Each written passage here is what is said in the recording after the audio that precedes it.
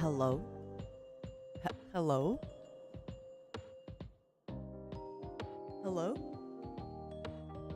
Honey? Honey, hello? Oh, we're finally live. Oh, I'm so happy! I missed you all so much! Oh my god, I'm blushing. Oh.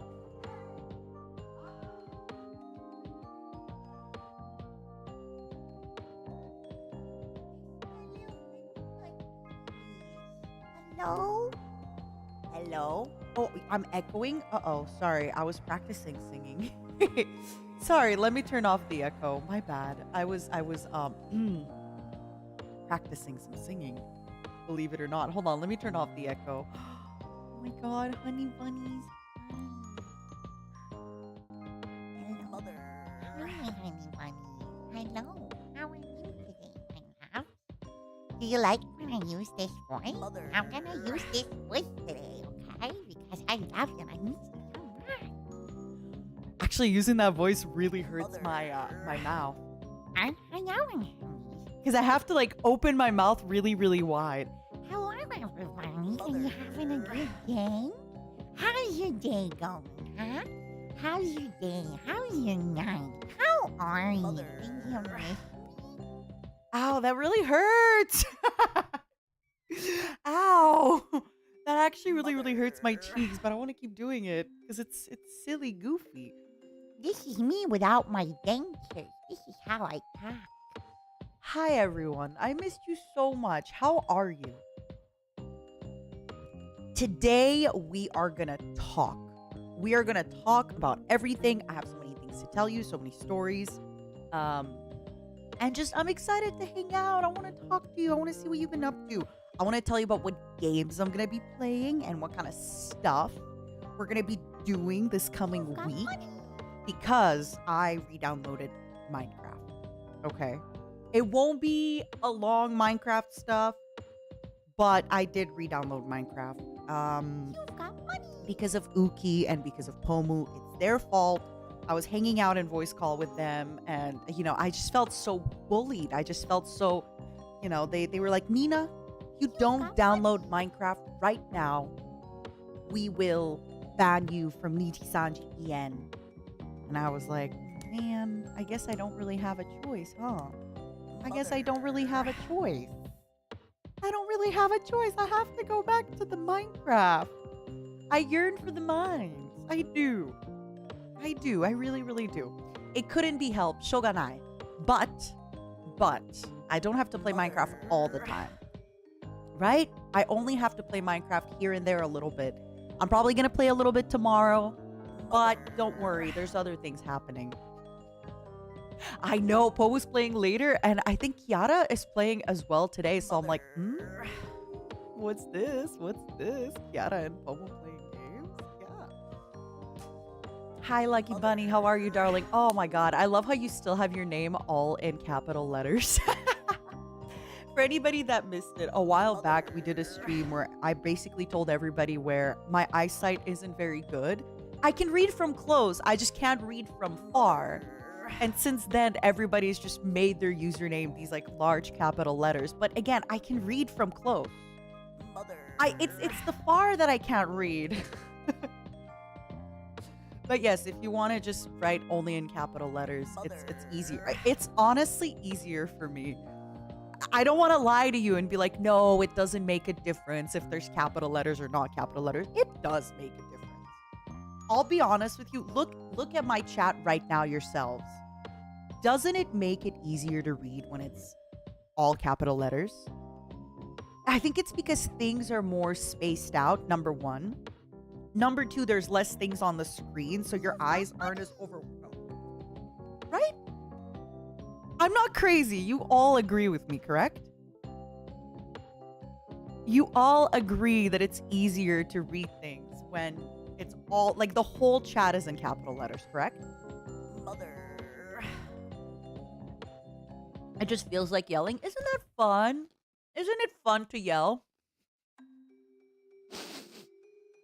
What have I done? My sweetest chat.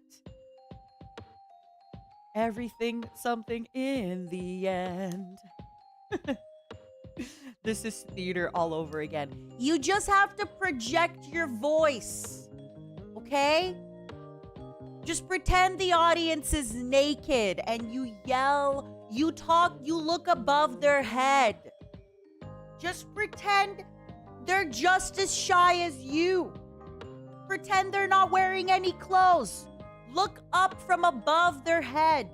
Do not stare them in the eyes. Imagine you need to order a pizza, but the person you're ordering the pizza from is really, really far away. And so, without screaming, you just have to talk louder. Oh my God. What are some of the prompts we used to get in theater class? I'm trying to remember. Am I wearing clothes? I am not wearing pants, but I am wearing the upper part of my outfit. Yes.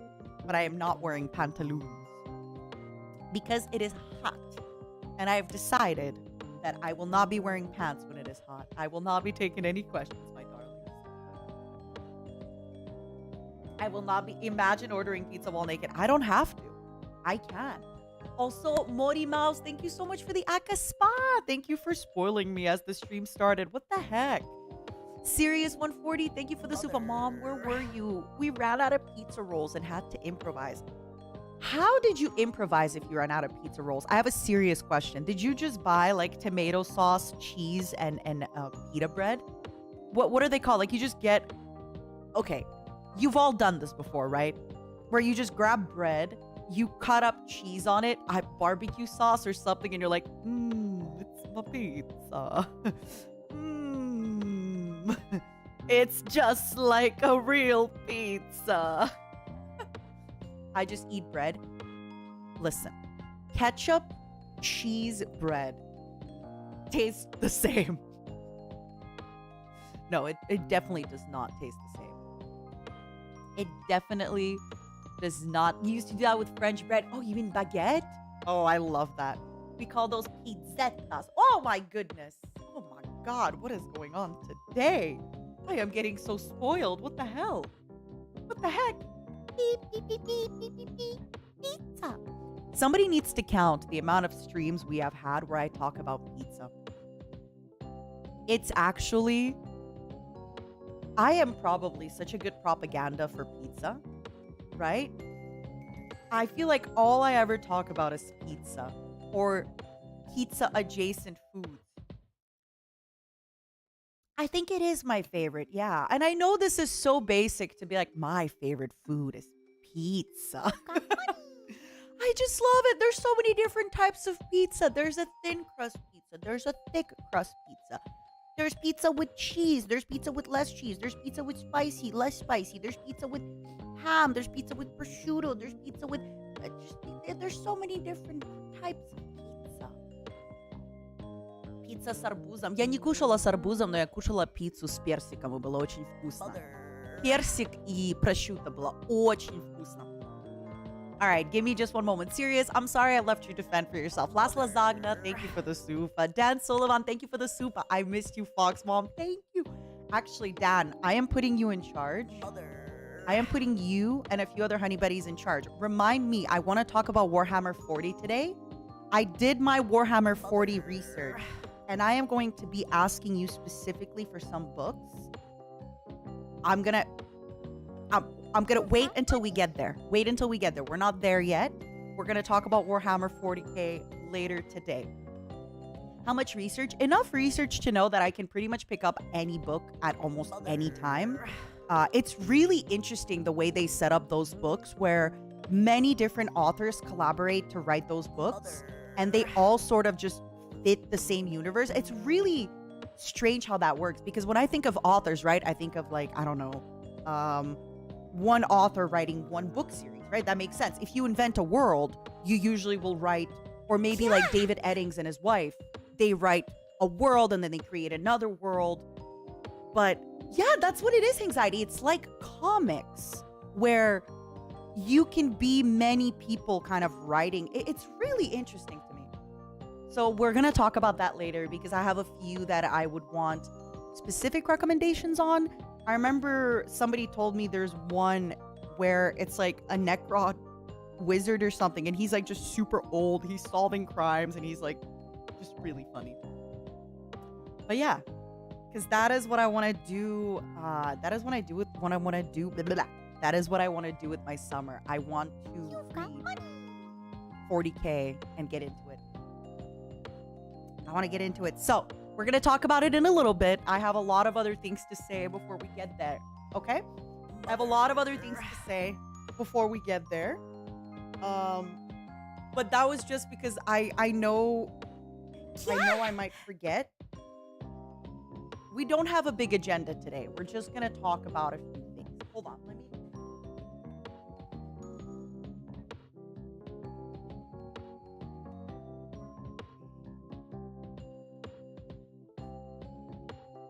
It's kind of warm in here, baby. Woo!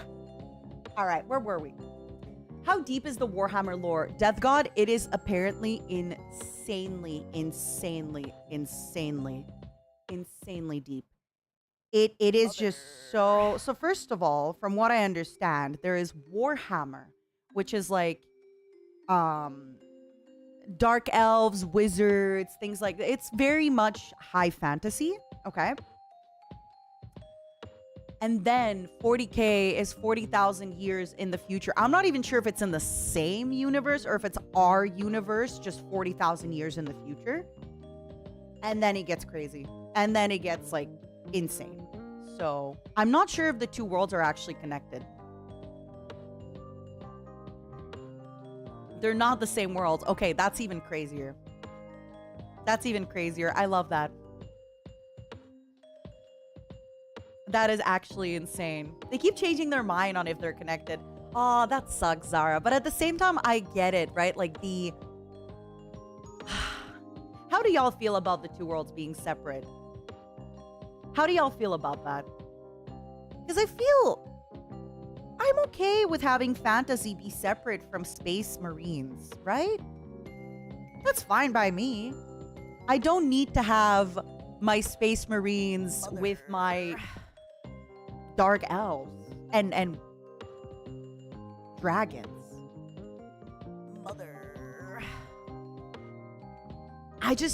Plus, I was talking about this to Pomu, and we were talking about books, and I recommended her the Dresden Files. And she said that she's not really into like high fantasy, which is really ironic, right? Because she's a fairy. Which is probably why she doesn't like high fantasy, right? It's like me. I you know, you kind of run away from who you are. But yeah, we were talking about that, and I remember thinking every book I was recommending her, she's like, oh, it's got elves and vampires. And I was like, wait a second. You don't like elves and vampires and all that stuff? And that's when I realized, okay, so I personally really love high fantasy the most. I think this is just something that I've really loved since being much younger. I really enjoyed, you know, the David Eddings, all the dragons, all those like books, Wheel of Time type of stuff. But now, as I'm getting older, or maybe because high fantasy has just been such a trope in my life for such a long time, I am getting more into space things.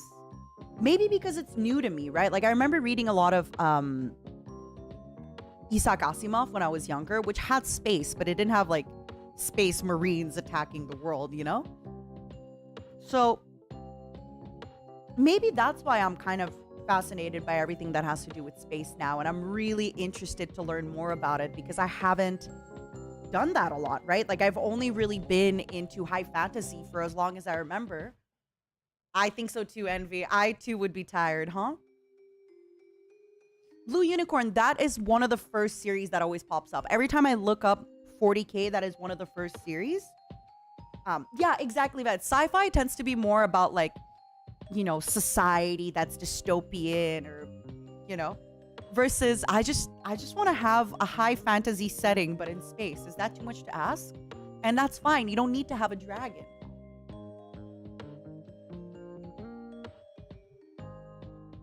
Legend of the Galactic Heroes. Isn't that the 80s anime that's super, super long? I feel like I've seen that anime before. Mother.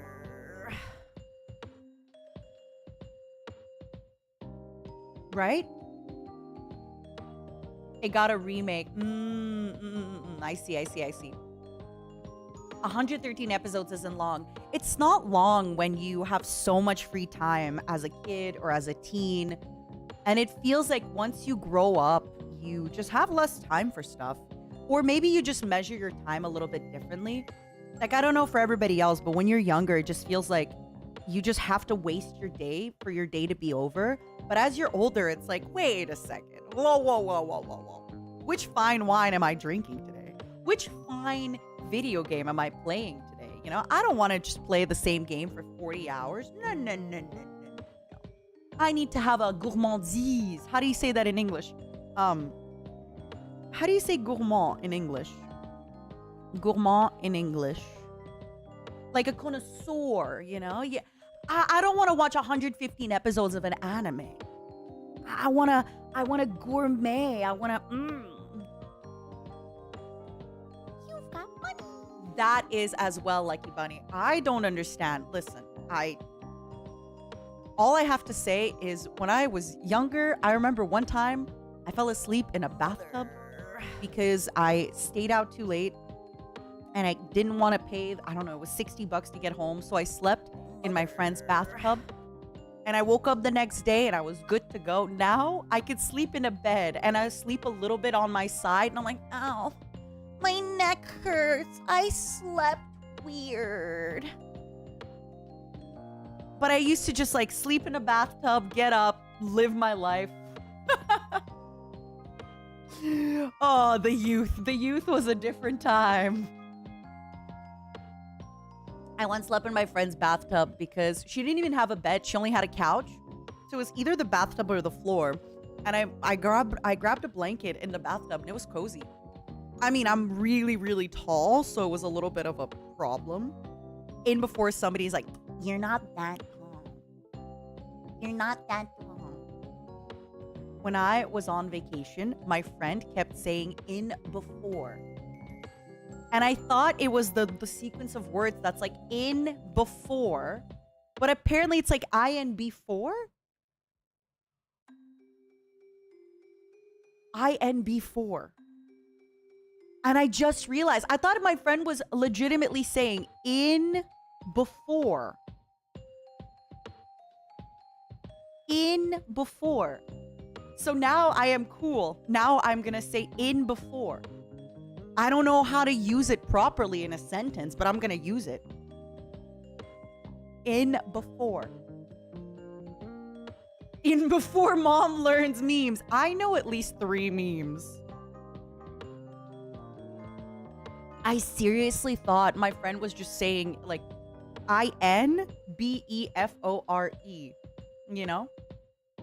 Then my friend was just like, oh, in before we go to the restaurant, in before we order pizza. No. You can use it when you expect someone to do something unexpected. You say that when predicting when somebody will say, in before Nina drinks 10 White Claws today. Oh! How could you? I don't have a single White Claw. In before mom starts dropping 2010 memes on us. Why you no understand? Why you know?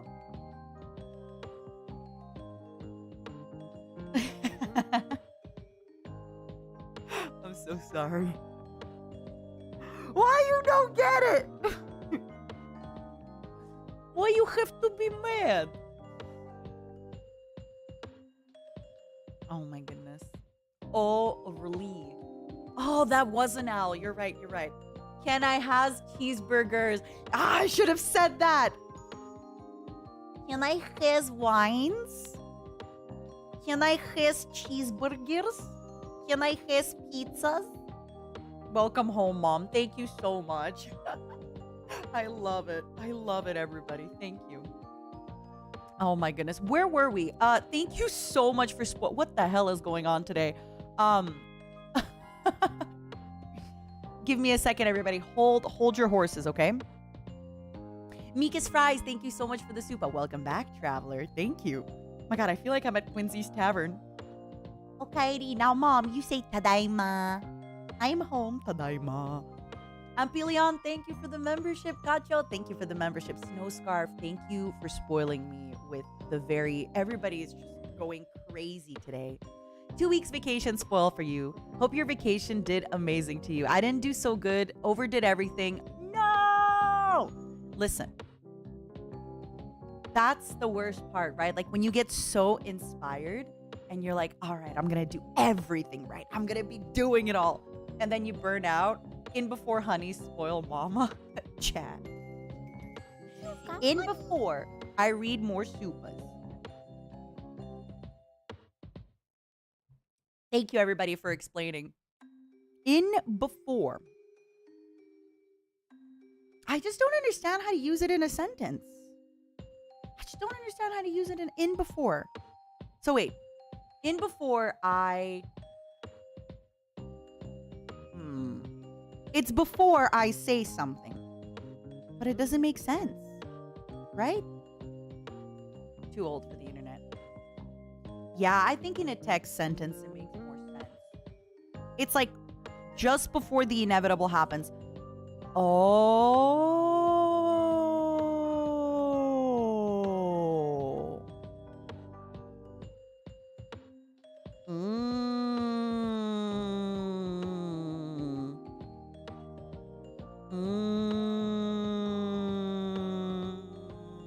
I see. Okay. I'm so sorry, Snow Scarf, that you went a little too hard, but I think anybody who's ever been excited to do anything learns that lesson, right? I think I'm sorry, I'm not laughing at you. I'm smiling because I can relate so much. Or I wake up and I think to myself, I'm in an amazing mood. Let's do my schedule. I'm gonna do 12-hour streams every day. And then day 2 happens and I'm like, I'm hungry. I have no food in my fridge. I completely understand what it's like, Snow Scarf, but the only thing I can tell you is don't be mean to yourself. It happens, okay? It happens to all of us. Take a break, come back to it, and maybe just be a little bit more realistic with your expectations. I'm saying this and I am zero realistic with my expectations. Oh my god. Whoa, whoa, whoa, whoa, whoa. Stop, you're making me shy. What the hell? Bryn, I'm gonna steal that. Thank you. I have been seeing Big Boss references everywhere. I sent Pomu this thing that I saw this graffiti. It was in French Canadian. Hold on. I sent it to Pomu. It's Dieu est le big boss. Lis ta Bible. And it says God is the big boss. Read your Bible. I sent it to Pomu. He's like, Nina, when I was at the vet kept calling my cat Big Boss. I see Big Boss everywhere. When I close my eyes, Big Boss is there. When I open them, Big Boss is there. He is always, always there. But I saw that graffiti. I, Big Boss with the Bible. Exactly. Lis ta Bible. It's the only Big Boss's God. Everywhere I go, I see his name. I just have to say this. This was a little bit ago. I was in call with Ike, Maria, Scarla, Kotoka, and we were just sharing little just links and stuff like that. Scarla was in. I love when it's like 10 in the morning and Scarla's still awake because she just gets, how do I explain it? It's almost like if you had a little sibling that had a sugar rush or a sugar high. Scarlet is just wild. Delirious. Yeah. I think that's what it is, right? So Scarlett's being delirious. Maria's being really, really cute. Ike is also being kind of like, he's coming up with little zingers here and there. And we're just sending each other links and looking at stuff. Maria's showing me some art. We're showing each other stuff. And then I just link a Metal Gear shirt because I've been looking for a Metal Gear shirt to wear. I kid you not. Instantly, Pomu jumps into the conversation. Like, immediately, Pomu just joins the Discord call. Like, 2 minutes after, not even, a minute after I just linked the Metal Gear shirt. I think it was an eBay link or something, because I was just looking. Instantly, she's there. I don't know how. I feel like I just think of Metal Gear, and Pomu's like, hey, Nina. Sometimes I'm scared if I'm cleaning my house and I play Snake Eater that I live on a really high up building. I'm just scared Pomu's gonna just fly into my balcony. She's gonna be like, hey. I'm just gonna see the top of her headband, right? Like when I look at my window, my balcony's by it, and I'm just gonna see her little what is it called? Her little bow sticking out, like. Oh yeah, I open a box and she just comes out of it.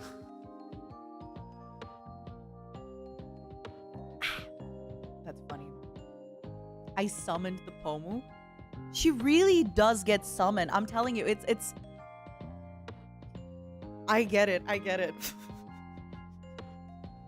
It was just so funny because I don't think I was in the call for that long, but I was maybe in the call for a solid, I don't know, maybe 20 minutes where we were just talking about stuff with Maria and Scarla and Ike. And then just the second I post the shirt, Pomu's like, hey, what's going on? What's going on? What's up? What are you doing? What are you doing?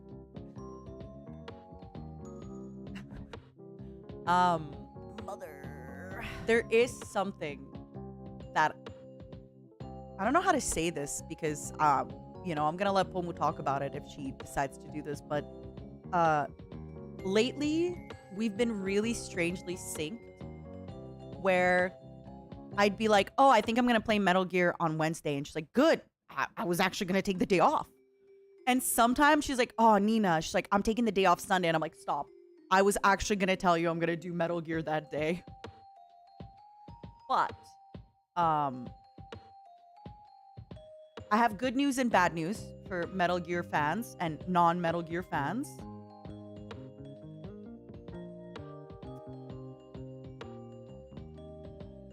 I am gonna do a Metal Gear week next week. Now, before you freak out,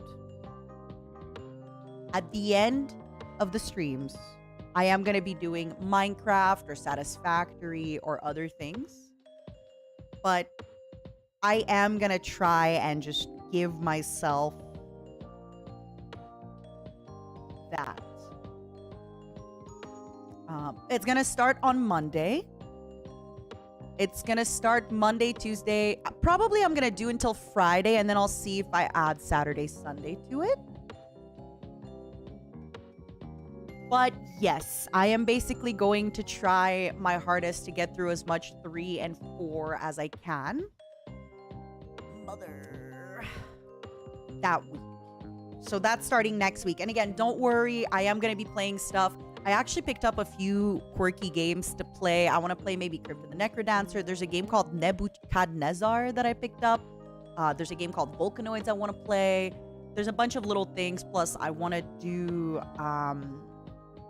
I'm obsessed by Mountain Blade. I want to play more of it. Just a bunch of these little things. Maybe I'll play some Terraria solo. So don't worry. Even though I am going to be playing a lot of Metal Gear, I am going to be playing other games at night. I am going to be doing other things. Hi, acceptable. Any Luck Be a Landlord quickies? Maybe. I just feel like it's not a very watchable game. Is it? Necrodancer Enna's addicted to that. It makes me so happy. I used to really, really love that game and played it a ton.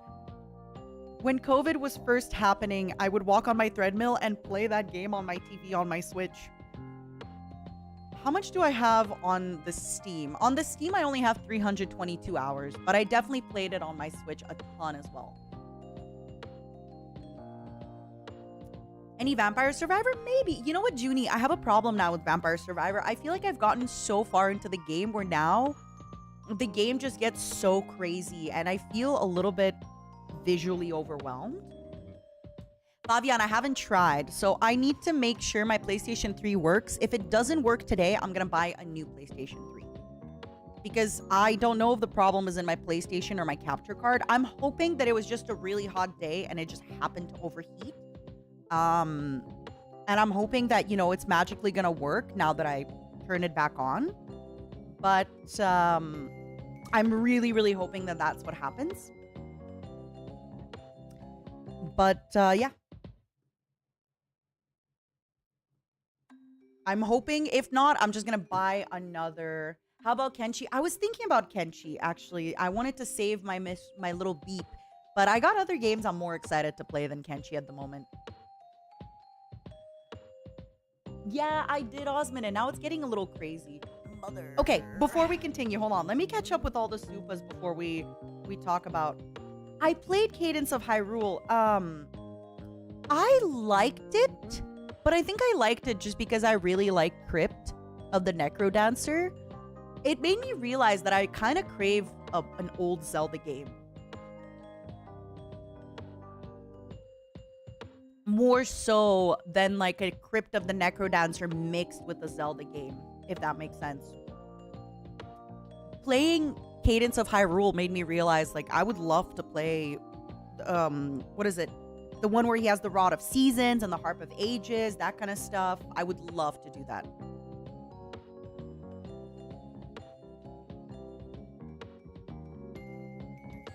Okay. Give me a moment. What the heck, everybody? Calm down for 2 minutes, please. P.S. Apology, I didn't get into Darkest Dungeon 1. Maybe I'll give it a try later. Snowscarf, don't apologize. Play whatever you want to play, my darling. Play whatever you want to play. Thank you so much for spoiling me. And seriously, don't even worry. Please take care of yourself. Has anybody done this as well, right? When you kind of over-prepare for things? This has been the biggest lesson for me now that I'm preparing for a half marathon. Which, okay, I'm gonna say it now because now it doesn't matter. Pomu was supposed to do the half marathon with me, but stuff came up in her life that she won't be able to do the half marathon. That specific one. She did say that she'll be able to do another half marathon. I just have to pick where. We'll go there. But this specific one that I am training for, she won't be able to attend it. You've got money. She won't be able to attend it. But just because she's a lazy sack of potatoes, I'm still training and I'm still doing my thing. And yeah, just training for running has really kind of humbled me, where you have to go slow. You improve more on your running when you just go slow with it. You go slow with it and you just try to get, you know, as much time on your feet as you can.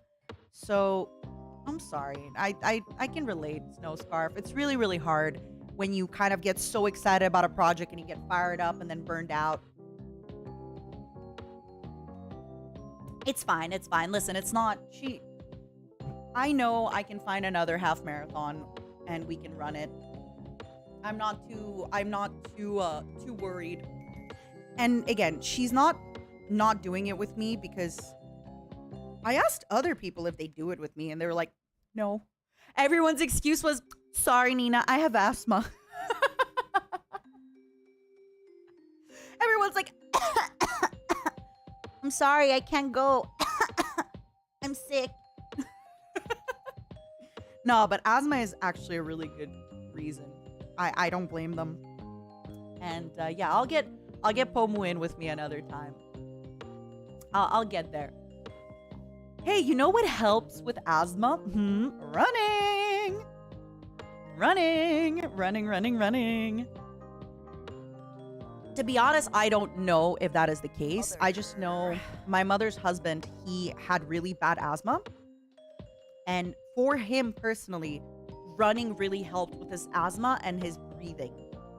I don't know if it is a real thing. I'm not trying to sell you a magical potion formula, but I know that it has helped for one specific person in my life.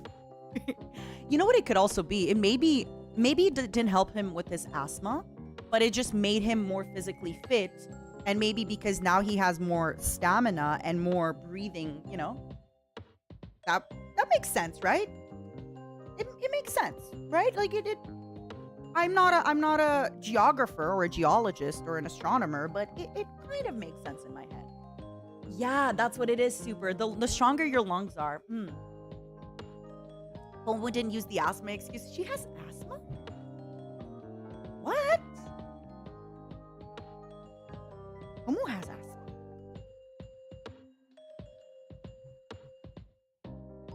No.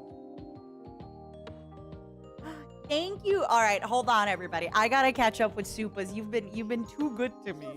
It was weirdly quiet without you, Joe. Thank you, darling. It's gonna get weirdly loud with me. I am gonna be playing Minecraft sometimes at night, and I'm gonna be joining the voice calls, and I'm gonna be annoying. I can't wait. And we're gonna do another Ethyria collab. Yeah, I actually think I'm gonna get the girls on Mornings with Fox Mom.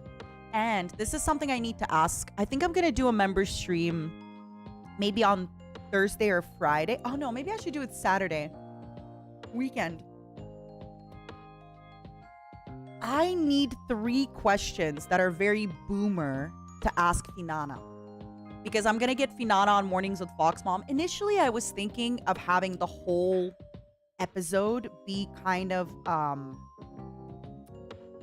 grilling her about boomer questions, but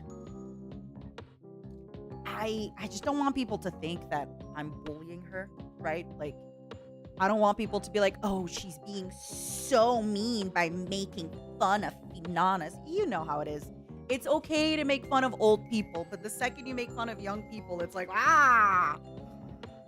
So instead of actually having a whole grilling session with her on Mornings with Fox Mom, I'm thinking maybe we could come up with 3 specific questions. And then maybe when I'm having my interview with her, I can just say, these are the 3 questions from my stream. And I agree with you, Lunatic. Everybody deserves to be made fun of. Everybody. I don't discriminate like that. I will make fun of everybody. I am not discriminatory in any way, shape, or form. You will all be made fun of. All of you. The dial-up internet sound. That's a good one. That's a good one.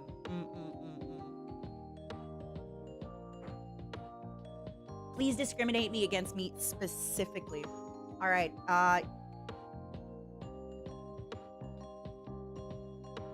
Your profile picture sucks. I'm sorry. I'm kidding. I actually can't even see your profile picture. It's too small. Did you like that? Was that good? Did you enjoy that? Was that okay?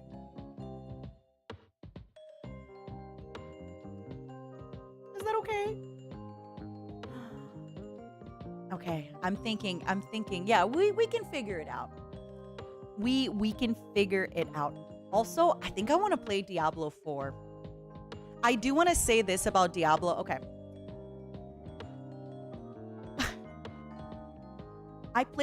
I never played Diablo 2. I would love to play Diablo 2. When I played Diablo 3, all I remember is there was angels, there was demons, there was zombies. I am going to play Diablo 4, but one day, did Selene get me into it? No. She didn't. No. Diablo is a very famous franchise. You know? It's very famous. Very. It's so famous. My favorite game, Diablo Mobile, was just big on the internet, you know? But yes, okay, where were we? One day I would love to actually get into the lore of Diablo because I only know how amazing Diablo 2 is. I've never played Diablo 2. I remember Diablo 3, obviously I played it. I beat it, but because I didn't know the story, I was just like, okay. Zombies, angels, demons, cool monsters. Okay. You've never heard of Diablo until you started watching VTubers? What? What kind of games do you play, Kyo? I want to know. Because I feel that Diablo is like StarCraft, right? You don't need to be a StarCraft aficionado, but everybody knows about. Am I just old? Do the children know about StarCraft? Do the children know about Infested Kerrigan, Queen of Blades? Oh. Do the children not know of StarCraft esports? Oh my god, do the children know who Day 9 is? Oh my god. You don't know the game. No!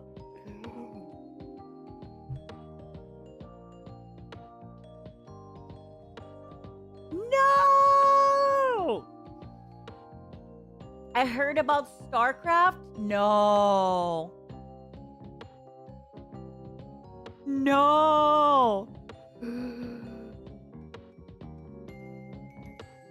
Oh my god. The children, Nina, I'm younger than you and I don't know. I guess it's fine. I guess, I'm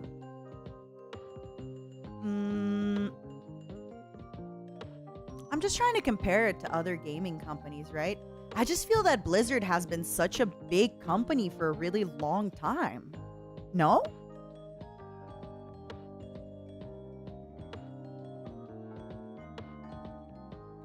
But maybe if you weren't into those maybe if you were into JRPGs or Japanese games, then you would never get it, right? If you were really into Square Enix, if you were really into, yeah, okay, I'm trying to compute it in my brain. The only game you've played was Genshin. Aww.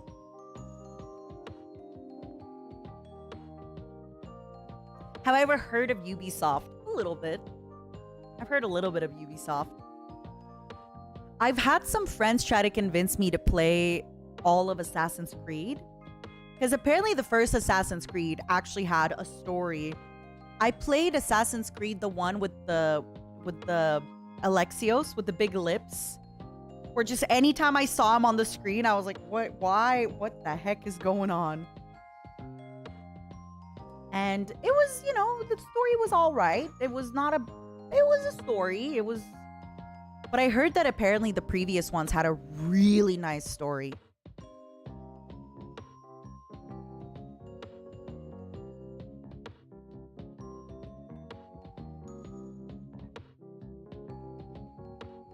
Hold on. Has anybody here never played Warcraft 3 Frozen Throne? Who here has not played Warcraft 3 Frozen Throne? Or just Warcraft 3?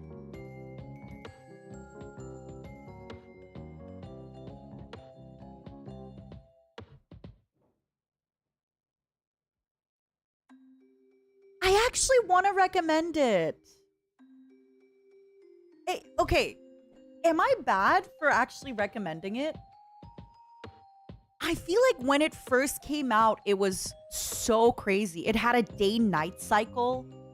Oh my, it was actually, if I remember correctly, I thought the campaign was amazing. The fact that you had your heroes and you had to actually like go and kill creeps to level up your heroes. I feel like when that game came out, it was just, it changed. Wait, you can't get Warcraft Frozen Throne anymore? Really? Oh my, does anybody have the CDs?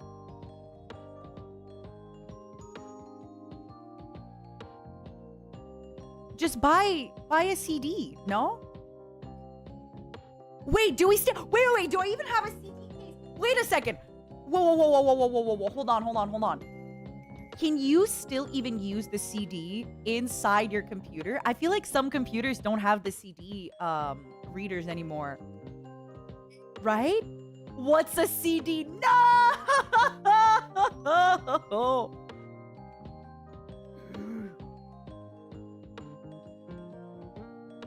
Like some PCs have no CD reader. Oh my god. What about a laptop? Hold on, does my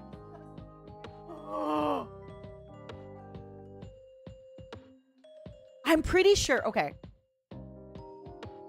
Wait. I'm not going to get in trouble for this, right? Because Warcraft 3 only gives you Warcraft Reforged. But they have created in the past CDs with Warcraft Frozen Throne. So me saying find a CD of Warcraft Frozen Throne, buy it legally. I don't think I'm going to get in trouble. If I do, remember me. Sometimes I worry because, there's stuff that as a North American streamer that maybe seem like not a big deal to me. But I know that in Japan or Japanese law, it could seem like such a big deal. But just in case, I am recommending a real CD so before games, you could buy them on Steam. You got games in a CD and you put that CD in your computer and it played the game. So I'm basically recommending it's like a DVD. Oh, this is a great example for the children. Okay. You know how now in Netflix, you just watch whatever show you want, but we used to have DVDs. And before that, you used to have cassettes. So I am basically recommending you to buy a cassette.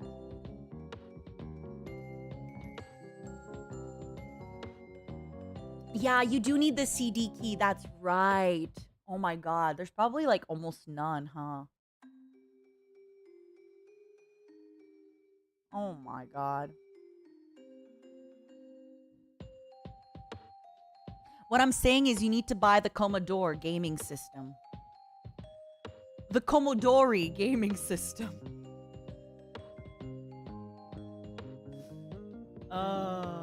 Buying a physical copy or a game nowadays, just buying an empty box with a paper with a Steam code. No! What about the CD?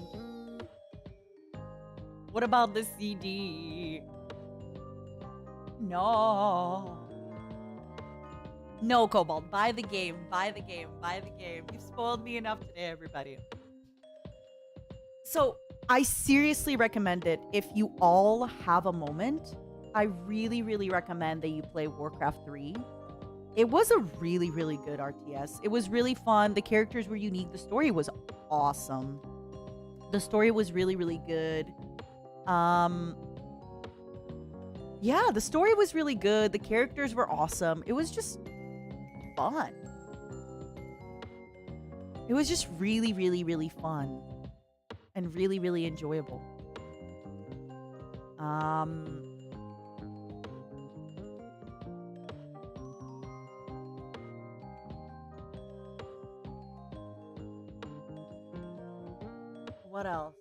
What else? It didn't just carry an MMO. It started so many genres, so much everything. You think you've given up on RTS?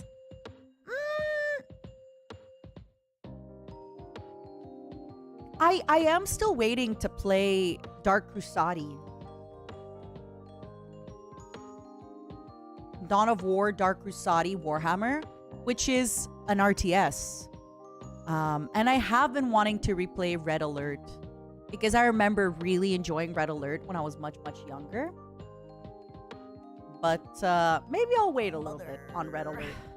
Maybe I'll wait a little bit. I am playing... Wait, is it an RTS that I'm playing this week? Or is it a city builder? I think I'm playing a city builder. Ah, yes. City building game called Nebuchadnezzar. Listen. We're going to build an ancient city. That's it. That's all. That's what we're going to do. And you're all going to love it. All right? I watched you guys watch Millie play City Skylines. You're gonna love it. You're gonna watch me build a city and you're gonna enjoy it.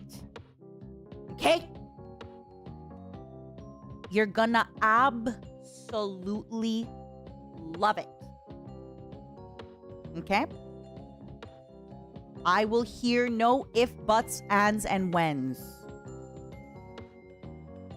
All right? You're either gonna love it or you're gonna learn to love it. That's it. There's no in between.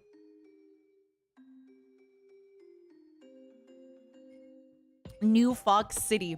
I love it. New New York. New Nijisanji land. New Nijisanji city. And thank you so much for the gifted. Oh, ay, ay, ay, ay. Thank you so much for the gifted membies. Thank you, thank you, thank you.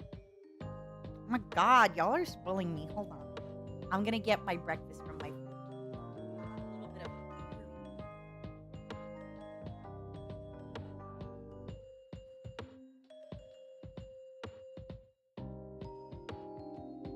mother.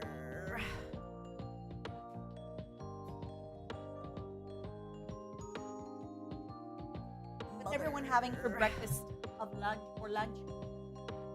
Thank you for spoiling me. What the heck? Day 40,000 of waiting. Oh, thank you. Acceptable for the soup. Thank you. Everybody. Mother. I have a shrimp, zucchini, courge. I don't know how to say that in English. Seafood mix, so like mussels and stuff like that. Mother. Curry with coconut milk.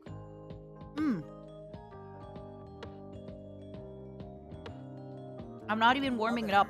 I'm eating it a little cold.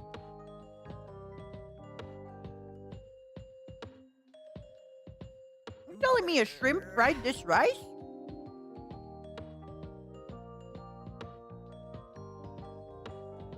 Mother. I know. I love coconut milk so much. Peanut butter sandwich and eggs. Ooh, okay. You've got money. Oh, yeah. I live to eat.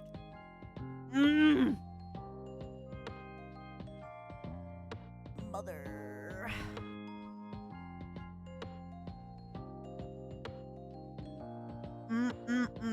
Mother.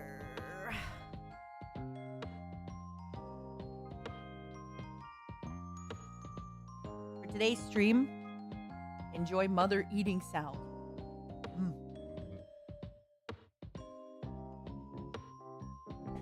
Food is so good. Yeah, what was some of my favorite food I've had on my vacation? So, I had time off.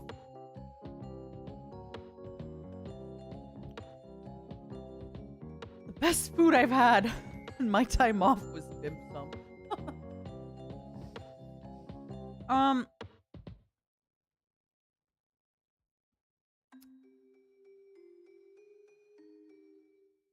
It was so good that I would order the dim sum because it was just so good. It was, I'm not gonna lie, I think 2 of the dim sum dishes were some of the best of that type of. Did the dim sum beat the lamb? I tweeted. Ooh, the lamb was really, really good. Okay. So I went to a fancy place in Europe. I went to a few places, but one of them had a lot of Michelin star restaurants. So me going, oh my goodness, let me spend some money. It was really underwhelming. It was really, really underwhelming. I think maybe because the Canadian dollar is really, really low to the euro. But I would come out of some restaurants with such an exorbitant bill. And I would be like, okay, maybe this one dish was really good. But I would never recommend for somebody to go to that restaurant and get everything that I ate And the bills were just ridiculous, the prices. Some of the best places that I've eaten were these little like mom and pop shops, not in the cities. Definitely, it is definitely convenient for EU people to go to Canada. Absolutely. The Canadian dollar is just really, really low. So everywhere I went, I just ended up spending so much money. And I would compare it to being back home and thinking, okay, for this, I remember, so one of my friends, they used to live where I'm like currently, well, not where I'm currently living, but close to it. And we went to a Michelin star Spanish restaurant. And after we came out, I paid for my friend. I was nice. And they were like, oh my goodness, it was so good. Like, I will recommend this to my friends. And I looked at my friend. I'm like, why are you lying? I called them out. I was like, you're really going to recommend this to your friends?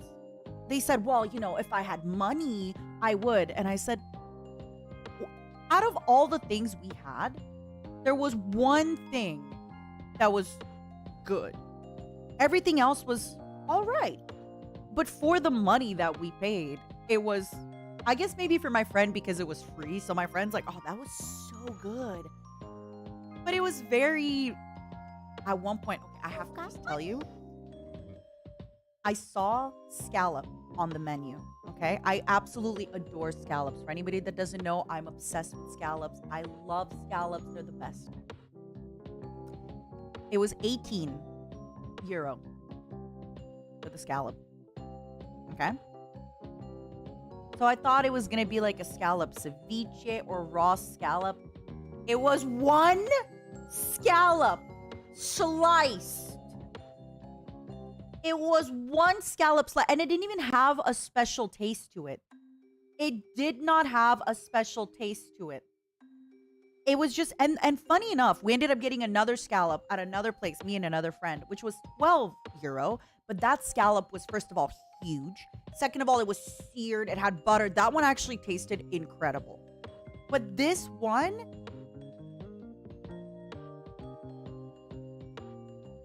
I think I am never going to a Michelin star restaurant again.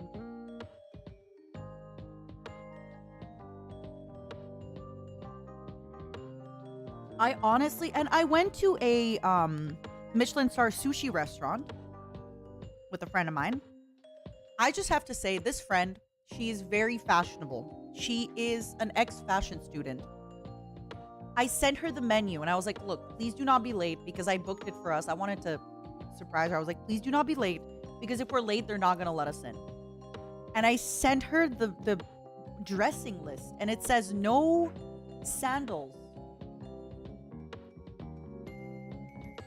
She comes in with ripped jeans and sandals.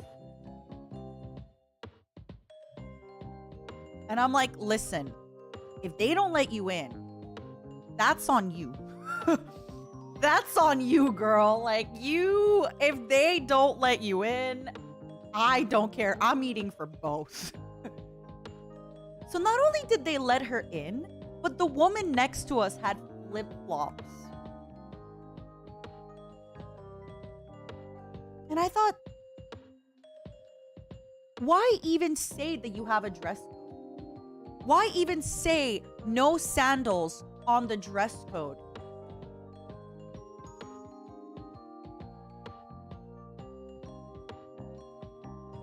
Yeah, so that was a lie.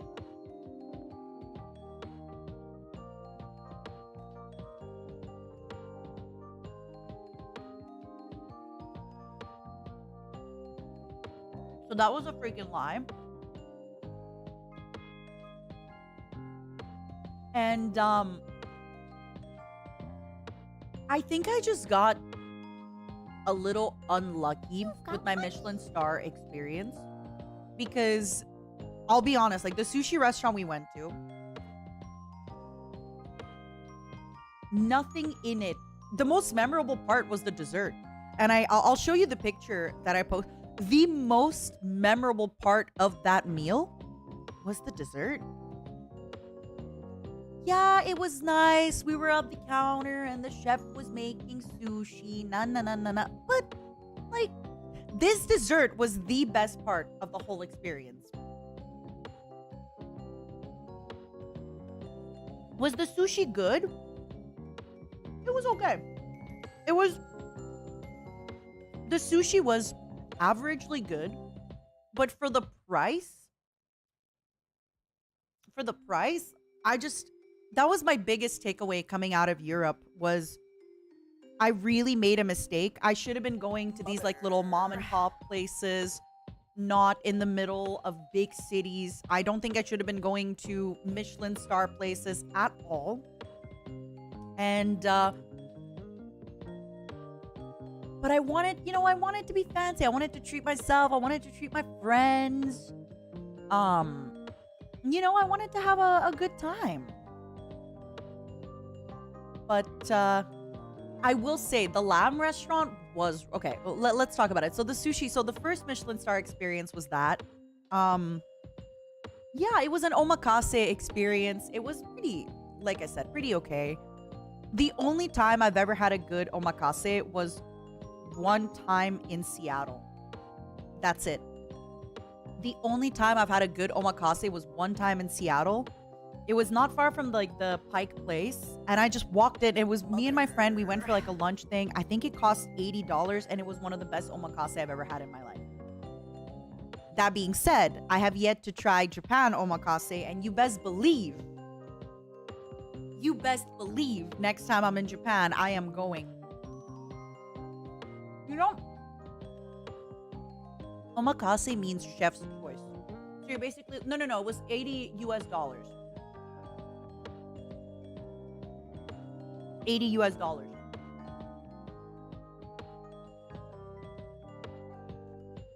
And omakase means you let the chef choose. I read about this. I don't know how true this is, but apparently when Japan experienced a huge economic growth, and people would start going to people who were working at big companies started going to restaurants. Now there was a certain shyness around not always knowing what to order, not always knowing how to, and that's why a lot of omakase places started up where the chef was like, let me give you the best that I can with the best ingredients. I got you, like, trust me. But I don't know how true that is. Oh, I love those, Bucket. I love those. Really, Kolik? That's awesome. But yeah, omakase can be, really, really good. It can be... I just have to say, I mean, I still remember how in Japan, we went to a really random revolving sushi restaurant with Rosemi and Reimu. After walking around in the rain, after getting rejected to a million places, and it was the best. Like, I just remember I got some of the best sushi. Yeah, omakase is usually... Have you ever seen those pictures or in movies where the chef is preparing the food in front of you, right? And then they basically will usually put one slice of nigiri sushi on your plate. You take it with your fingers and you eat it. It's usually you're also paying for the experience, right? Because it's so personal. It's just usually when we went to the omakase for sushi, we were about, I think, 8 people. And there was 2 chefs and there was a sommelier, things like that.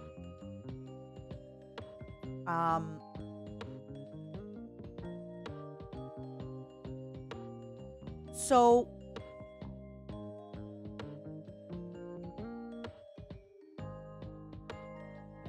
oh yeah, with my friend. Sorry, let me continue this. So yeah, that was just the 2 Michelin places I went to. I was severely underwhelmed. And I think, again, the food was okay, but then when I look at the price, and I said this to my friend after we went to the Spanish tapas place, I said, if we had this money in Eastern Canada, how far this money would go. That was the biggest thing for me, is just kind of realizing how much further my money goes in Canada. And then, I think about like the food I've had in Japan and how much that cost me versus, anyway. Not every Michelin star place is bad, obviously, but there's so many of them. I think next time I'm gonna go to Croatia. I have heard that Croatia has such good food. It's still kind of cheap.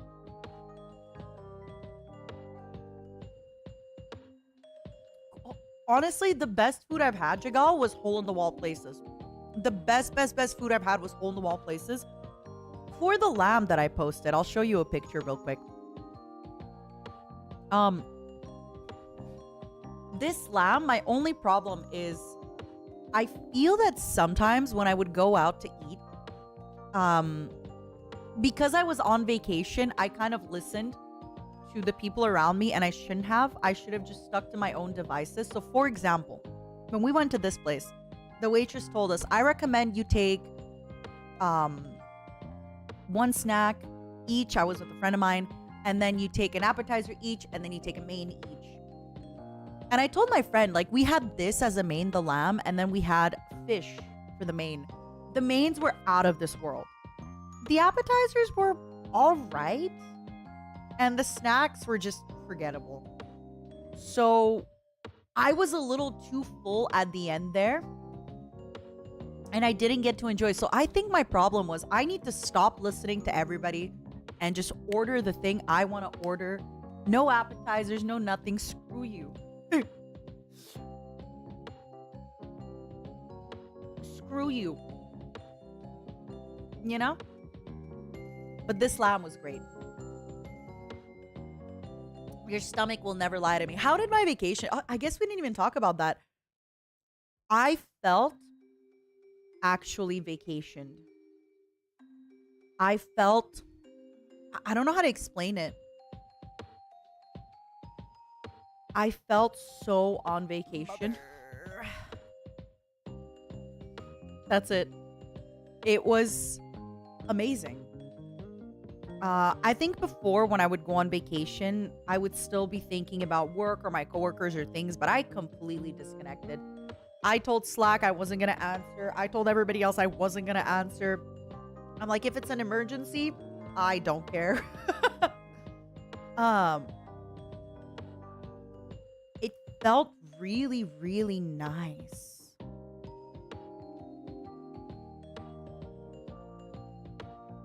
And it made me realize, like, how much I haven't been relaxed.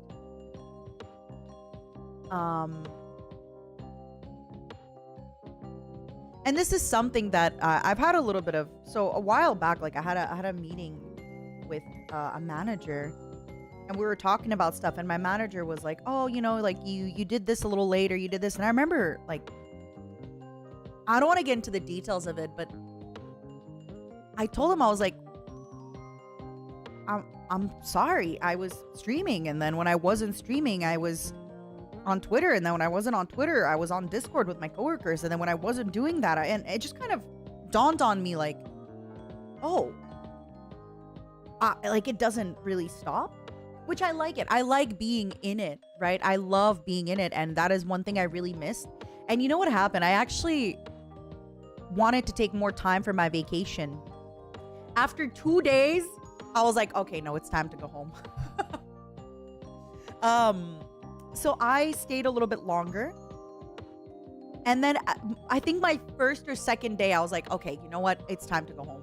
I think it was really, really nice to disconnect. But being disconnected for too long just makes me restless. I like being with you. I like talking to my honeys. I like doing stuff. And when I was on vacation, you know, I don't want to take time out of my vacation to sit down and do stuff that's work related. But at the same time, I also want to work. I like working. And I miss you. And I miss you. And I miss gaming. And I miss talking. And I miss hanging out. Exactly what you said, Hyajin. I really just missed working at the end of it.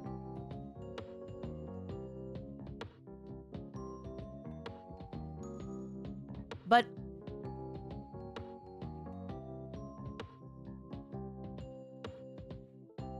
sorry, I'm done eating.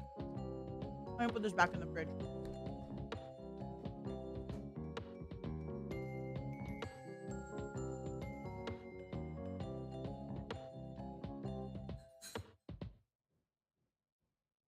So, for anybody who doesn't know, I had my time off planned a while ago, but I wanted to take time off because I wanted to clear my head. And kind of realize how much stress I was under and how much stress I wasn't under. Hold on, sorry.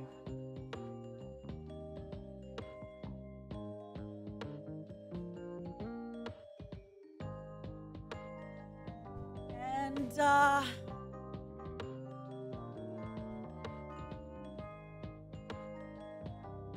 do you feel comfortable telling us roughly where you went? I went to Europe. Roughly. I went to Europe roughly. I will say this. I was supposed to go to food and karaoke with some coworkers, but I overslept. I also traveled a little bit, so I wasn't always in the same place all the time. To be honest, though, I even told my coworkers, I was like, look, it was at the start of my vacation. I'm like, look, I already had told them I will 80% not come. And then the day of, I was like, look, I'm sorry. It was one of those days where at like 8 p.m. I was in bed and I was good. What's the coolest thing I did on vacation? I'll be honest with you, it wasn't one of those vacations where I did cool stuff. It was one of those vacations where I read my book in bed with pizza at my Airbnb. It was one of those vacations where I had a glass of wine in the sun by the water, writing in my journal. I did not get attacked by birds. So I'll be honest with you, I did not do anything cool. All I did was take photos of food and have wine and walk around in the sun. That's it. That is all, yeah. I like that. A trip is when you do things. A vacation is when you don't do anything. I like that a lot. That's why I don't want to, you know, I don't want to upset you, but I didn't do anything. Mick, it depends where I went. Sometimes I did Airbnb, sometimes I did hotels. I am also starting to lose a little bit of my love for Airbnbs. A while back when I went to a certain place to visit Ethyria, Millie, and Enna, when Millie had COVID, I stayed in an Airbnb and it was so strict. They were like, if you have anybody over, I had to send a photo of my passport. If I had anybody over, I would get kicked out. And the thing is, I don't mind if that happens, right? And it's so strict. But the place I had didn't even have a coffee machine. It didn't even have a coffee machine. It didn't have a blanket for the couch. What if I want to sleep on the couch? I love sleeping on the couch. It had nothing in the showers. It didn't even have like anything. And then another time when me and Rosemi and Ethyria and Enna and Millie met up, we got a hotel room. It was me, Rosemi, Ethyria. We got a hotel room, the three of us. And our hotel room was so big that we had like a little living room into it. Enna and Millie stayed a bunch of times. We had so much space. We went downstairs. There was breakfast. There was coffees. There was like so much more. Yeah. Also, I don't think I've ever said this before, but I am still mad at Airbnb. Back when COVID started, I had a trip to go. I'm going to say it. I had a trip to go to Amsterdam for a streaming convention. My friends and I were going to stay on a boat because one of my friends, she's a streamer on the Twitch television, okay? And even though Airbnb says that they will refund you in cases, we never got refunded. Airbnb, just the host took the money. Even though COVID started, we should have gotten our money back. Right? I'm still mad about that. I'm still upset. We should have gotten that refund. .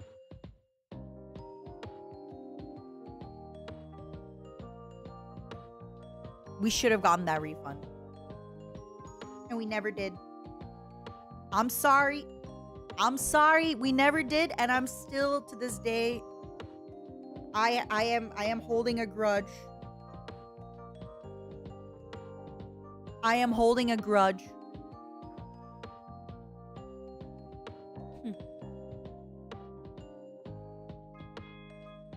I'm sorry.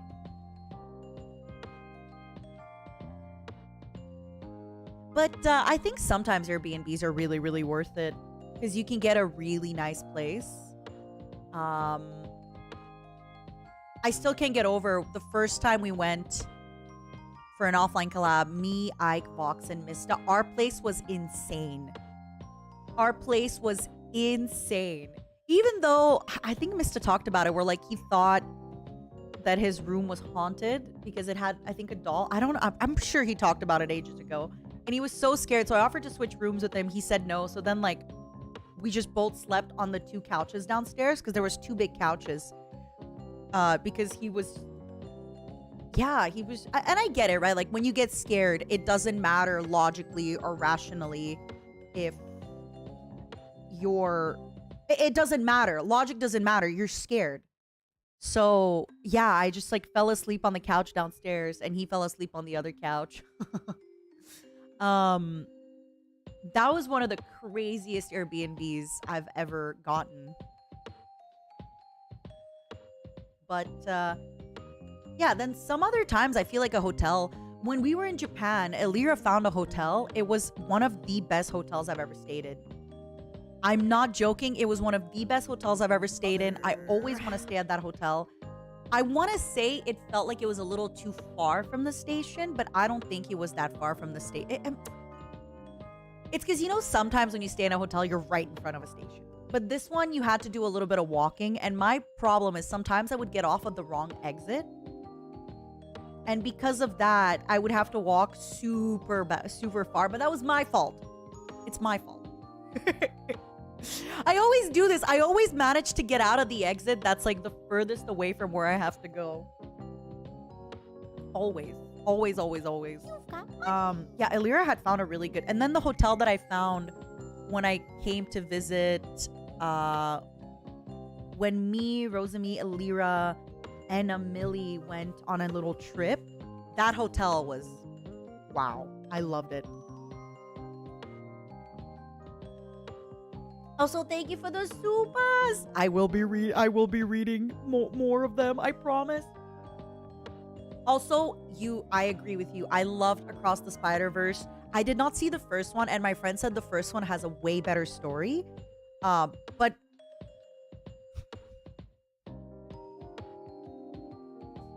I brought my friends to see Fast X. Because I was like, oh, Jason Momoa.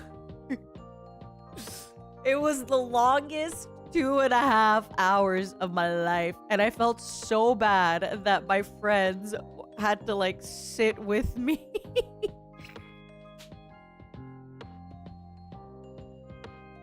I felt so bad. And you know the worst part about Fast X?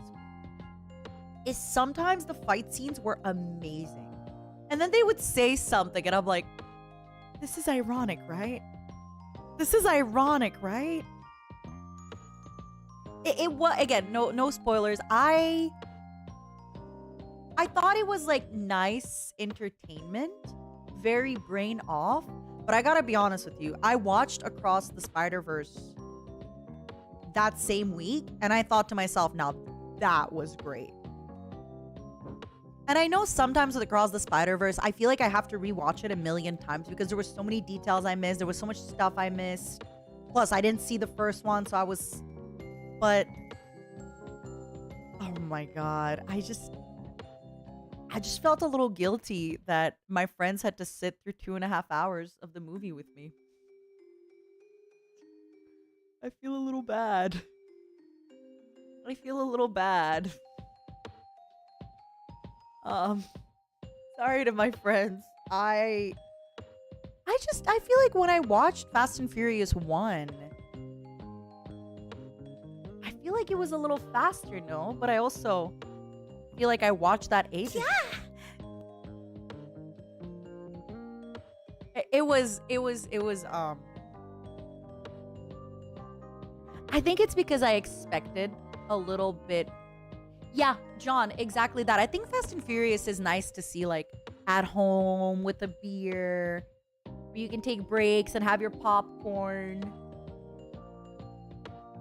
I felt a little guilty that I basically had my friends sit for like 2.5 hours after we had ciders in the sun. I feel like movies are so long nowadays. I don't have 2.5 hours to sit somewhere. What the hell? I have to pee. I'm old. I'm thirsty. I've already eaten my popcorn 15 minutes into the movie. What do you mean I have to wait that long? Yeah, Sire, basically, like, sometimes Fast X would give me a line and I'm like, you know who I actually, okay. I think you know this character's in it because he seems to be an important character, John Cena. John Cena is so happy to be in that movie. John Cena is living, laughing, loving. I didn't see him. I like that. He is having the time of his life.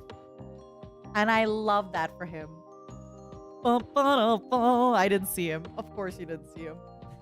I have to say, like, you know how sometimes you can tell an actor is just like in it, right?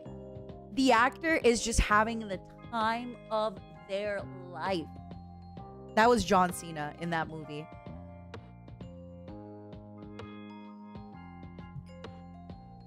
Oh my god, he was in the movie?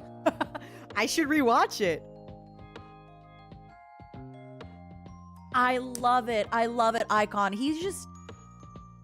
Every time I saw him on screen, my face lit up.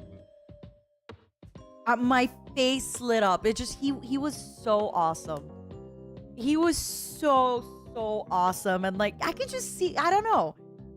I feel like I could just tell he was having a good time. Obviously, Jason Momoa was having a good time too.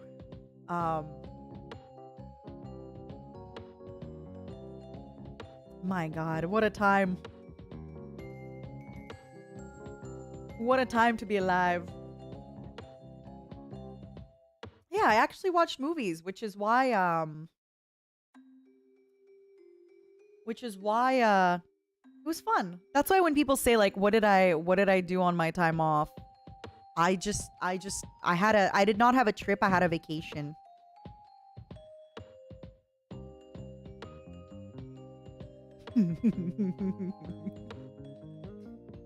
Oh.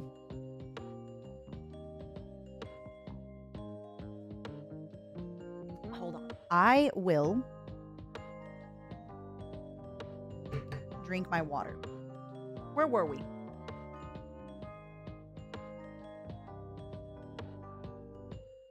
Did I miss you? Of course I did, baby. Of course I missed you. Yeah, other than that, my vacation, I gotta be honest with you, it was kind of boring. I just read books. I bought like this little... I'm gonna call it a clicker game. It's not a clicker game. It was called Despotism, where it's like, if you ever played Despot's game, it's the same character. Despotism Switch, right?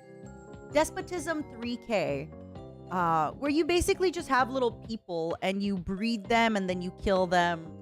It very much is like a clicker game. Despacito, exactly.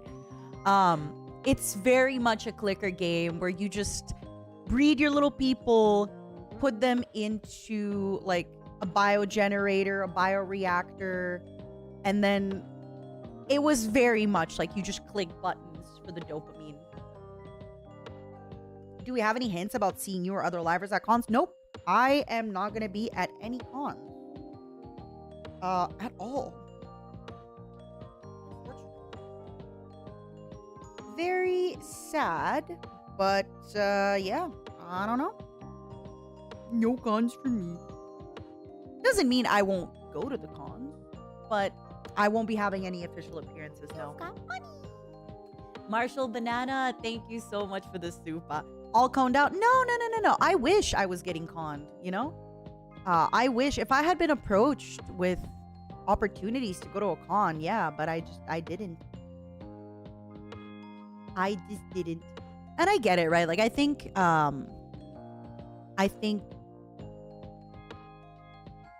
do I say this without it looking bad?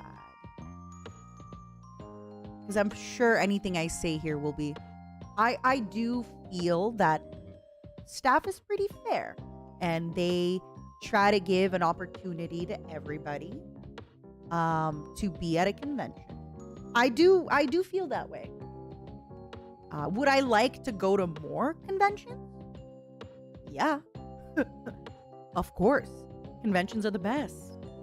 But do I also understand that I have 29 coworkers who also want to go to conventions? Yeah. I get it. I get that, right? And even though I want to go to conventions, there's 29 other people that want to go to convention. And then somewhere, you know, business probably gets involved too, where it's like, well, then the other stuff comes in, right? Which I get it. But no, I would have loved to go to a convention this summer.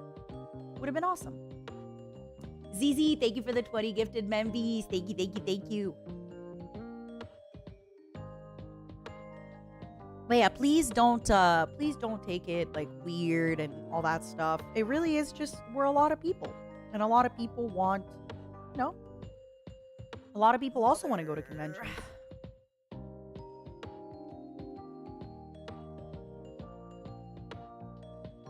And I've technically already been at 2, right? Because I've done Anime Impulse with Ethyria. And I've been in person to a talkathon with Millie and Alira Rosie. So yeah, not everybody can go at once. I completely get it. I wanna go to a convention.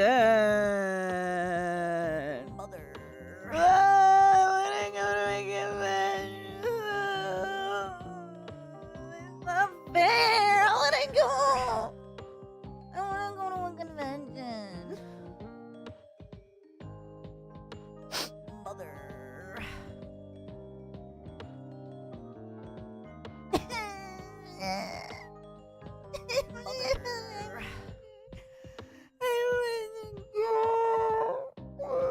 It's fine. It's fine. It's okay. It's fine. It's fine. I like going to conventions. I do. All right, where were we?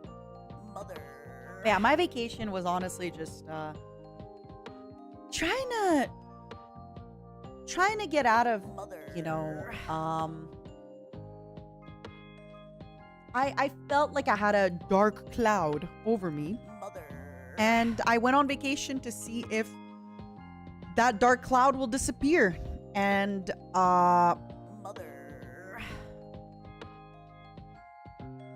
it has dissipated. It has dissipated considerably. It has helped me get out of my brain for a little bit. It has helped me. You didn't like the hesitation? Well, I mean, you don't just because you go on a vacation doesn't mean it solves every issue you ever have, right? I don't want to lie and be like, oh my god, vacation has cured all my sins.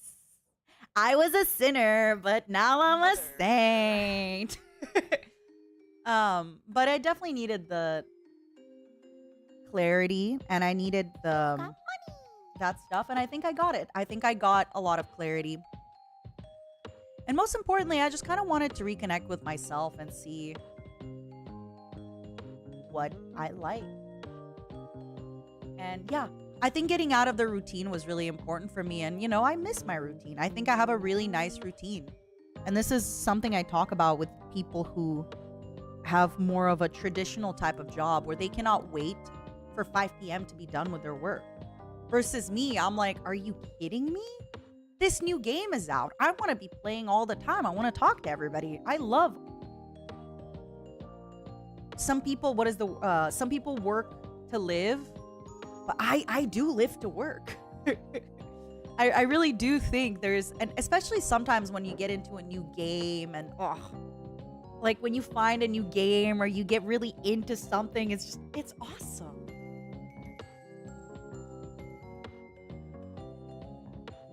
Okay, the thing with the Pope was a misunderstanding, all right? We're cool now. We're fine.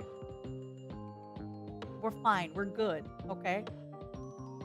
Yeah, I just, it was really nice to just kind of take it easy. And like I said, it's really boring. I'm sorry that everything I did was so boring. And I can't be like, oh my God, you know what I did? I went there. I saw that. I went nowhere. I saw nothing. Some days I would stay in my Airbnb, and basically my Airbnb had this big window where I could get the sun. So I would put on sunblock on my face so that I don't age rapidly. And I would just read a book by the sun like a little cat. And then I would order... I ordered pizza, and then I would like warm up one slice of pizza for my breakfast. And I would read a book. And it was great. Or then I would play that little like repetitive game. I would photosynthesize. And then I would go for a walk. I did buy new shoes. I bought some Converse. And I also bought some Crocs. But I messed up on my Croc size. So now I'm going to give them probably to a friend with smaller feet. But I messed up on my Croc size. Yeah, it was honestly one of those. It was one of those where I just didn't do anything. All I did was eat tremendous amounts of food. Was it a good book? It was an okay book. I talked about it before. I read a book called My Best or My Biggest Mistake. And it was just about some guy talking about how, for example, the Hulk was supposed to be gray and he became green. Some of the quote-unquote mistakes actually made a lot of sense. And some of them, it was like, you know, man left sugar water outside. It froze. He then started popsicles. Like, I don't know if that was a it was very much like one of those kind of effortless reads that you buy at the airport. You know? It was one of those like very easy reads where you just, yeah. Nothing too crazy. And I actually, okay, let's talk about Warhammer. I did research on the Warhammer lore. Now, Warhammer 40k. Can somebody... Beach reads. Yeah, that's what it is. It's just kind of like a little bit of a mindless read where you don't really... I'm never going to recommend that book to, you know, I'm never going to be like, this book is going to change your life. But it was just really nice to read and kind of... Yeah, that's exactly it, Kamen Rider. That's exactly the kind of stuff where a man left out dough and like made cornflakes. Then another man bought too much turkey and he made like the meal plain stuff. That is exactly, yup. That is the kind of book where it just talks about these little stories and you're like, okay. So, can somebody explain? I'm a little bit confused by this premise, okay? So in Warhammer 40k, there's a ton of book series, okay? A ton. Why is it that random people are able to write for this book series and publish a book? Do they need some sort of like approval, or technically like you could write a Warhammer 40k book? How...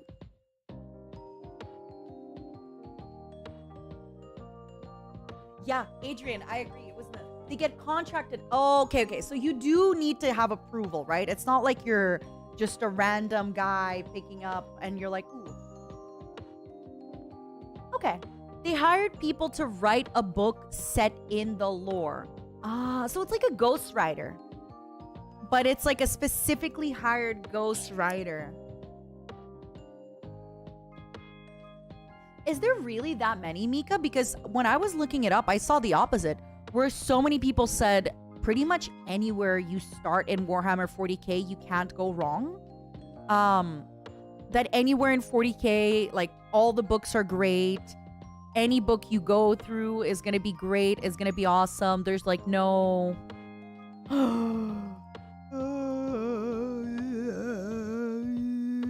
Necron Warriors paint set. One day. Yeah, the Horus Heresy came up a ton. A ton. There was also a few like one-off ones. Like I said, there was one with okay, Horus Rising, right? Volume 1.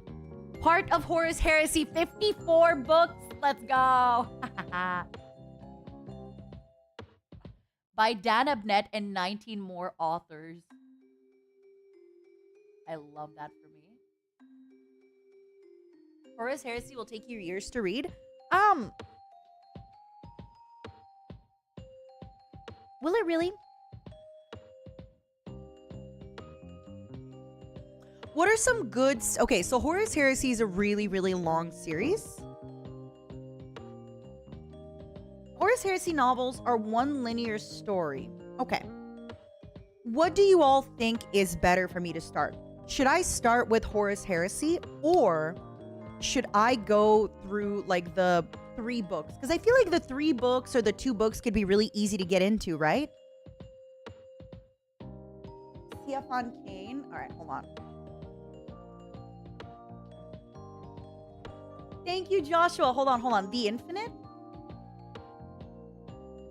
and the Divine. I really do like a standalone book. I think it's very easy for me to get into if you give me a standalone. The Infinite and the Divine paperback by Robert Rath. Okay, let's look inside. Okay. Oh my god, I can see Act 1, Maiden World. Nefret, the star gods say that... Okay, cool. Okay. I'm gonna get this one.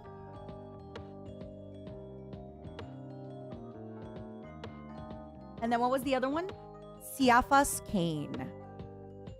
I just feel like before I read all the... Okay, Siafas Kane, Hero of the Imperium, right? That one?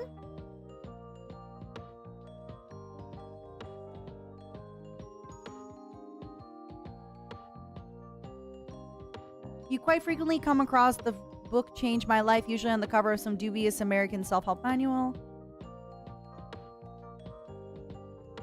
Okay, so Hero of the Imperium, Siafas Kane, perfect, by Sandy Mitchell. Okay, I'm adding that.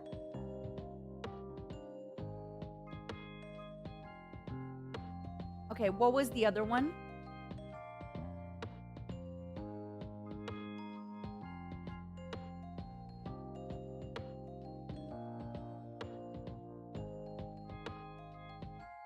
Oh, it's Caiaphas? Oh, sorry. It's, if they wanted it to spell Eisenhorn. I really am looking for like not very long series. This is a trilogy. Is that right? Hereticus. Ooh, book 3. No, it has 4 books. Xenos is book 1. I don't see book 2. And then Hereticus and Magos. Oh, Malleus is book 2. Okay. All right, I'm going to get book 1 of Xenos. Or, okay, what's another good standalone book? I currently have Siafas Kane, Hero of the Imperium, The Infinite and the Divine. Any other that is like a 1, 2, max 3 book read so I can really get into it? The Eisenhorn series is very good. I've seen a lot of people say that, so maybe... You missed me, I missed you too! Watcher in the Rain. Forges of Mars. Okay. It's an omnibus. Warhammer Horror. Ooh, I don't like horror. Horror rule book. I recommend you read the rules, Nina. Brutal Cooning. 15 Hours is a standalone. Brutal Cooning. Warhammer 40k.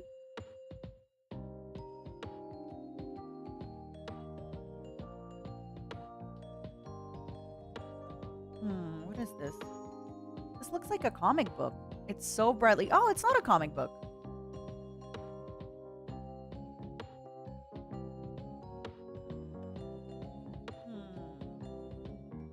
If I want to be sad, no, I'm okay. Should I just do the Xenos? It's not a trilogy. There's 4 books. Should I just do that? The Eisenhorn? What do y'all think? You think brutal cooning? Okay, all right. Let's do that. It's about the orcs being lads. Uftag Blackhawk and the Green Tide descend upon the Hephaesto, an Adeptus Mechanicus forged world bristling with loot, only to find it already under siege by the notorious freebooter Captain Budra. Okay. And Twice Dead King is great for Necron lore. Okay. Twice Dead King. If I end up liking these books, I will then get into like the long Twice Dead King Reign or Twice Dead King Ruin. How do I know which one's the first one?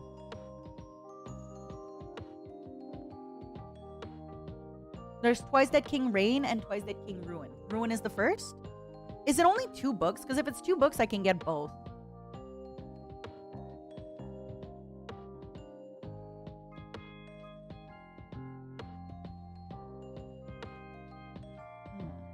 It's just 2 books?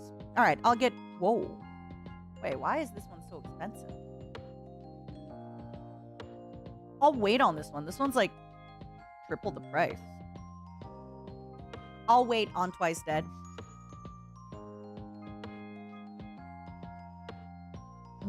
King's Blade. Big Stompy Mecha Knights. You should read Draco. Hold on. King's Blade. Ah, I just came out. That's why. King's Blade, Warhammer 40k. The Knight House of Adressapol are both noble, righteous. Imperial world falls to the heresy of the world bearers. This is a standalone, right? This is... Oh my god, wait. The paperback is really expensive. Why? Okay, some of these paperbacks, I'm going to need to buy them in the United States, I think. Because some of these paperbacks are like... I'll give you an example. Some of these are like, you know, 20, 25 Canadian. Others are like 60 Canadian. I like reading. Not for 60 Canadian. But I am going to be going on a trip. So... I think at the end of the summer, so I can just ask my friends to bring me some from the audiobooks. Might be cheaper. I like to read it though. You said I don't like to read? No, I love reading.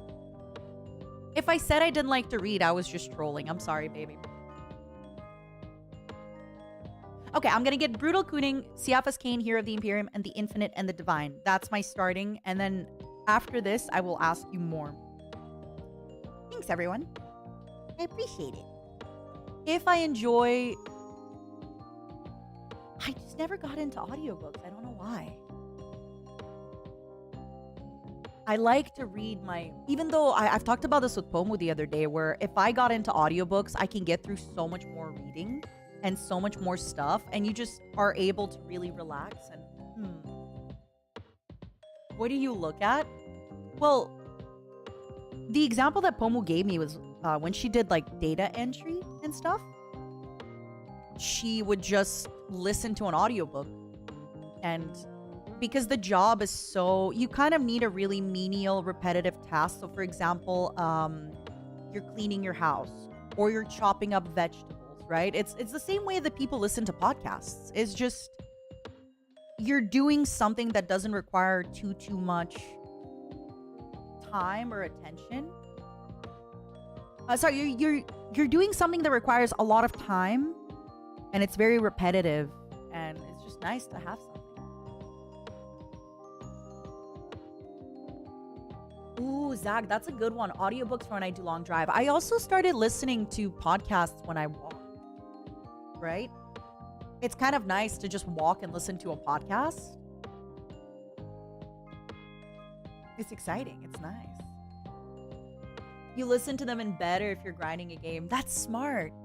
When you're just, you know, you're having to do something repetitive. You love reading, but basically you just do audiobooks. I remember your audiobooks. You talked about that before. I remember. while ago, I remember Keith Leaf talking about audiobooks. I remember.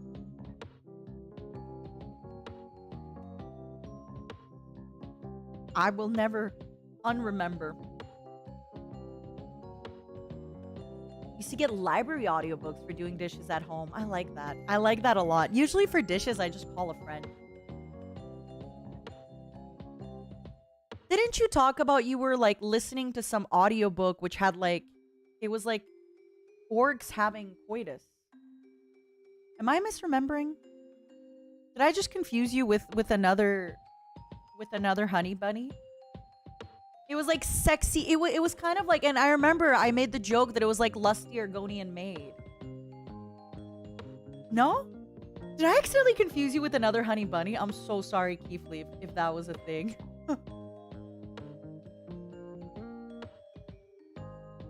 Yo, what's the title? No, I'm pretty sure.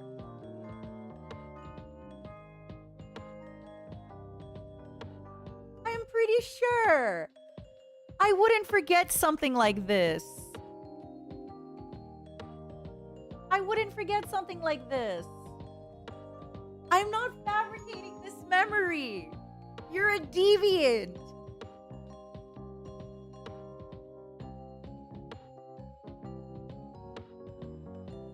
Did I dream this? Okay, I shared this story with Pomu, and I will share this story with you all. I'm warning you, it's like a little bit on the sussy side. It's a little. So, a while ago, Pomu told me that she listened to an audiobook, right? Thank you, Anime Impulse. I appreciate it, darling. And it just popped this story in my head, which I think I will unfortunately never ever forget. And since I will never ever forget this story, I want you to feel my shame. I feel like talking about this story, like again, I say feel my shame. It's been a really, really long time now. I'm over it. But it's just one of those things where you just have to tell somebody. And I told Pomu, and because of that, it's like at the forefront of my mind. And now every time we talk about audiobooks, it's at the forefront of my mind. So, ages ago, I used to go and get eyelash extensions done, which is basically where this lady just puts little eyelash, like little eyelashes on your eyelashes, but you keep your eyes closed. I usually sleep through it, like it's fine. And it was a little Russian-speaking lady. She was very nice. She was very sweet. She was maybe like 45 or something. I always described like she kind of looked like Adele, where she was like really tall and sexy and very like breast and hip and you know, like wow. Anyway, definitely a sexy woman. Okay. And at one point, I basically like it was like a massage table, and I lied down on my back, closed my eyes, and she's, you know, putting on my eyelashes one by one by one. And she was listening to an audiobook. And I was, I guess, not fully asleep yet, but usually I pass out. And all I remember in this audiobook, first of all, it was a Russian audiobook, so it was a Russian guy reading it. And I understand a little bit of Russian. And I think at one point, I kind of woke up while she was doing this. And all I remember was like the guy in the book describing a really graphic scene of a lady having coitus with a demon. But it was like it was graphic. Like, they were using words and saying things, and I was like, oh my god. And the thing is, I just had my eyes closed, right? Because she was doing my eyelashes, and I was trying not to react. I was trying not to smile. I was so kind of like, oh my god, like I hope she doesn't know I can hear that. Because again, she didn't have it loud, but it's just like, I don't know how you call it, like the bleed in from the headphones. I could hear. Yeah, she knows I speak Russian. And then I just remember I fell back asleep, thank God. And then I woke up back asleep and like a gargoyle on a cathedral basically like awoke and had coitus with this girl. Maybe it was another girl, but like a gargoyle awoke and had coitus with somebody. And I was just like, it was just so weird because like she seems like such a normie and like such a just like regular woman listening to gargoyles doing it.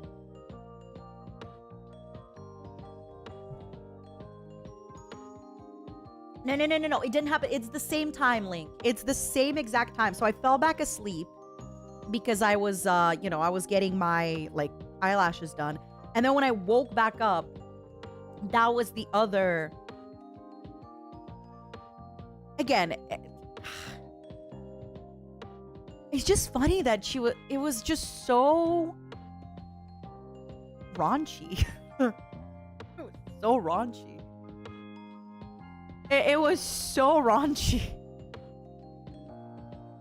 And I was just trying to get my eyelashes done. I was just trying to get my eyelashes done. And it was like in I don't know if it was a different book or it's the same book, but during that like one time where I was getting my eyelashes done, the first time it was like, and it was like, oh my God, it was describing like the demon's genitalia, and it was describing it in a way. Listen, I don't know much about this kind of stuff, but it did not sound sexy. Yeah, it was saying that it's barbed. Why would it? I don't understand. Why would it be ribbed? Why? It doesn't make sense. I feel like that would hurt. I feel like that would hurt. I feel like hearing that just makes it so much worse.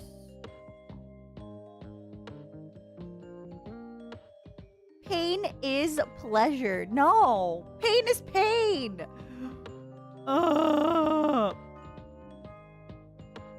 Just came back. What's ribbed? Don't worry about it. Anyway, so the way that this stuff was described, I remember listening to it and being like, oh my God. And again, I was so scared that like on my face, she could see that I'm awake because I'm like, oh my God. And I have to give it to her. She just kept working and listening. She didn't care. She was getting through her sexy book and that's it. She just, yeah. Which is why now every single time people say audiobook, I am just transported back into that moment of listening to this lady. Mother.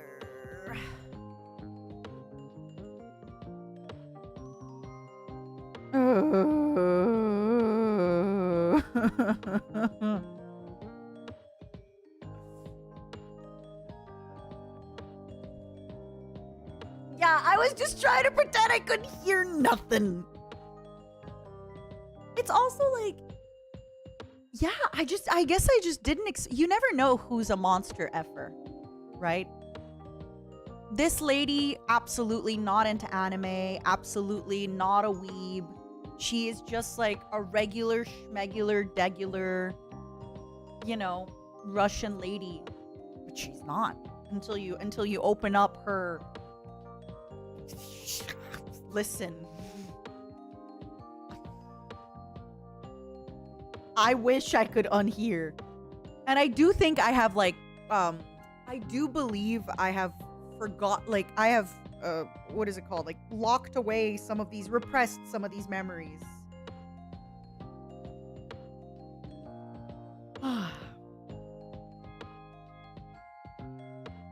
I have repressed some of these. She's a 10, but she's into barbed gargoyle stuff. Yup. Oh my God. And I think the funny part is I think Pomu was the first person. No, I probably told like another friend about it when it first happened years ago. But this memory, like for some reason, does this ever happen to you all when you repress a memory? And then just one day randomly, the repressed memory comes back and it's always there. Like, I told this to Pomu, right? And now, every single time people talk about an audiobook, this memory is at like the forefront. It's like, it's at the top of my brain. And it's like, remember this memory? No, I'm all right. I'm okay. I don't need to. Now it's like always at the top.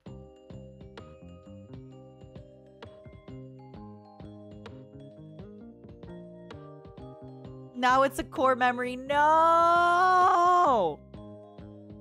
Please, God, no. No, please stop. Stop, please, no. I beg you. Don't do this. Gotta get the book name for us. Imagine I just messaged her. I think I haven't seen her in 8 or so years. And I just went, hey, a while ago, you were listening to this audiobook.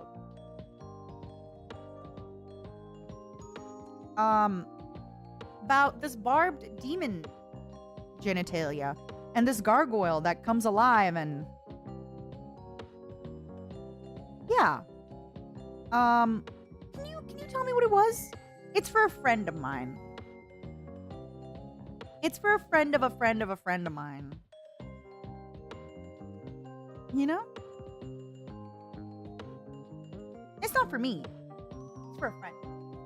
Mother. Would you still love us if we were gargoyles? Of course, Julie. Of course, baby. Of course. Деду надо. That's a good one. Дедушка просил. Он тоже хочет послушать. All right. I need to get some more water and I need to use the restroom. So, did you know that I love you? I did, but you can always remind me. It's nice to be reminded. Okay, give me a minute. I am gonna get water. Get, I shouldn't have a coffee.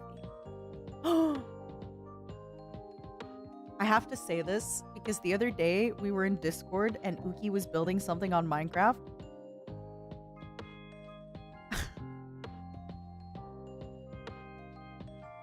Sometimes I think like, oh, you know, I'm having a rough day or I'm having just, I don't know. Sometimes, you know, you feel like you're being a little slow. I guess sometimes I don't realize just how much of an extrovert I am since a lot of the people in my life tend to be kind of a little more on the extroverted side and a little bit more. And then like sometimes when we were I just remembered we were doing stuff and Uki is just like, yeah. It's like hanging out with Uki just makes me so relaxed. Uki is like a natural, like calming AoE. I can't explain it. Uki just naturally like calms the room and the energy. With just the way that Uki just answers or says stuff. And I said that to Uki. And Pom was like, oh my God, Nina, you can't just say that. And I'm like, yeah, but it's true. Uki just always is so, like, chill. But the reason I thought about Uki now is because I mentioned that I think I said I was going to get a decaf. And after, like, 3 solid seconds, Uki just goes, ew, decaf.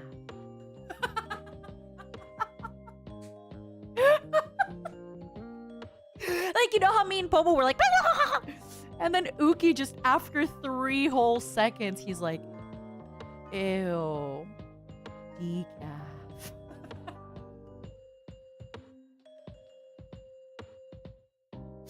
It's so funny.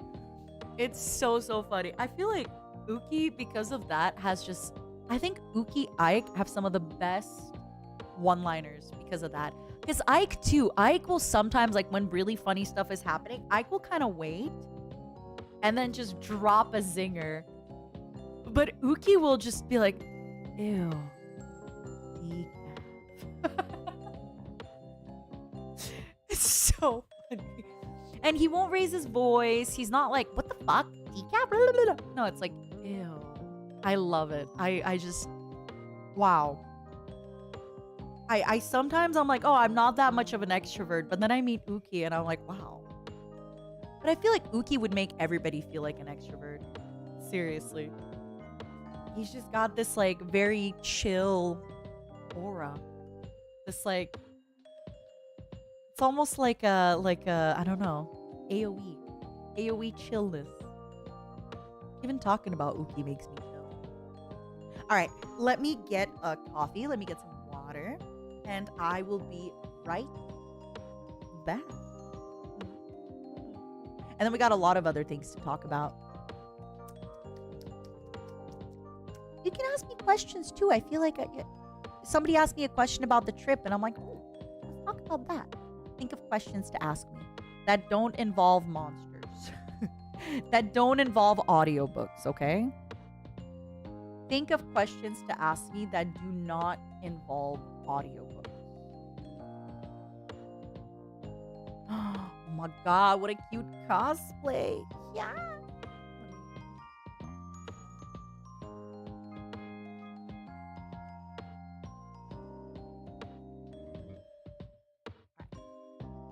We are back.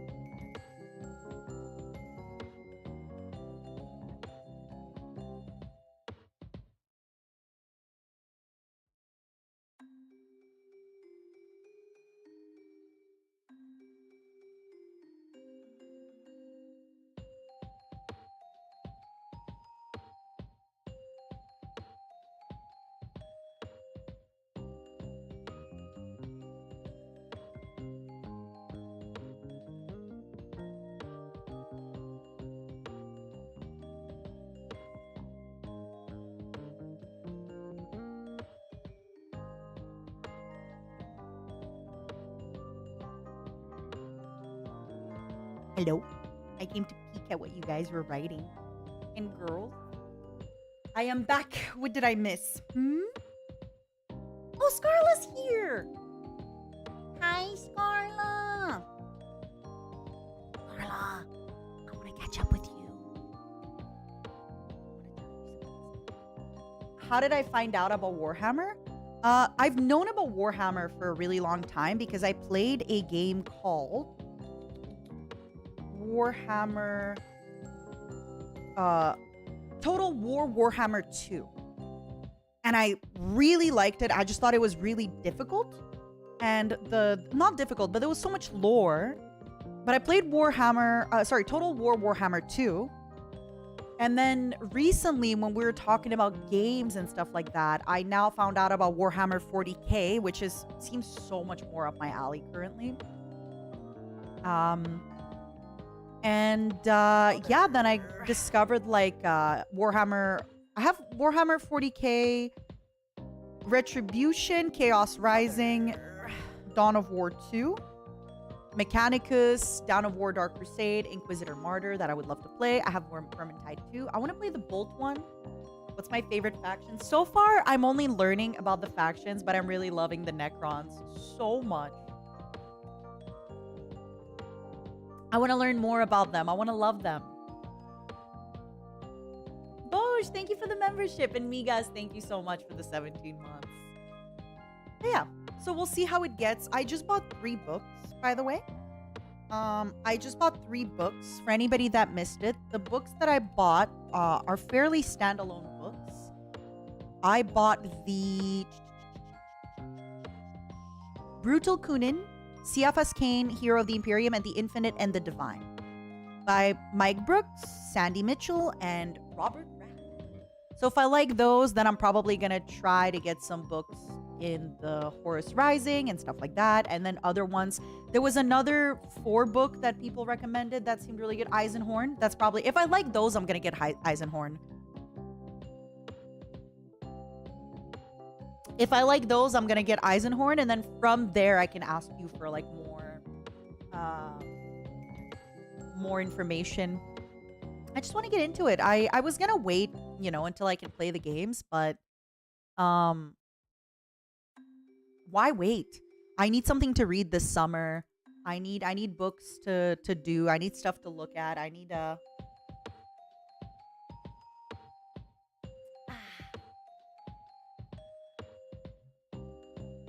In Total War, what's my first choice? I mean, I played that game years ago. I barely remember anything, baby.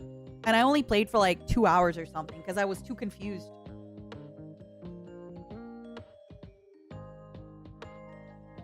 Are you neat? Let me look it up. House of Leaves. How many books is that? House of Leaves. Where did I go? To Europe. I went to Europe and I've decided I'm gonna try to not go to Europe as much because it's expensive. The Canadian dollar is extremely not good. And I really regret it. I will, okay, not regret it. I don't regret it. But it was a lot of money. Which part of Europe did I went to? The western part. Ooh, Foos, thank you. I'll have to take a look at it. I am going on one crazy trip this year. Initially, it was with one coworker, but now it's with 2 coworkers. I don't know how much they're gonna say, but it is the trip. Like, it is the trip of a lifetime. No, you'll see. You'll see. I can't believe I said yes. Well, I can believe I said yes. It's me. I can. Meaty. I actually had a dream. I went to space. Oh my god. I just remembered my dream. I had a dream last night that I went to space.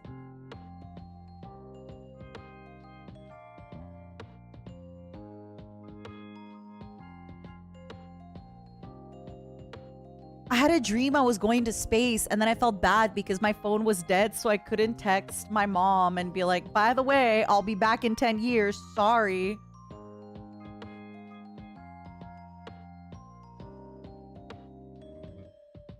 Yeah, Snow Scarf, I get it. Well, you gotta figure out, why do you need to do art editing and learning an instrument?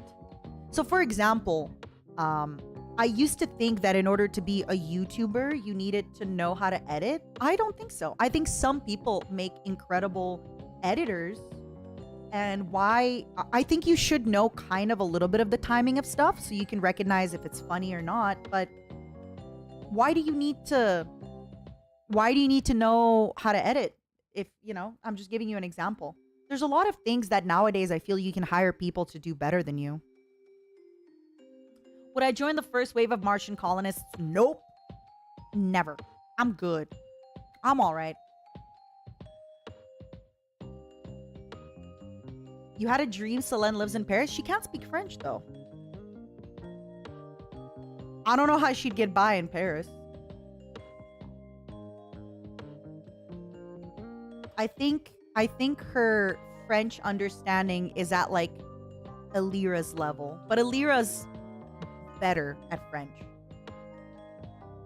which is saying a lot. Listen, I'm not discriminating. They made fun of me the whole time that I was in Japan. She put down in her debut that she speaks it. Ask her some stuff in French. I could have put down in my debut that I speak Spanish and Japanese, but I did it. Did I? But everybody in Japan just kept making fun of me all the time. Everything I said with my Japanese. So I'm allowed to make fun of Elira and her low French speaking. No, Elira is very cute when she speaks French. I love her. I love her so much. You speak Spanish? Nope, not at all. I really don't. I barely understand a few phrases from having studied it for a few years. That's it.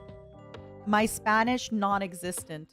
So I would never, I did lose my Jozu. I did. Spanish! Where were we before this?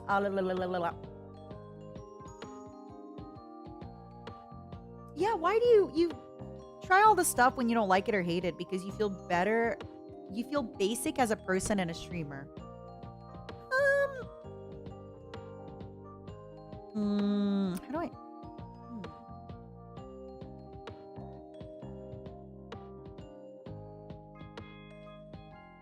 People won't like your stream more just because you know how to play an instrument. That's not what makes you a lovable person. That's not what makes you a good friend, you know? Don't get me wrong, if you're auditioning for a rock band, yeah, knowing how to play the guitar real effing good is gonna be good, you know? Like, don't get me wrong, but it's not gonna make you a better friend, a better person if you know how to do art, if you know how to draw, you know?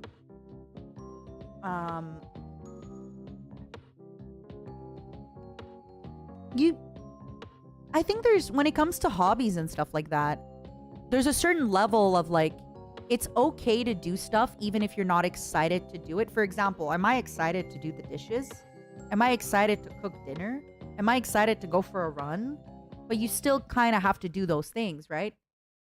But at the same time, you shouldn't make yourself do things that are really just so, you know, unhappy for you. Oh, yeah, Icon. There's a ton of people who love cleaning and doing the dishes. I agree. And sometimes I'm excited to cook dinner, too. It's just most of the time I'm not. Does that make sense? Where it's like, look, I'm not saying you should only pursue things that make you happy, because I'm not happy changing the sheets on my bed. I'm not happy doing my laundry and folding my socks, but hey, I gotta do it, you know? It's gotta get done. But I also feel like I shouldn't, if I hate cleaning so much, then why would I have a job where I just... Unless it's, I really need to pay the bills and I will starve. Hi, Aya! Oh my god, what are you gonna cook me? What are you gonna cook me? Ah! Cook me, Aya. Cook me. What are you gonna cook for me, baby? I was gonna say Scarla never offers to cook for me, but maybe it's for the better. Maybe it is for the better. Maybe it's good.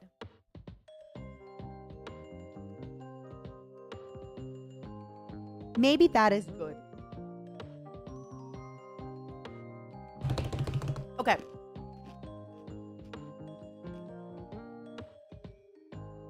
I need to have a serious discussion with everybody. Every single time I go out for dim sum, I always get congee, okay? Every time I go to like those, you know, the restaurants that do like just the, I don't know, I'm so sorry for my pronunciation of it, but it's like CHEUN and then FUN, like the noodle. I always get congee. What if I just made my congee at home and put my preserved egg and my ginger and like it's rice? Why am I and put my chili oil and scallions in it?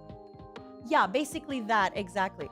Why am I spending money on rice porridge when I can make rice porridge at home? It is like the ultimate comfort food for me. Yeah, we have congee at home. You know? But yes, please, Aya, make me some. Can I get some shredded pork in it?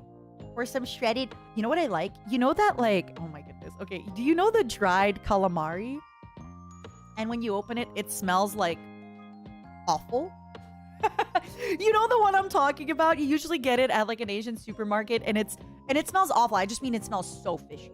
It just smells so fishy. I want like half of that in my congee. Just like grab the biggest like it just smells so fishy. It's one of those foods where it's like you don't ever want to eat it in public because it just smells like yeah, I would love that. I would love that. Oh my goodness.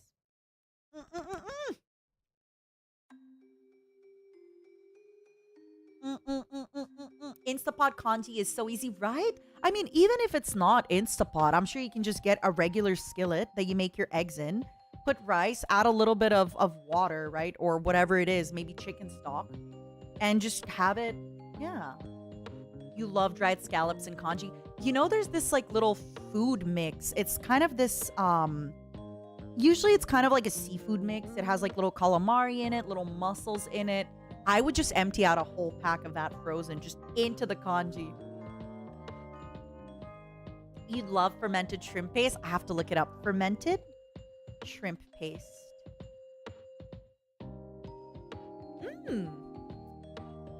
It does look good. It does look good. I want to try it. I want to. Oh, I think I've had some before. I've definitely had some of this before.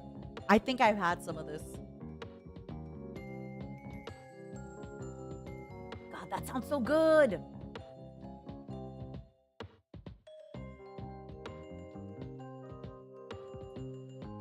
It's super pungent. It's just like me. It's pungent and stinky. Stinky. I am stinky. Stinky. I want to be stinky. You might like salted duck egg. I actually have a little story about it's very much like a baka gaijin kind of moment where when I was in the Philippines, I was working for this company that was based in the Philippines. So I was in the Philippines for like 3 months. And on Saturdays at the office, it was so I don't know how much like I can talk about. I'm going to talk about it, but basically in the Philippines, back when I went, this wasn't everywhere. This was just in Manila. A lot of people who worked for this company actually were from small villages. So what they did is they just lived at the office, if that makes sense. Where they had their desks and they had this room, but then a few people would just stay at the office and stay there. And it was I remember being like, oh, how come, this is a thing? And the owner would explain that, it's really expensive to find an apartment. And sometimes if they just started the job, they might not have enough money to rent an apartment. Because a lot of times whenever people would get jobs in Manila, they would send money back home. So they would just live at the office, basically. And I know it sounds, if you're coming at this from a North American or European perspective, it sounds like, oh, live at the office. But every time I spoke to my coworkers, they loved it. It was like, they had a gaming room, they had like different stuff, there was showers, and for them it was like, oh my god, I get to save more money, like this is awesome. So every Saturday at the office, they basically had this big meal. I don't know what it's called, but it was eaten on like a huge leaf. So instead of a tablecloth, there was just a huge leaf that was put down, and then everybody kind of brought in their food, and I got invited and I was so excited. And basically everybody was just eating and talking and kind of like, is that what it is? A boodle fight. Hold on. Budol. A boodle fight. That's cute. Yeah, that's exactly what it was. Yeah. Kamayan. Hinamut. It was awesome. It was super, super fun. Everybody was eating with their hands. But yeah, nobody was really fighting though. I guess it's initially called like a fighting because in the past, but no, it wasn't a fight. It was more of a potluck. But so every Saturday this would happen, and we would all kind of, not all, but I loved showing up because I'm an extrovert. I get to talk to my coworkers and we get to eat, we have a good time. And there was a bunch of food, and some of the eggs, I remember they were painted this like really pink bright color, and they were very beautiful. So I took one of the pink eggs, right? And I usually, how do you eat eggs in North America and Europe? You just shove the whole egg in your mouth, right?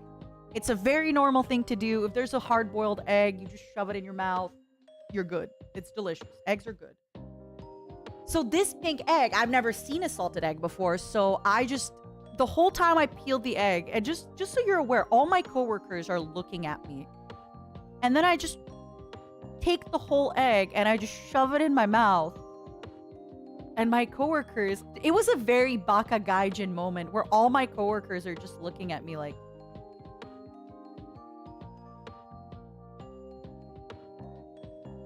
what? Basically, what you're supposed to do is you're supposed to and I've done the same thing with century egg before, where I just shove the whole century egg in my mouth. But what you're supposed to do is you're supposed to take off little bits of it and put it on your rice or put it on your other stuff. It's basically just super salty. Yeah, you're supposed to eat it with rice, tomato. I just took the whole thing. Yeah, it was a very like, oh, Nina, no. Nina, no, what are you doing? And you know what I said? I was like, it's a little salty. I was like, it's a little salty. It's a little salty. It's a little salty.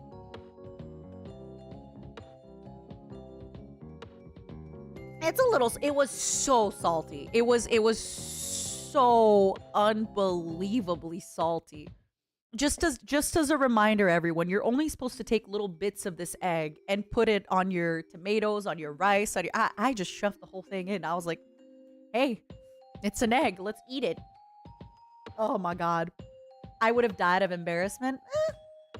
I think it's not that embarrassing. There's being embarrassed and there's being humiliated, right? Was it humiliating? No. Was it embarrassing? It's a little silly goofy, right? It's a little silly goofy. It's like, it's silly. It's silly goofy. I'm trying to remember. You would have died of dehydration? Oh yeah, I mean, after that, you just drink a lot of water. You just drink a lot of water. When you started the story, I thought it was going to be balut. I actually didn't eat balut. That is one thing I didn't get to eat. I think I will try it one day. I'm just not there. I don't know. Yeah, it's goofy, but it's nothing the Gaijin card can fix. The same thing happened when we were in Japan. when we were in Japan at one point, we went to like a really nice, fancy Japanese hot pot. And some people were sharing their hot pots, but since I arrived kind of late and we were one person less, I had basically a whole hot pot to myself. So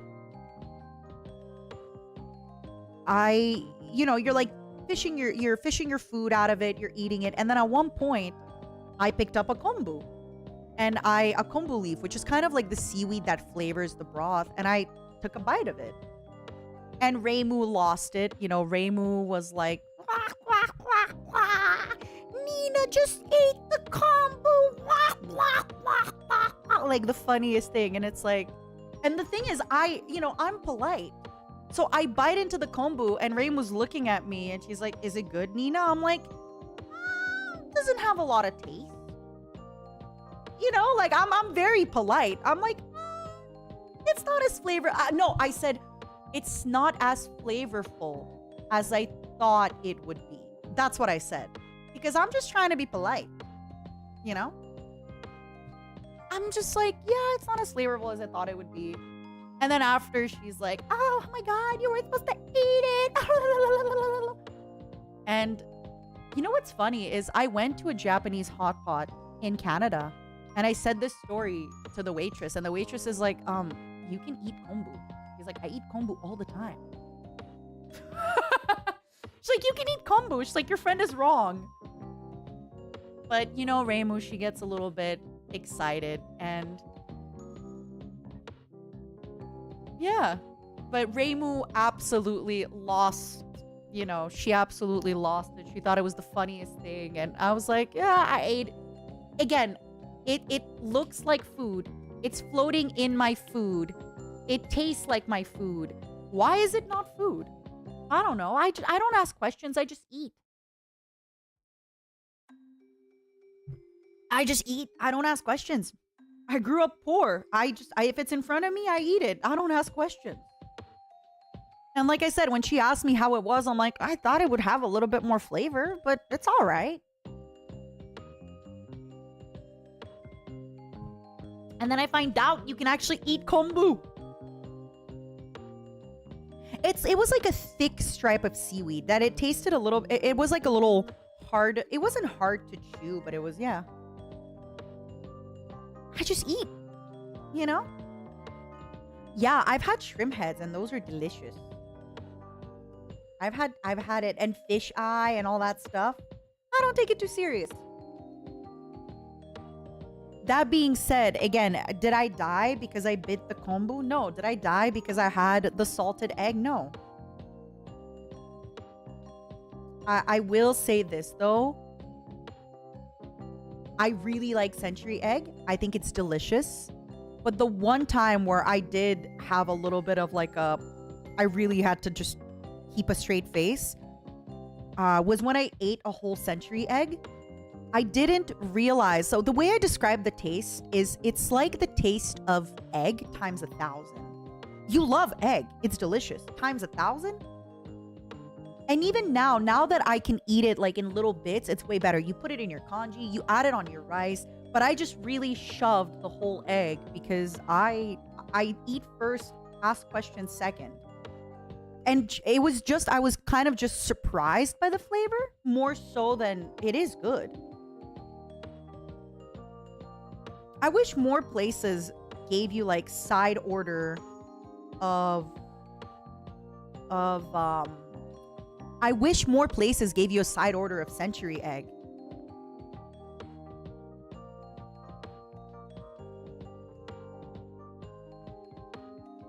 You know? Did I get egg farts? Probably. The goal is to remember that if the food was delicious, the aftermath was worth it, right?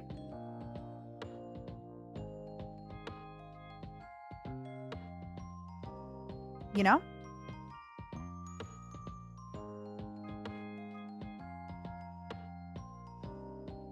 It doesn't matter. If the food was worth it, it was worth it.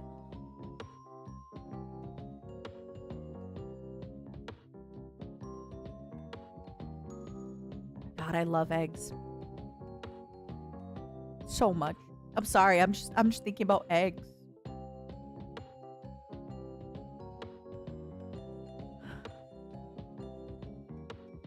I went to get ramen a little bit ago, and then you could add a bunch of, for a certain amount of money, you could add toppings. And for my toppings, I just asked, it was like you could add half an egg. I'm like, I just want all my toppings to be half an egg. And then I had a ramen with 3 eggs in it. I was like, oh no, I went a little overboard. And you know, it's the ramen eggs too. So they're like perfect. Oh, there is nothing more perfect. Yeah, I had 6 egg halves. I thought, okay, I'm sorry. I messed up. Maybe I should not be allowed to have the power. No. It was 6 halves. It was 3 eggs. It was 6 halves. I really screwed up. I really screwed up. Okay, now it's turning into 6 eggs. You know what? I had 24 eggs in my ramen. My ramen was just eggs with chicken broth. That's it. You know what? I just had a bowl of eggs. That's it. Nothing else but a bowl of eggs. 48 eggs. You know, the whole table was made out of eggs. The whole table was made out of eggs. The whole table.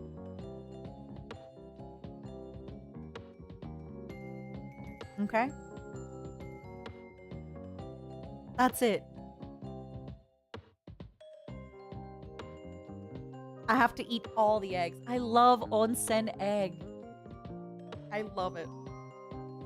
Stop, everybody. You're gonna make me crave eggs.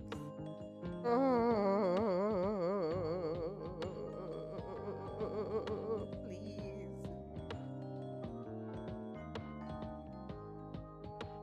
Please, the eggs, please.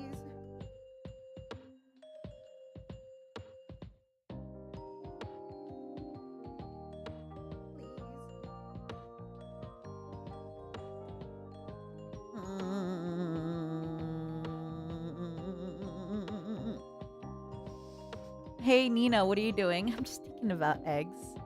Okay, Icon, I need to talk about this. Thank you for reminding me. There is this place on TikTok, okay? I don't know why TikTok started recommending me this, but it's basically people in the States who make these like kind of self-serve chicken. They make like a self-serve little stand, right? Where you can come in and buy their eggs and things like that. And I was just watching these random people like sell their eggs, and they're like, come with me to my chicken coop to see how much I made off selling the eggs from the chickens on my farm. It's like, wow, okay, $4 today. Nice. TikTok knew. And then this other girl appeared on my For You page, and she's like, I work as the head innkeeper of a bed and breakfast. And she goes, how did I get such a book talk job working at a bed and breakfast in Dove Cove, Michigan or something? And then, not to be a stalker, but she showed videos of her cleaning the rooms. And then I had Googled that place, and I looked at the different like bed and breakfast, and I found the bed and breakfast she works at. Okay, that is a little creepy. I was just curious. I was just a little curious.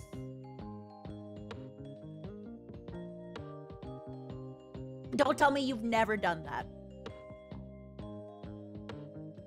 Don't tell me you've never done that. The place had really good reviews. And like looking at her making the food and stuff like that, it looked amazing. Like, no, she doxed herself. She talked about where she lived and where she worked. I didn't do anything.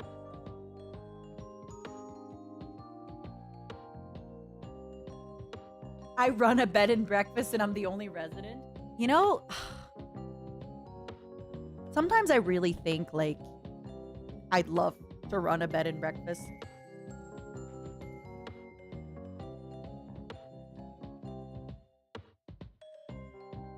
When I'm even older. And just, you know, Make it a tavern. Ooh, I could be like Quincy. Nina's Tavern. Hello, traveler. What are you going to slay? A gargoyle. Well, use some protection. Joke's on you, Meaty. I don't have a yard. I don't have a yard. I really would love to, like, have a little... I think because I'm such an extrovert, as I get older, I'll just need to kind of find a way. I feel like the older you get, the harder it is to make friends, even though that's not really a thing. But, you know, eventually when you get really old, it's just hard to kind of, like, fit into society. I don't know if that makes sense. Okay, I don't know. This is getting a little personal, but me shares my deepest, darkest secret. I don't know. This is getting a little personal. I just feel like sometimes old people have a hard time, like, staying relevant. How do I explain it, right? Does anybody know what I'm talking about? Where it seems like everybody cares so much about kids and, like, young people, and then the older you are, the more people kind of ignore you and people don't really care about you. And as an extrovert, it just feels like it would be really hard for me if I don't decide to have kids, which I don't think I will. Spoiler alert. My bloodline ends with me. I just feel like if I, you know, end up not having children, not getting married, not really wanting to have cats or dogs because it's a lot of responsibility, you know, I don't want to get lonely when I'm really old.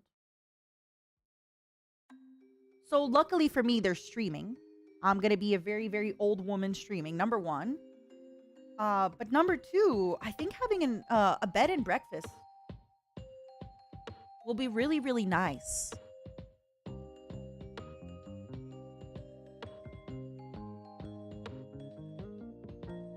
Of course, they're still going to be streaming. Of course.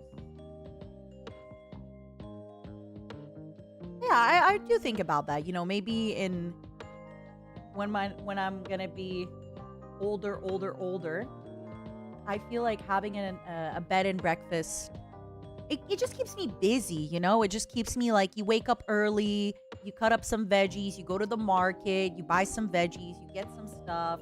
You kind of start knowing the people in your village because, I don't know, let's say you talk to the bread person. You're like, okay, can I get, like, this many loaves of bread per day? Because...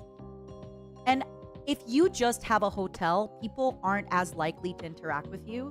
But if you have a proper bed and breakfast where you're baking cookies or you have fresh made coffee, people are very likely to hang out with you and just kind of talk. And yeah, I've thought about that. Has anybody here thought about their old age and mortality? Silver Wraith, exactly. It's just fun.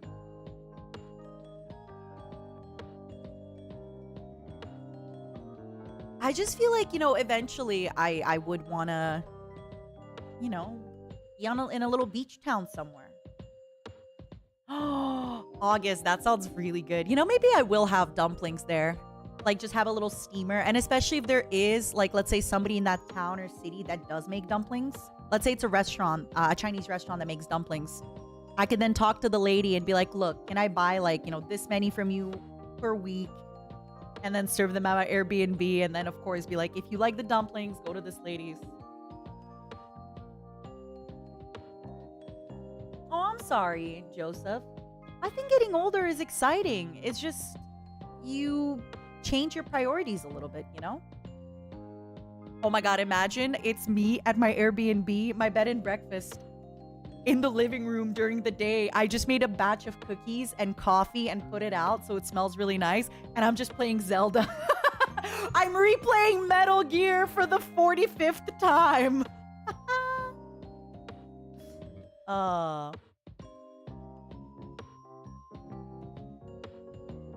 That would be fun. That would be really, really fun. And then I would basically hire, like, somebody like the girl whose TikTok I saw where she's a senior innkeeper and basically her job is just, like, cleaning, you know? She cleans the beds, she cleans the bathrooms because I hate cleaning. But I would like to do the little cooking. The cooking, like, you know, preparing, like, in the morning. Ooh, a little fruit bowl, a little this. That could be fun. You just had your first day of physical therapy. I hope you feel better. I love that, Sanguinis. I love that.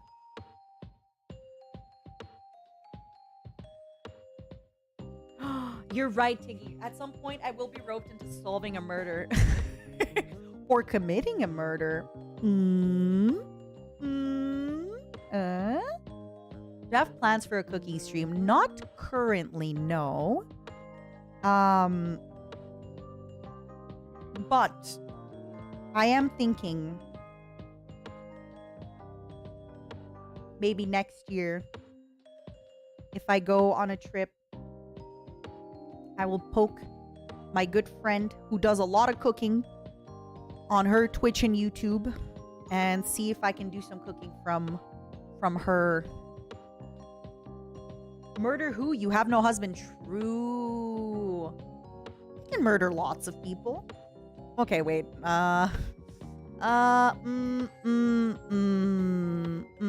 Things that are a little bit weird to say. You're right. If I don't have a husband, who do I murder? I can murder someone else's husband. You're right.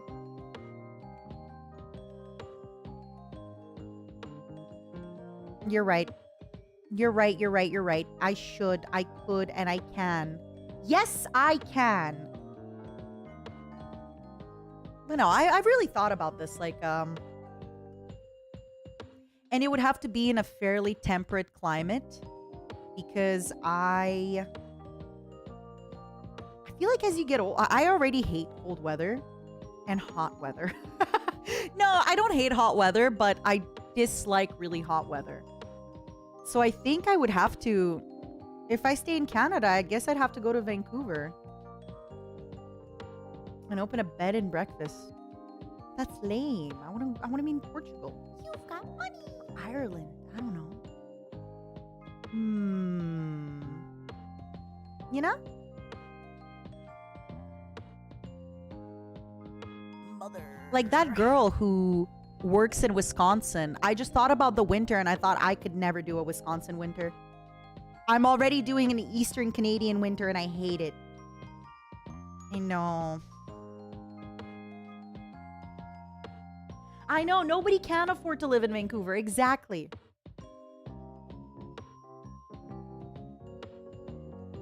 Yeah. I mean, I'm thinking about setting up my bed and breakfast when I'm older, not the murders that I will commit.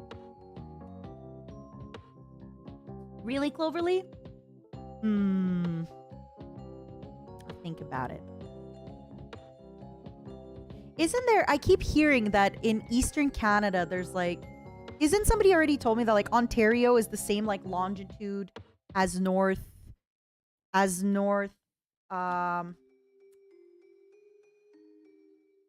Canada map as North California?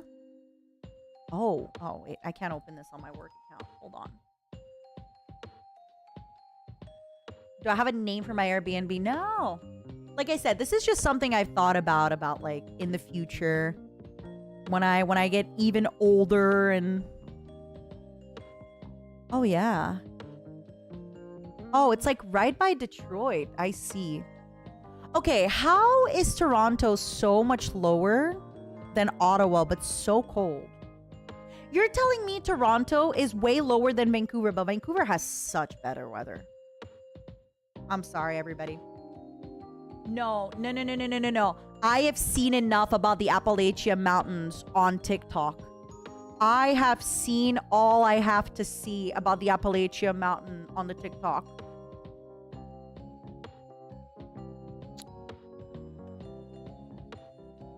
Is there a lot of Airbnbs like near Victoria Island? I feel like that's probably an Airbnb destination. You've got money. Right? Oh, sorry, bed and breakfast destination. Right? Mother.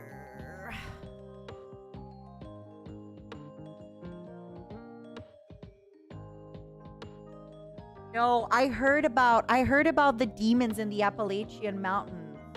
No, no, no, no, no, no, no, no, no, no, no, no, no. I'm never. No, no, no. I'm too scared. Oh! Wait, if I'm an old lady running a bed and breakfast, what if somebody murders me?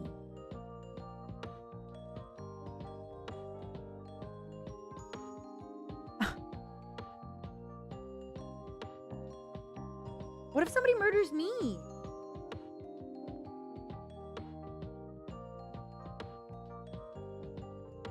Oh, this is bad.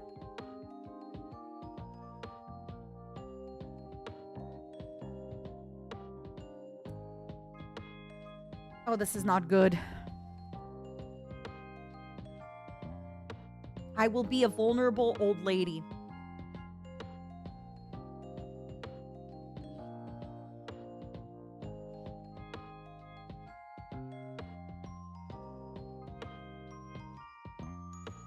Old lady killed by a gargoyle in the Appalachians. No! I don't want the mental image. Stop! You've got money. Oh, Professor Keen. No. Okay, for anybody who doesn't know, thank you for the supa. So anybody who's European or maybe in Asia and you don't know, there's this like thing about the Appalachian Mountains where it's where a lot of stories and myths are from. They have like a cave system where apparently a lot of people disappear. Listen, it's scary. It's scary. And you've heard a lot of stuff. I don't know. I know it sounds fake. Listen, but it's one of those things where I don't F with it, you know? I don't F with it.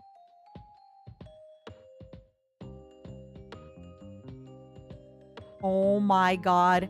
I am gonna open a bed and breakfast in Gaspé. I feel like the winters in Gaspé are probably really, really bad. I've only been to Gaspé in the summer.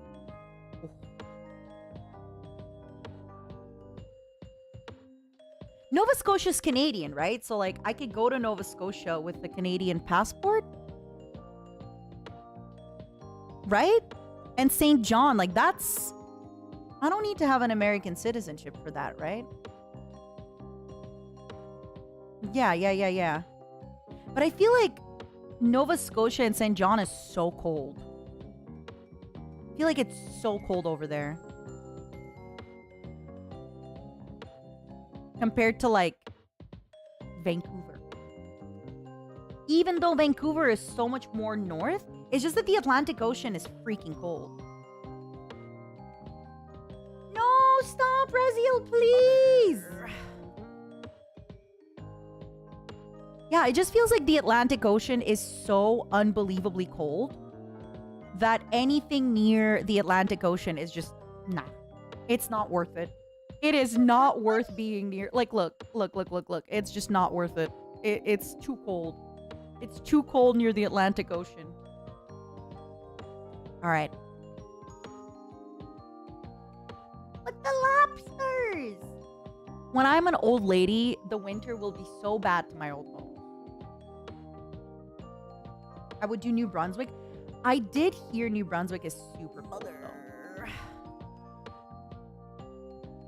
Wait, really, Sanguinus? I had no idea. Are they actually? I had no idea they were that old. Ireland's next to the Atlantic, but it's temperate. So the way it works is there's like different winds, right?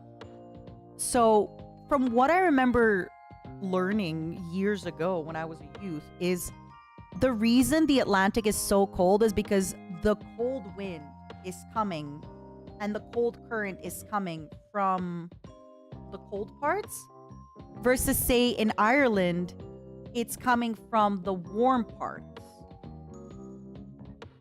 Which is why it's... Yeah. This is also why Vancouver, if you look on a map, Vancouver is more north than Toronto. But Vancouver is so much warmer than Toronto. Toronto is so much colder than Vancouver. Even though, yeah, like the difference in where they are on the map is pretty large.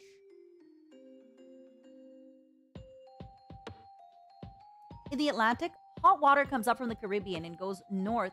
Then across to Ireland. In the Pacific, the cold water comes down from Alaska. Thank you, Jason. But yeah, it's basically about the way that the currents work. This is why sometimes it's colder. But yeah, this is why I know for a fact Nova Scotia and New Brunswick, forget it. In the winter, it's awful. And I know too in Gaspé, when I was much younger, I lived in Montreal and I had some friends who their grandparents every winter would come from Gaspé to, and this is a pretty big thing that would happen to a lot of people, where a lot of people's grandparents would come from Gaspé or Bécomo and things like that and just live in Montreal for the winter. Because those places are so kind of remote and it gets harder to get places and it's expensive to heat it as well. So it gets really cold out there. Versus, you know, just Vancouver, it's like, oh, it's a little rainy in the winter. Hee hee. Yeah, there's less services and things like that.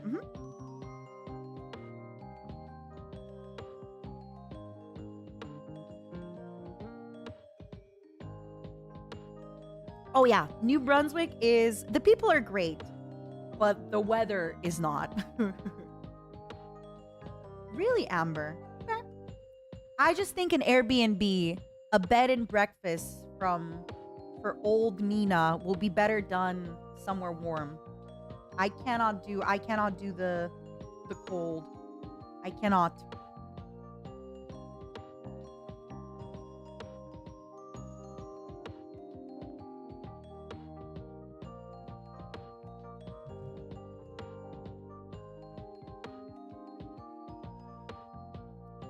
Weather is to be desired there. Yeah. I remember watching a video, and if the Sahara was grassland, the Europe would actually have Arctic weather. Wait, what? That's wild. That is crazy. Hold on, sorry, I'm looking at the map. I'm so sorry, I'm getting distracted by the world map. It's like GeoGuessr.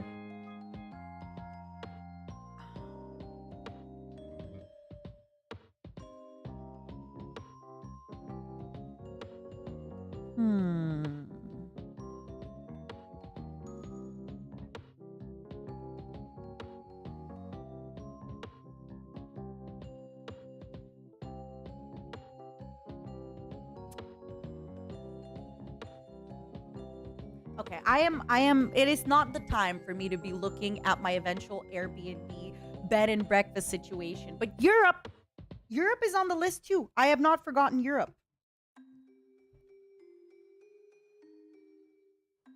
I have not forgotten Europe.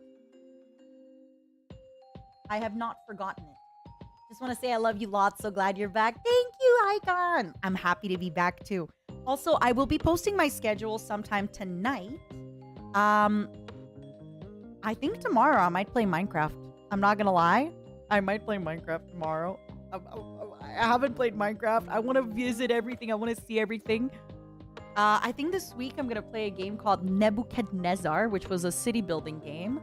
I had a few other games in mind. I was maybe thinking of playing Crypt because I've been seeing Enna play it and it looked really fun. Hold on. What else did I want to do? I really want to play Mountain Blade. I really want to play Mountain Blade, darn it. So much. We're going to be doing a member stream as well, probably on Saturday.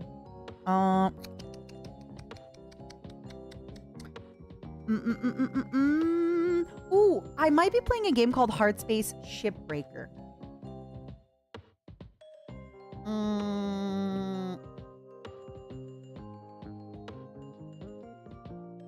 Diablo 4, Cruelty Squad. Those are like my next... Maybe I'll play Diablo 4 on Thursday.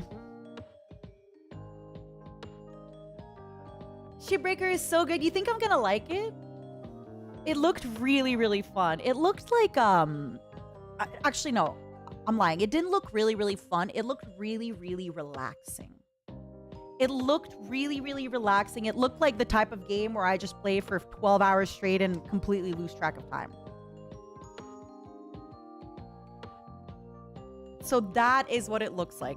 You're just head empty. You're cleaning stuff up. That is what it looks like. And that's kind of exciting.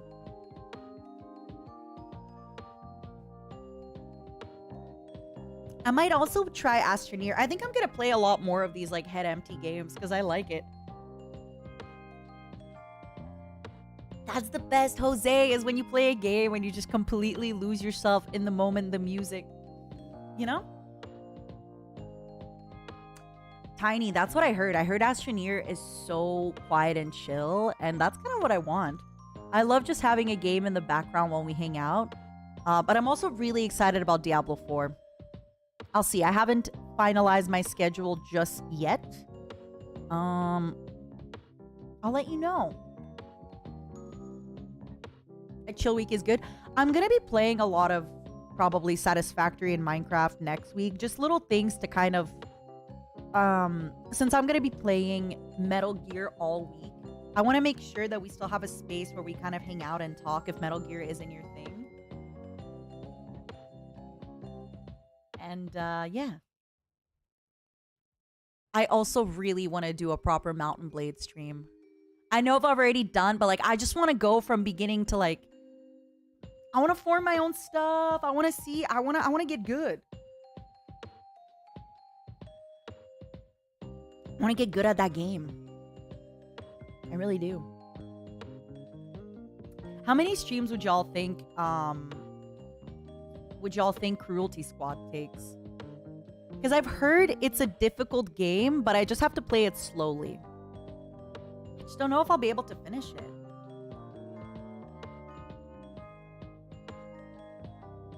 Did you, Phobos? I'm excited to revisit Satisfactory. It was such a fun game. I do worry a little bit with Satisfactory because I've already played so much of it that maybe if people tune in, it feels like I've already kind of played with it. So it's like, oh, she's already played, you know, there's nothing really... How do I say it? It's a harder game to follow, right?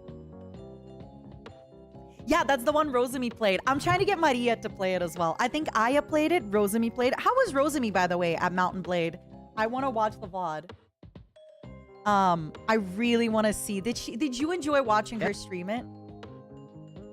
The Appalachians are roughly 480 million years old. They're older than the prehistoric supercontinent Pangaea and were once connected to Scotland. Ooh. Sanguinus, thank you. Thank you for the super. I just have to say, the Appalachians scare me. That's it. That's it. You were expecting more streams? I think I've streamed Satisfactory like 7 times. She thought the soldier yells were hilarious. She's so cute. She got into it. It seems like a her kind of game. I just feel like the people who are okay, sorry. A lot of people. She's so cute. I'm gonna mute the desktop audio so you can hear her. She's so cute. She's so cute. I love her. Listen to this. Listen. Are they the bad guys? Who's the bad guy? Are they the bad guy? Who's the bad guy? It's you, Rosemi. You're the bad guy.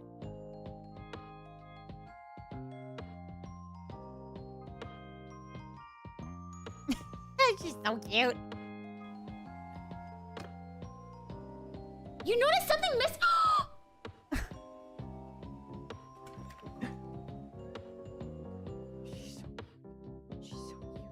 Anyway,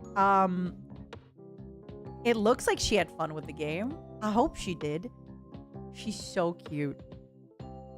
She's so cute. That game, oh, I'm gonna try to make everybody play it. Not everybody will like this game, but I feel like if you like Skyrim, you would love Mountain Blade, right? Even though they're not the same. Out of the people, I think Vox would unironically really love that game. Hold on, let me take a look at Nijisanji EN members. Hold on. I think Pomu would really like Mountain Blade. I think Pomu will make it like a whole thing. I think Pomu would really, really... Hold on.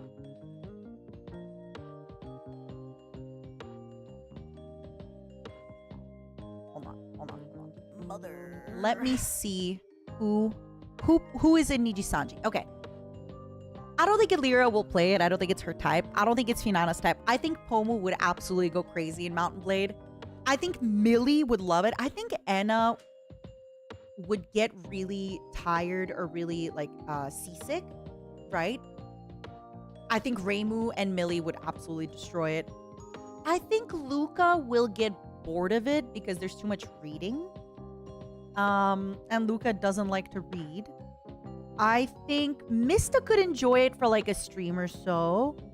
I don't really see Ike getting into it. I think Vox would love it. I think Shu could get really into it. Like, Shu just gets into games. Sonny would absolutely be living his best life playing this game. Fulgur would really like it. I feel like it's not really an Uki game. I think Albin could go either way with this game. I don't think Astrid's his game. I don't think Scarlet's her game. I think Aya would love this game. I think Maria would get so into the game. I could see Kyo enjoying this game. I think Doppio would absolutely love this game.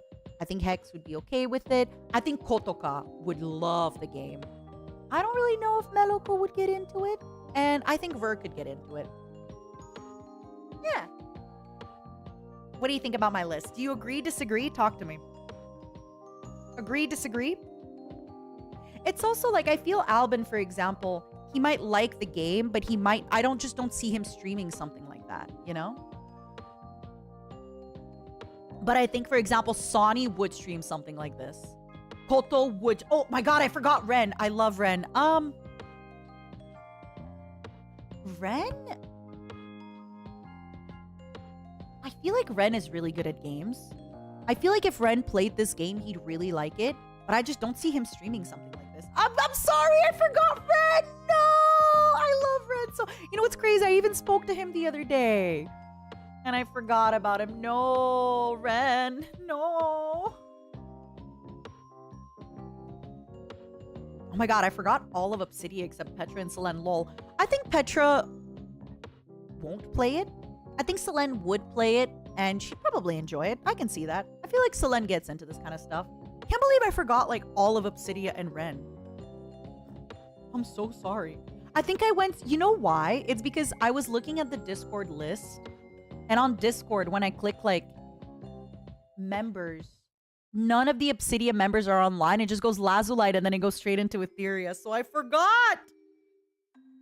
Oh my god. It's because I'm just looking at the list and it says like Lazulite and then it goes straight into Ethyria. Whoops. My bad. Whoopsies. Whoopsies, whoopsies, whoopsies. Obsidia doesn't exist. Yeah, they do. Don't say that. They exist. They are very gorgeous and real to me. They are very gorgeous and real to me. Okay? You cannot take them away from me. They are real and they exist. And I think sometimes there's this idea of like people might enjoy the game, but then it also depends, like, will they stream it? And then a lot of people just, yeah, it depends what they play on off stream. Depends what they play. I think Maria is gonna have such a good time playing this game though. Oh, what do y'all think?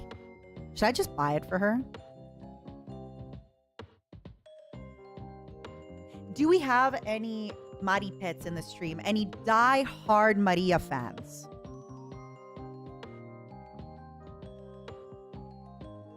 Do you think you would enjoy watching her play this? I just don't see why not, right?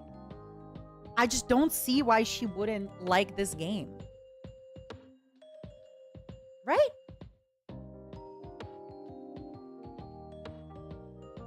I feel like she would like this game.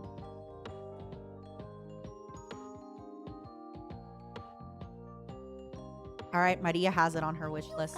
You know what this means. Last time I think I tried gifting her the game and it didn't work for some reason. Hold on. Hold on. Where is she? Okay. Continue. Hello. Please enjoy. Best wishes, Mother. Maybe I should have waited for a sale. Oof. With the taxes, it's 74 Canadian. But, she's gonna really love it and it's worth it. Okay, I'm getting it. We did it. We did it, everybody. Woo! Okay, wait a second. I have to use the restroom. Yay! I have used all your hard-earned money. Thank you for spoiling me today. This is what I use your money on. Giving my coworkers games I really love. Because I really want to watch her play it. I still have Rosami's VOD of that game. I am keeping it for a rainy day. Whenever I wake up and I'm in a bad mood, I'm just going to put Rosami's VOD of her playing that game. You know? And now, if Maria plays it, I'm going to have 2 of them. I watched Aya as she was playing it through. But she didn't get super, super far into the game. Aya! I'm honestly surprised her computer even, like, handled it. Okay, give me just one moment.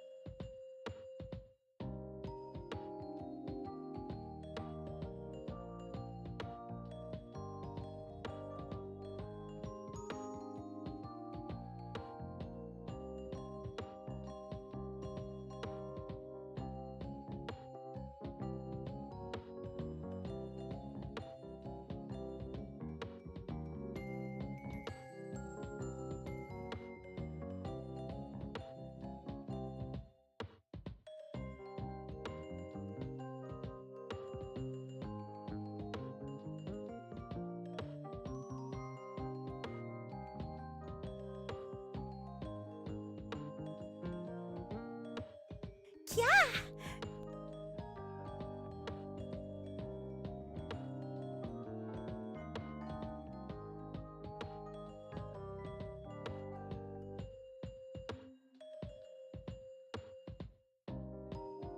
I just realized I haven't done my job. I haven't read your super chats. I've read like 7 super chats and then I just stopped.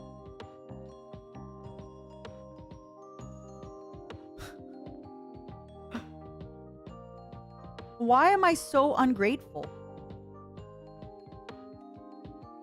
Why am I so ungrateful? I got rusty. You also really spoiled me today. It's not my fault. It's your fault. It's your fault. I have a little bit of a story actually for you before we get into the supas.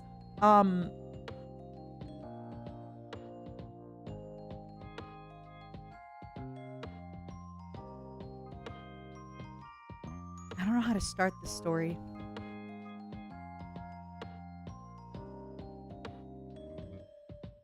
A while back. So usually in my building, I don't know if it's a Canadian thing, but people like, we just kind of talk to each other in the elevator.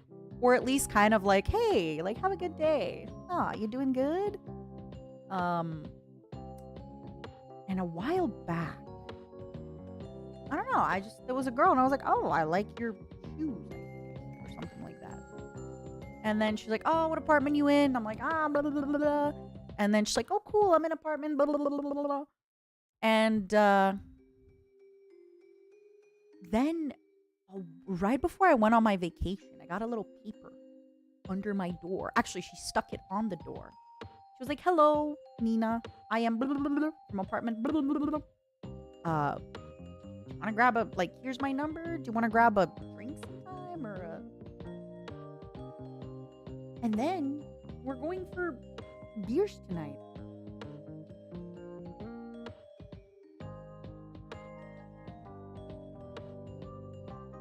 I made a pal. I made a buddy. In my defense, though, for Christmas, I gave the people on my floor chocolates and a little paper like saying Merry Christmas. Pretty much like 4 of them were like, hey, here's my number if you want to grab a coffee sometime. Or like, hey, if you want to come over for drinks sometime. And I was like, but they were all men. So it's no. But she's a girl, so it's okay. But yeah. So I just like left everybody on red. Except this one. Plus, she's not on my floor, so it's like less weird. But yeah. So I need to be done quite early so I could take a shower. Because I am a little stinky. I would like to take a slight shower so I can be not stinky. I'm excited. I'm gonna have a beer in the sun. Okay, maybe I'm gonna get a pretzel or a piece of bread with cheese on it. I don't know. It's exciting. Exciting times.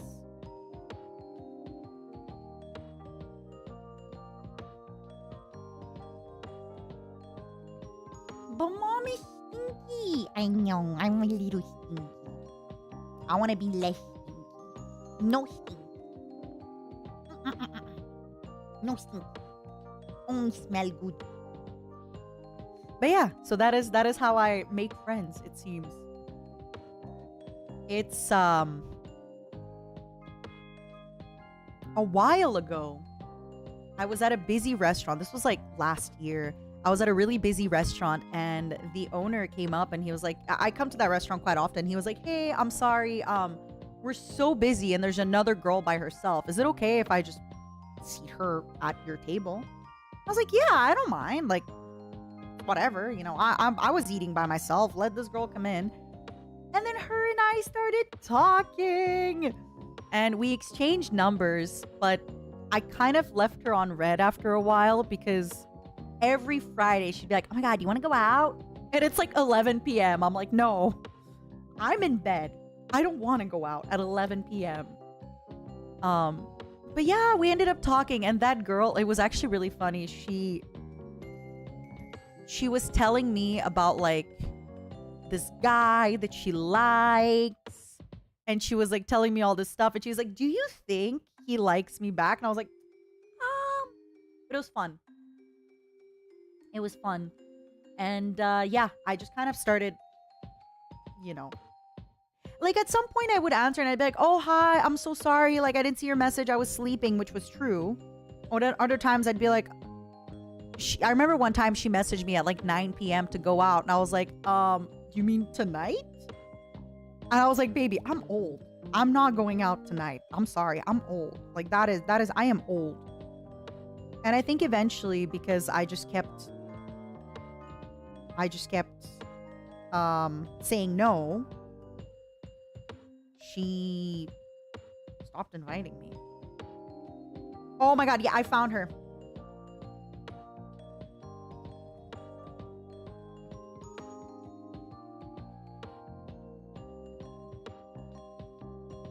Yeah, she messaged me cuckoo at 9:30 p.m. And she's like, je sors là. Est-ce que tu sors ce soir? And I was like, non, je sors pas ce soir. Il est tard, je suis vieille. Like, girl. Je suis vieille. But yeah, so eventually she kind of stopped.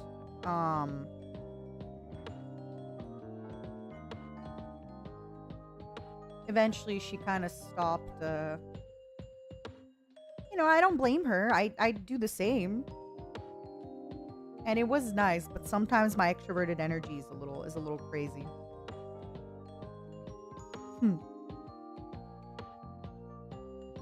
Okay, sorry, I'm back. La vieillesse est un naufrage, c'est vrai.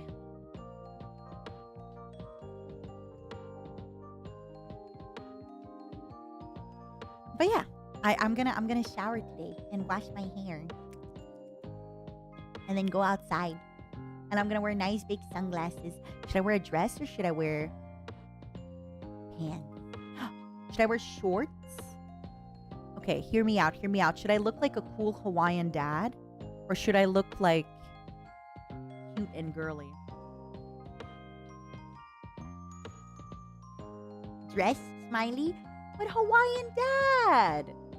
It's so cozy! Oh, I'm definitely gonna be stinky. Introverts have it hard. Charlie, you just gotta like find the right people, you know? As an introvert, you can't talk to everybody, but try to talk to like 2 people. Shorts with a fanny pack. I need to buy a fanny pack. I actually need to buy a fanny pack. Oh my god. I need to ask this, but I can't ask Pomu because she's gonna know. Pomu loves cinnamon roll, right? Cinnamon roll. Because I know Alira loves kuromi. Rosemi loves cinnamon roll, but Pomu also loves cinnamon roll, right? Okay. Good. I saw a little baby toothbrush. It's like a baby toothbrush, and it's cinnamon roll. But I can't ask her because then she'll know. She's already really suspicious when I asked her about her feet. She's like, why do you need my feet? So I can dream about them at night. What do you think? There is nothing suspicious in asking people their foot size. At all. I don't see how it's suspicious to say, hey, what is your foot size?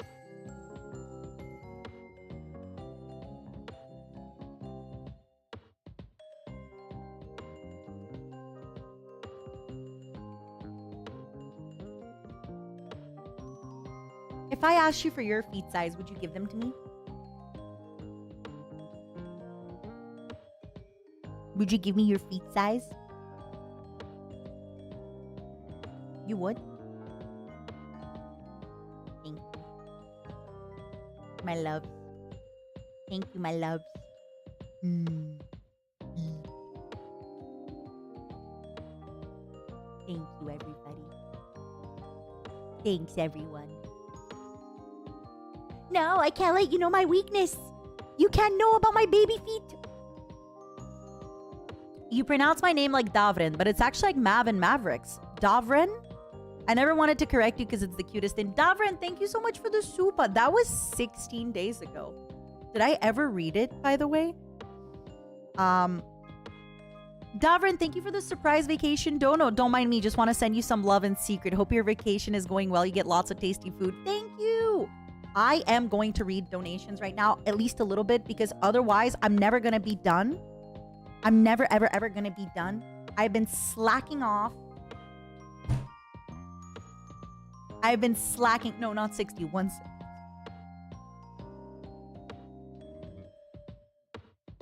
Davrin, thank you for the supa. Welcome back, mama. I missed you lots and lots. I hope your vacation helped you figure out some things and help me find better ways to deal with your anxieties.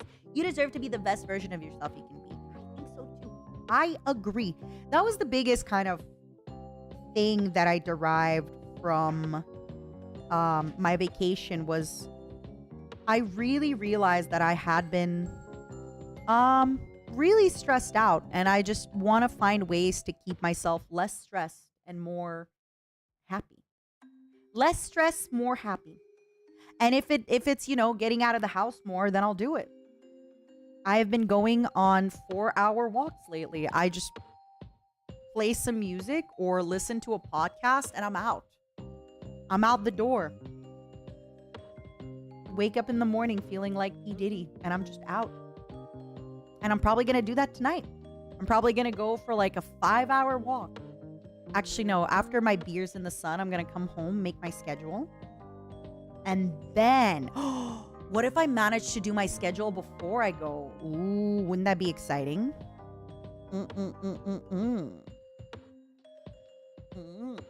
But I don't think I will because I still haven't read most of the supas today because you all spoiled me. Please. Please. Davrin, thank you for another suba. Welcome back, mama. We missed you lots and lots. I hope your vacation helped you figure... Oh, wait. Wait. I just read that. Sorry. I swear I had a coffee. I swear I'm good. Diabolic Tutor 456. Thank you for the Akadono. What the heck? I feel so spoiled. Less stress equals less people. No, I like being around a lot of people. Hey, I have streamer memory, which is worse than goldfish memory. I do that sometimes, Dimitris. I do that sometimes. I do have goldfish memory. Stop. Welcome back, mother. We were all well behaved. There were absolutely no fighting while you were gone. Good. I hope that you were good. Who did you all watch while I was gone? Did you decide to take a break from streamers? Did you watch Scarla? Did you watch Pomu? Did you watch Rosie? What streams were happening while I was gone? I don't even know. What happened? Okay, hold on. May. Okay, last week was Elira, Poomers, Scarla. You had to go pee for 2 weeks. Mumu Millie. Okay. Millie, Reimu, Pomu, Elira. I just hope Elira loves Kie-chan. Don't get me wrong. Okay, now that this is going to be slight Persona 4 spoilers, Naoko is amazing. Don't get me wrong. She is probably my best girl, but it's just Kie-chan is somebody that you know from the beginning. You know? You're her favorite one-eyed Scarling. That's so cute. I just feel like Chie is the girl from the start, you know? And don't get me wrong, Naoko is amazing. I know everybody really likes Rise. I don't mind Rise. I think she's nice. And I also, in Persona 4 Golden, I like that one girl that looks like Nana. But just because she looks like Nana, I don't think she's actually like a really great love interest or anything like that. Really, Olmer? Because I feel like all of Ethyria is very EU friendly, no? Yeah, okay, Yukiko fan right here. You just love your beautiful long-haired girl. Yeah. Uh-huh. Yeah. You just love your beautiful women. I don't blame you.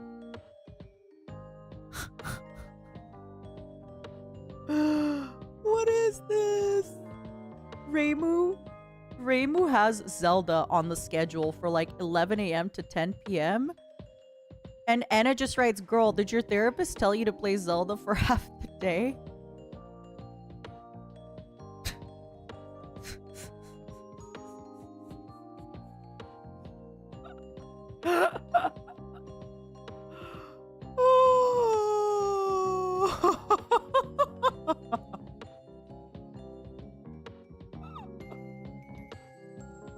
That's so funny. Oh my god. She is boring, more interesting people to hang out with. I think boring is nice. I think when you're really, really young, you feel like everything you do, and maybe this is just my perspective on it, but I feel like when you're young, you really love the crazy girls and the crazy boys and the everything.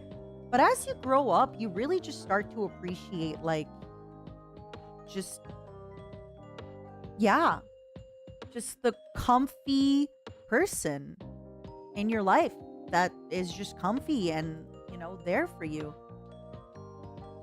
Yeah, they're stable, they're comfortable, they're fine. She's, like you said, she's just an everyday person, you know? And I like that because I feel like, you know, if you're with Yukiko, like, for example, okay, I think personally when I play these kinds of games, I like to pretend to be the boy, right? The dating boy. And frankly, I just think Rise, it would be really overwhelming to date somebody like her. I think it would just be super overwhelming. And that's also the way I feel about Makoto in 5. I feel like Makoto will never feel like she is good enough. She will always feel overshadowed by her sister, and it's just, she's always gonna bring that everywhere she goes, you know? And Rise is just exhausting in real life. Don't get me wrong, though. Of course, if I was younger, I'd be like, oh my God, Rise, she's an idol. Blah, blah, blah, blah. I agree with you, Jason. I would date Makoto's sister in a heartbeat. Sae? But I definitely just really, really love Chie. And again, everybody, that's the whole beauty of these games, right?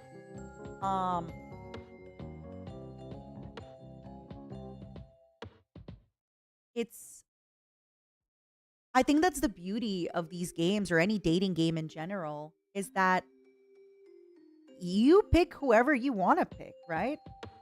You pick who you want to pick. If you want to date Chie, then do it. If you want to date Makoto, then do it. You're wrong to date Makoto. But, you know. I love Chie so much. She actually feels like... So, I have a problem when 5 with Anne. I just feel like it's really hard for me to imagine myself falling in love with Anne. Because she's a little like... First of all, I think her and Ruiji should be together. I will never, you know... I can have any woman in the world. Why would I take my best friend's girl? First of all. But with Chie, it's different. Because I do feel that she's for me. She's meant for me. I say Ruiji like Luigi. I always call him that. Yeah. Because he's kind of like your secondary guy, and I love him.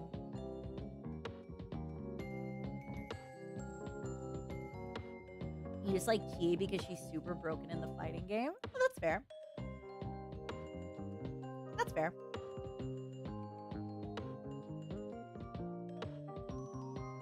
Also, I really, really wish we got more story for the Harris. What was her name again? The really cute, the cute one.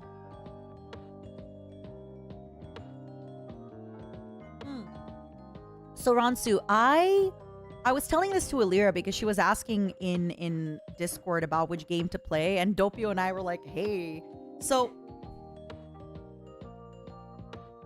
Alira was asking about Persona 3 Portable, which is the remake on Switch. I'm gonna talk about it. You can disagree with me, that's fair.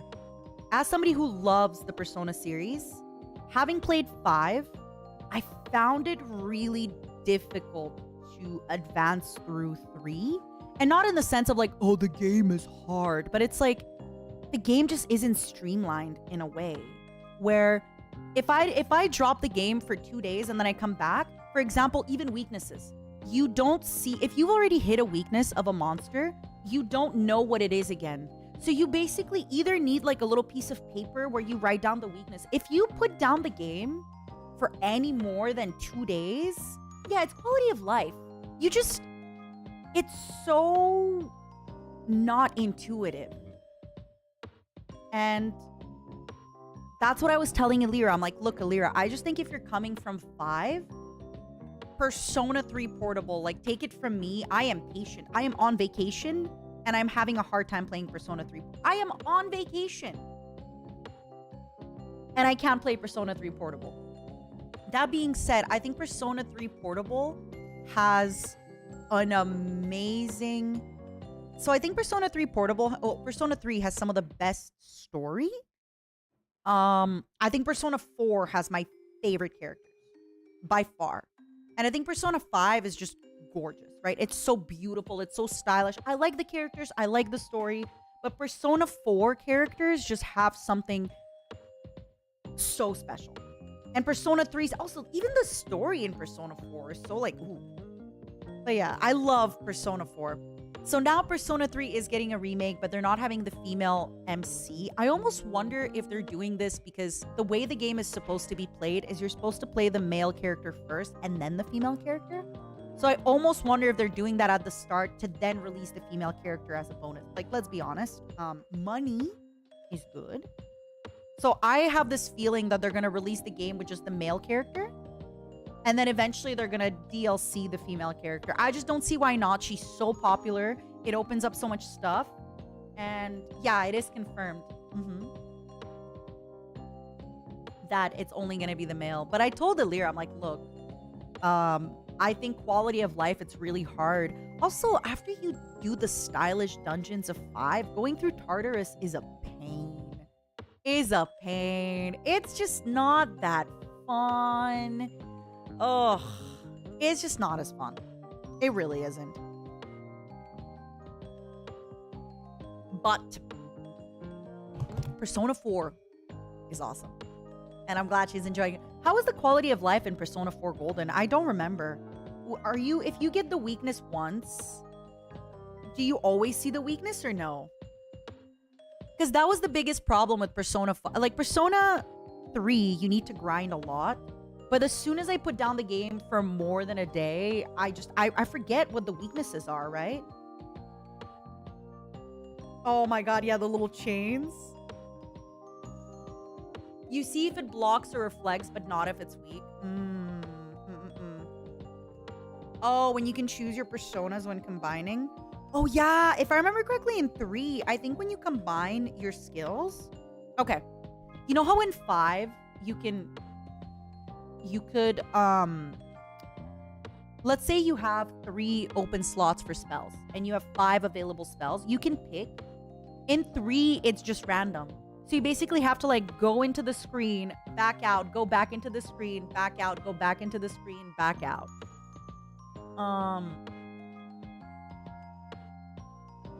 So it can be a little annoying.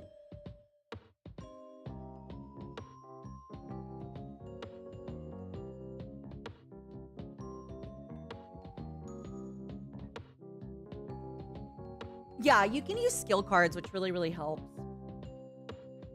And then you can like cheese the skill card because you can just save. So the way it works is when the character hits a certain level, let's say at level 18, they give you a skill card and it's like Mabufu, which is just Bufu on everybody. You basically get them to like 3 experience to the level up. You save them that way. And then you just get them, you download them, you level them up, they give you the skill card. And then you do it again, give you the skill card. Good times. Good times.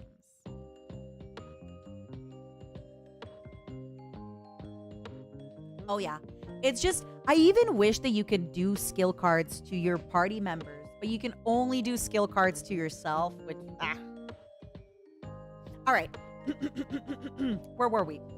Crypt Sermon, thank you so much for the soup. Hi, Ninor. Welcome back. I hope your vacation was to your liking. I'm very excited for the upcoming streams. Thank you, Crypt. I'm sorry it took me 3 hours to read your super.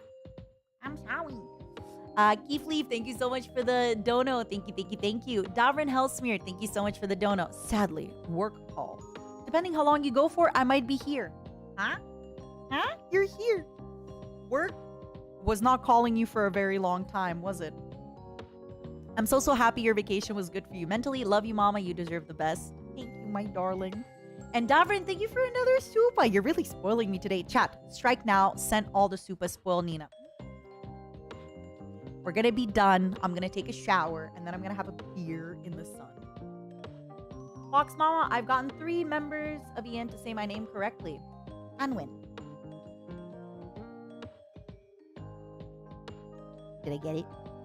Do I get a prize? Or was my prize the super? I'm okay with that. Thank you. Thank you for the super.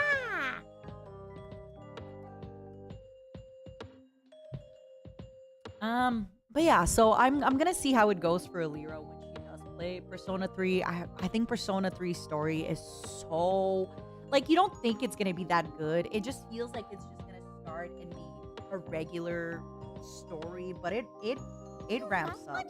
It's fun. It's fun. It ramps up. It's got some stuff happening to it. There's drama. There's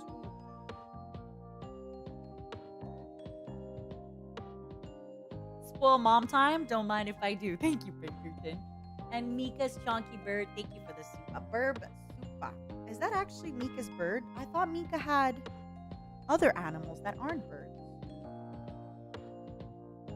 Yeah, Jason, and it really is a product of its time where playing Persona 3 15 or 12 whenever it came out ago. No, because I think Persona 4 Golden was like 2009, wasn't it? I think playing Persona 3 when it came out was amazing. Playing Persona 3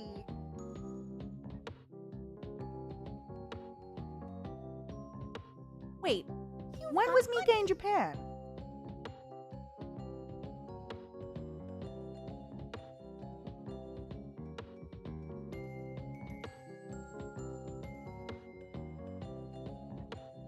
What?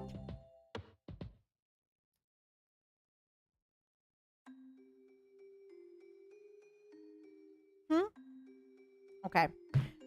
So I wasn't sure if she told people, but yeah, the kombu story, the reason that I had the food to myself was because Mika had already eaten and she came and she was sitting in front of me. So I had like technically all the food because she wasn't going to have any. I wasn't sure that she talked about it. That's why I never brought her up. That's why I never brought her up. That's why I don't know if you remember a while back, somebody was like, oh my, I said I had like, what is it? The noodles, right? I had the noodles from Indonesia and people are like, wait, how come you have noodles from Indonesia? And I was like, last year when I met Mika, but it wasn't, it was from this winter. I wasn't sure that she talked about it. That's why I was like, wait a second, you all know she went to Japan?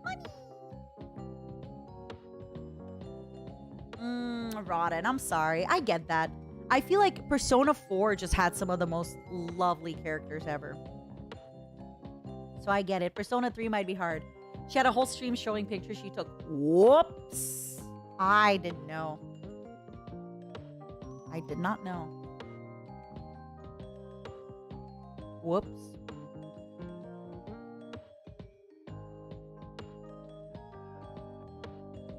Whoops. Oh my god, I have to say something about Mika. One time, she told me a secret, and I didn't tell anyone. And then Mika messaged me, and she's like, you told my secret that I told you to Rosemi. And I was like, no, I promise you I did it. And she's like, okay. And then at one point, when I was catching up with Rosemi, I was like, I have to ask you a question. I was like, did you say that I, like, told you this from Mika? Because I didn't. Like, why would, you know, I was just curious. I'm like, can I just ask why you said this? Like, this is a little, you know. And then Rosemi's like, no, Mika told me in Japan. She told me this. But when Mika first asked me about it, I genuinely had to be like, wait a second, you know, because I like to drink. So I had to seriously stop and be like, wait, did I reveal your secret to Rosemi? And I was like, no. And I even said this to Mika. I'm like, look, Mika, I know for a fact I didn't. I'm sorry. Like, I know, you know, I like to drink, but if I had, I'd tell you. So then I was like, I told Mika, I was like, Mika, you told Rosemi. And then you forgot about it. And you think I'm the one with the big mouth. But yeah, I just remember how to talk with Rosemi at one point. I was like, hey, like, can I ask you a question? Why would you say that? Like, why would you, you know? But it was Mika. She forgot. You better believe I felt vindicated. I was like, because I'm very good with that. Like, I do love to gossip, you know?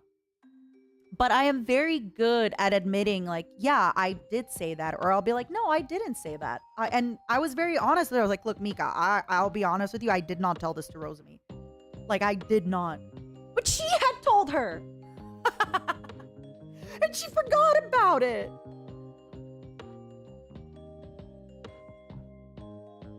Oh my god. Oh my god. Yeah, that makes me laugh. That's what I think about when I think about Mika in Japan. That's what I freaking think about when I think about Mika in Japan. Is how she was like, and she wasn't mad at me, by the way, but she was just like, oh, I told you this thing, and it wasn't really your thing to tell. And I said, I'm so sorry. I promise you. I'd be honest with you if I told it. I did not say this. She had told her. No schedule. Schedule tonight, baby. Schedule tonight. I promise you. I promise you. Well, okay, promise is a big word. I will. Tomorrow is Minecraft or Satisfactory. Hi, Immediate. It's nice to see you again. No schedule. Stop. No, stop. Stop with the begging eyes. I'm sorry. I'm sorry. Stop with the begging eyes. Please, please stop. I'm gonna feel bad. I'm going out with a girl from my apartment building. Gonna get some beers. And then after that. No schedule. Stop. No, please. No, please. No kisses. So many kisses. So many kisses. So many. Have fun. No. Kuma, please. No. You're gonna have a good night. You're gonna have a good time, right? You're gonna watch. Look. You're gonna watch streamers, right? Hey, Finana's playing Somnium Files.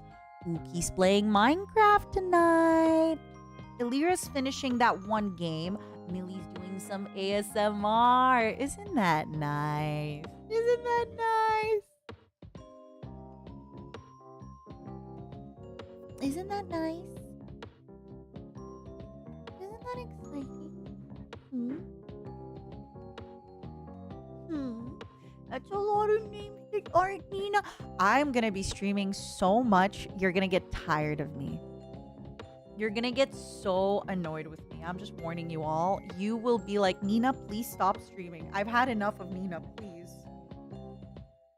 Please, you will be begging me to never stream again. You'll be like, please, Nina, stop.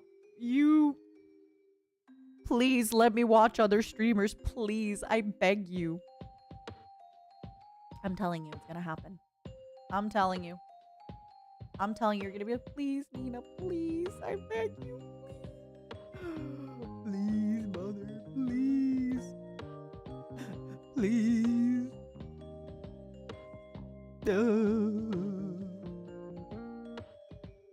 Okay, where were we? Oh, accidentally opened.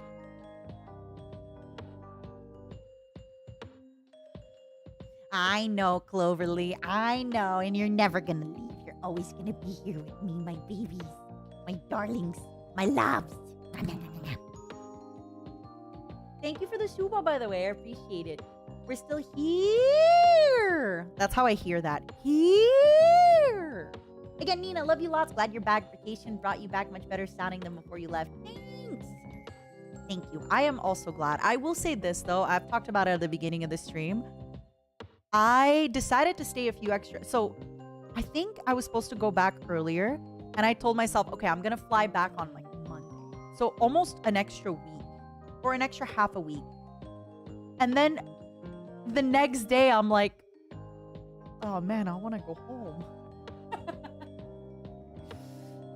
Is this why I'm tied up in your basement? No, you're tied up in my basement so I can stay fresh and young by consuming the blood of my fans. This is why I stay funky, fresh, and young. You've got money. Because I stay funky, fresh, and young. Stop. You've got money. Stop. What is this? Sorry. I'm back. I'm all yours. Everybody. Okay. No more distractions, please, or I will never be done tonight. And then you know what that's going to mean? That's going to mean that we're going to have a wine party where we read supas, which means I'll read 3 supas and then go off on a tangent.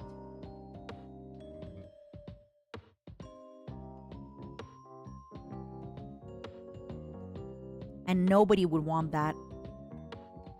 Nobody would want that, right?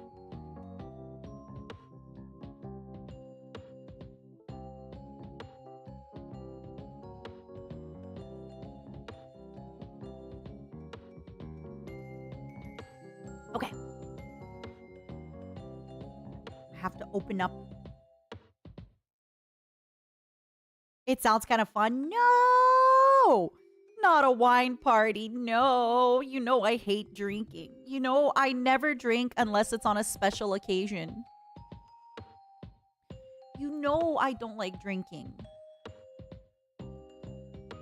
I don't even really enjoy drinking, by the way. It's just for the meme. It's just to be cool with the kids on the internet. You know? You don't actually believe that I like drinking, right? A special occasion? Yeah, like a Tuesday. What day are we today? Or a Friday. Or a Monday afternoon. Or, you know, that I woke up and I'm having a good time. Ego Neil, thank you so much for the gifted members. Thank you, thank you, thank you.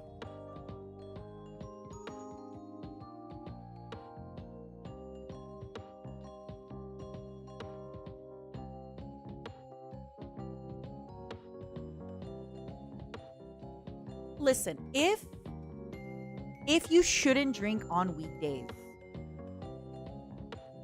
Okay, I recently learned. I mean, I kind of knew that, but it never that in medieval times, people were just always drunk.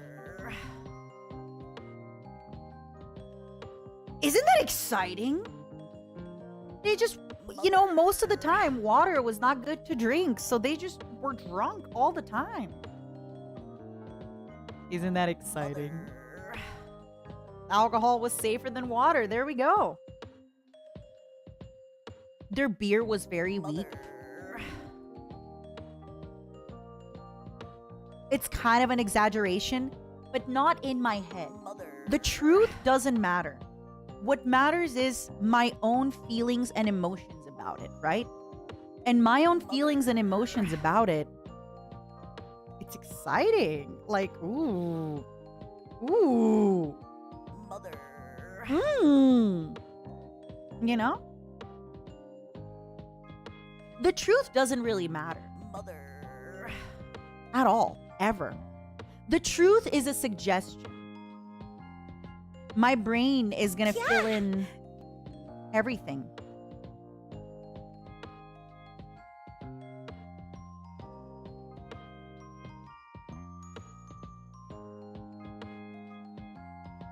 You know? In the old times, children were fed with wine and cider. Oh, I love it. I love it. I love it. My eyes are open. I understand everything.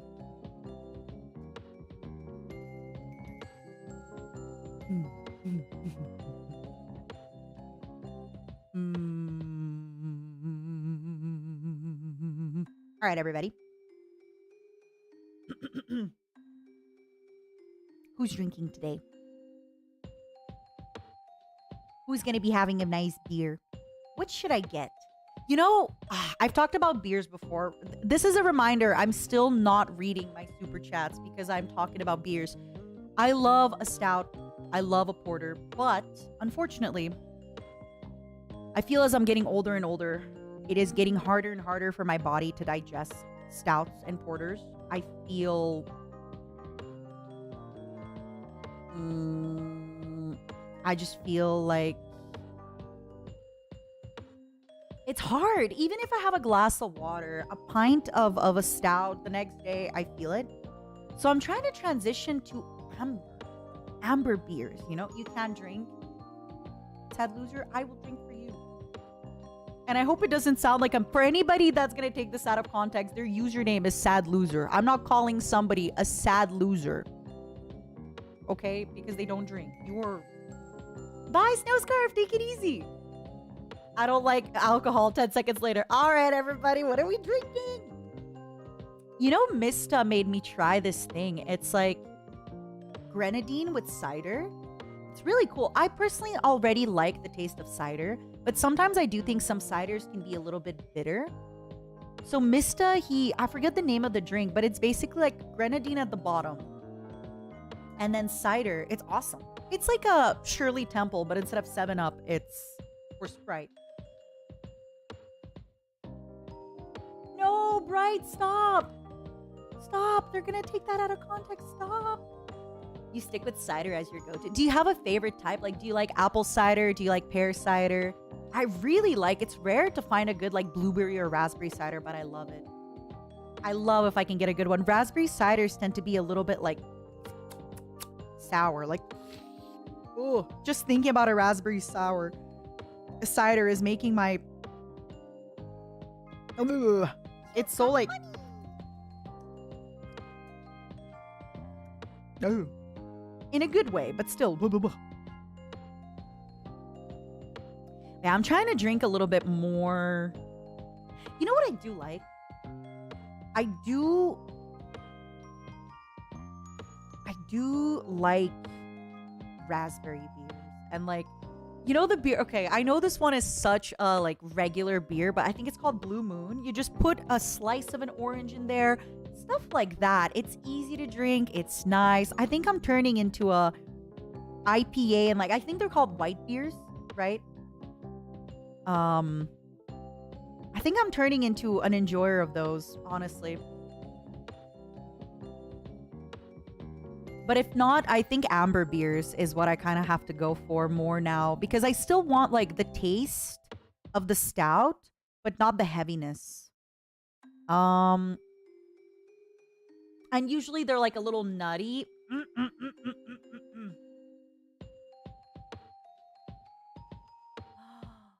Oh, that sounds amazing, Spoony Bard. No more peanut butter stouts. I know. I mean, I might make an exception. I might make an exception for a really phenomenal stout. I might.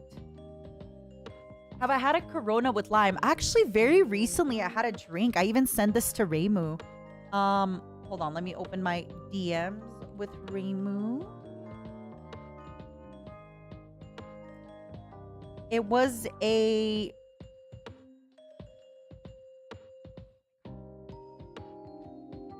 I have this habit. So on Twitter, if you exit a conversation, Manasan, if you're listening, stop listening. If you exit a conversation, it erases it from your end. The information is still there. But whenever I like talk about sensitive stuff, I always get into the habit of like leaving the conversation.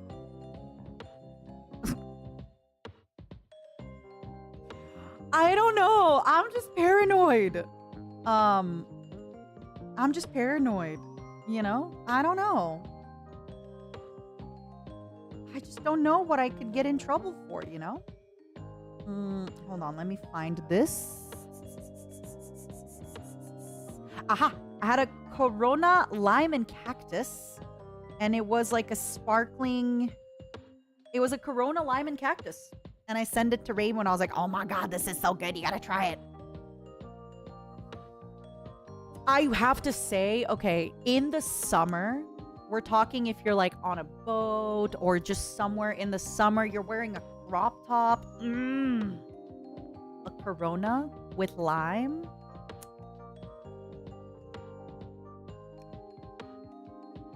Sometimes I think, oh, Corona is like such an easy beer. It's such a like, oh, Corona. No, it is divine. An ice cold Corona that you put and it has to be a juicy lime. It has to be a juicy, juicy, juicy lime. Oh my God, it's so good. Right? Right? It's so special.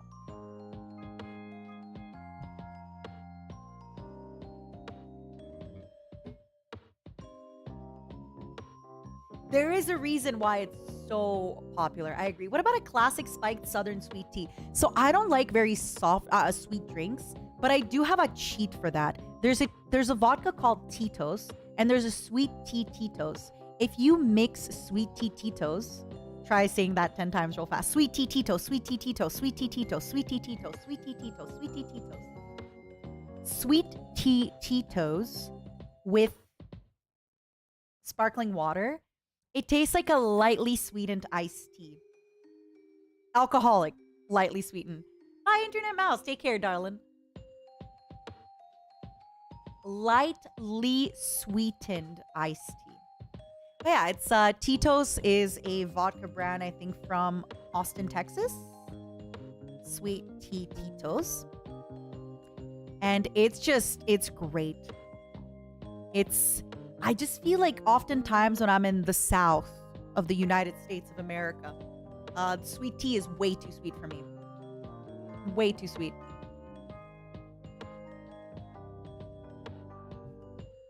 Thank you, Zentia, baby. Thank you. Yeah, Arentina, I don't blame you. I think it's really, really good for like not, there's like the premium shelf vodka, but in Vegas, in Texas, what's amazing is a lot of, every time you come somewhere, their rail vodka or like their cheap kind of bottom of the barrel vodka is usually Tito's, which is amazing because it's great. It's awesome. The reason I'm thinking about Vegas is because I just found out how many of people I know are moving to Vegas this year. So yeah, I think I'm gonna have to visit my pals in Vegas sometime.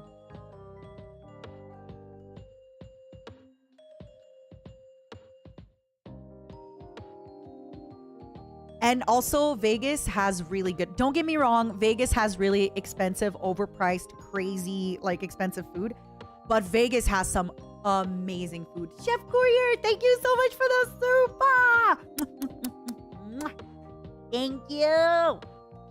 Yeah, it is stuffed shark. Thank you, Chef Courier. So Chef Courier, are you saying I should be betting 100 on black?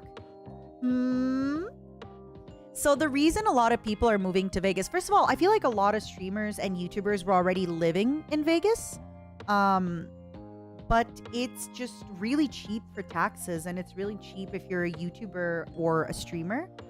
Plus, it's very close to LA. Look, if you live in Los Angeles, getting everywhere is traffic, okay? But at some point, you can just get on a $100 plane ride and you're in LA in 40 minutes from Las Vegas.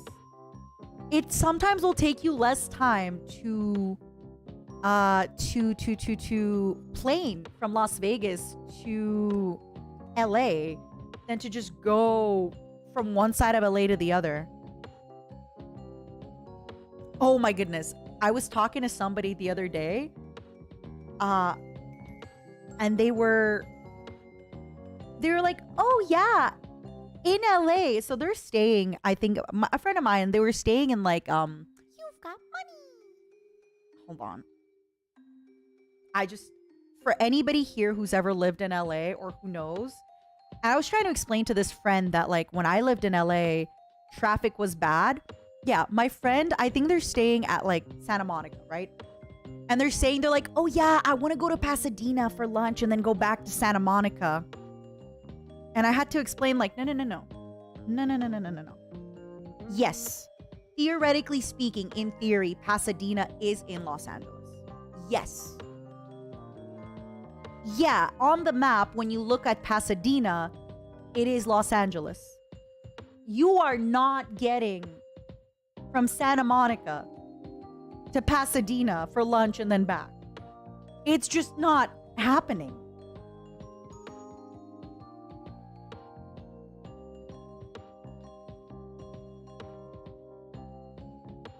And I'll tell you even further than this. I remember a while back, a friend of mine said that they lived in East LA. And you know what they said? They said Rancho Cucamonga. I'm like, no. That's not. Yeah, it's east of LA, but it's not East LA. You cannot tell me you live in Rancho. It's like saying like, oh, I live in San Bernardino. It's East LA. No, it's not. It's a completely different thing. Anyway, and this, I had to tell my friend like, look, you are not getting from. It's just not happening. Okay, it's just not happening. It's like when people are in Santa Monica, right? And they're like, oh, we could go to Disney for the day. It's like, no. If you're going to Anaheim, you're dying in Anaheim. You're living in Anaheim. Okay? You thought Rancho Cucamonga was a made-up place. When I was moving to LA, I ended up living in Brentwood. But I went through a lot of different places, and I'm not gonna lie, if I knew how to drive a car, it's just mountains everywhere. It's so pretty. It's so pretty. Everywhere you go, I feel that same way about like San Jose. It's just mountains everywhere. It's just gorgeous. Gorgeous. It's so nice. Matthew, it's the same, right? You heard they build it up? Really? I'll have to go see.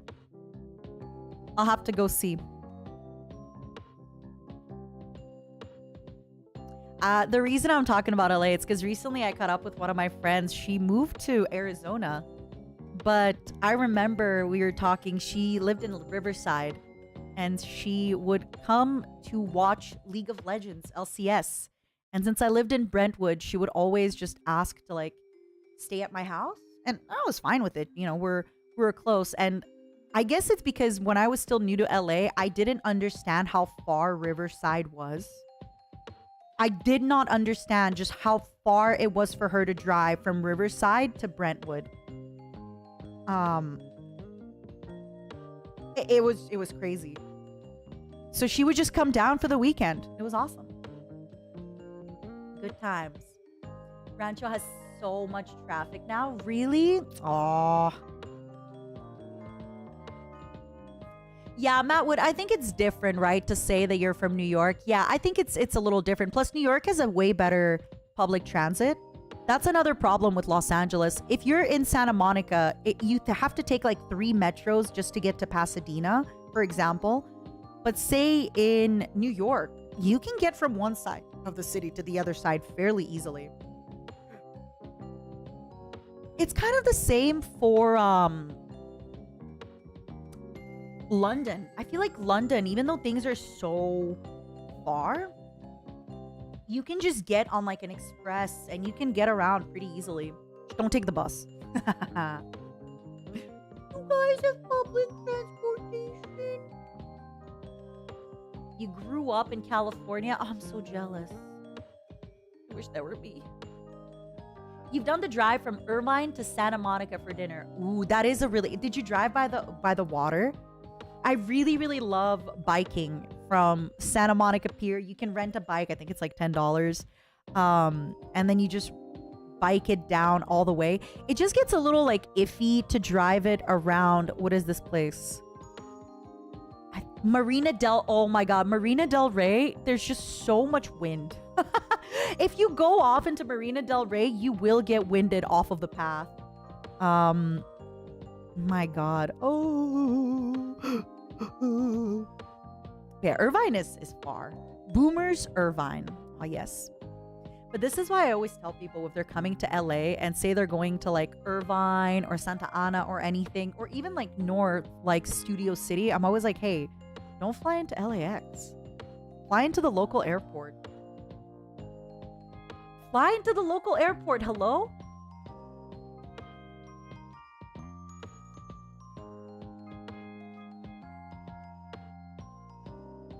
One of the few things I know about LA is that nobody walks in LA. It's true.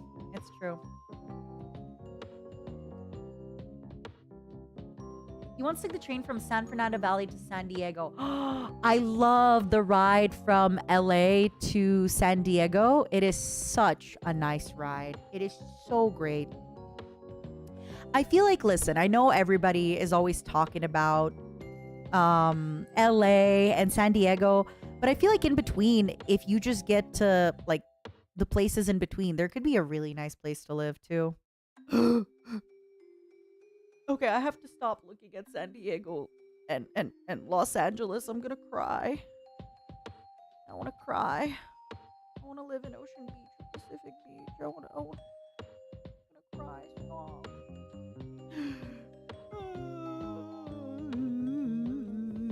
I have to stop.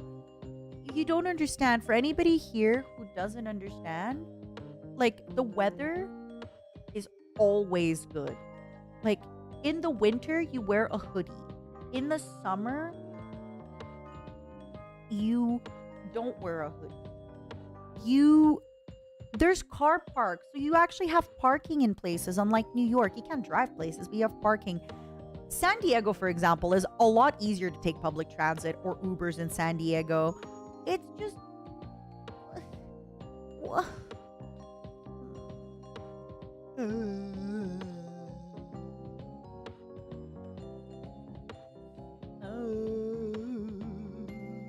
Oh, the weather. It's just always good weather. It's just always good weather.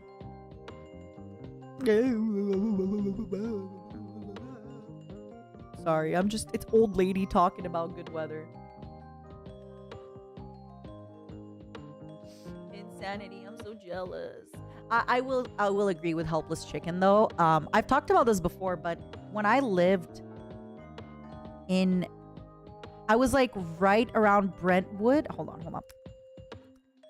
I had found, this was like 12 years ago. My apartment was $18.75 for a 2-bedroom. US. It was very small. It was very like dingy, ruggedy. 5 years later, a friend of mine moved in to like right by the neighborhood, and my friend was looking at apartments. My apartment was going for $2,500 in like 5 years. Now it's for sure close to like $3,000.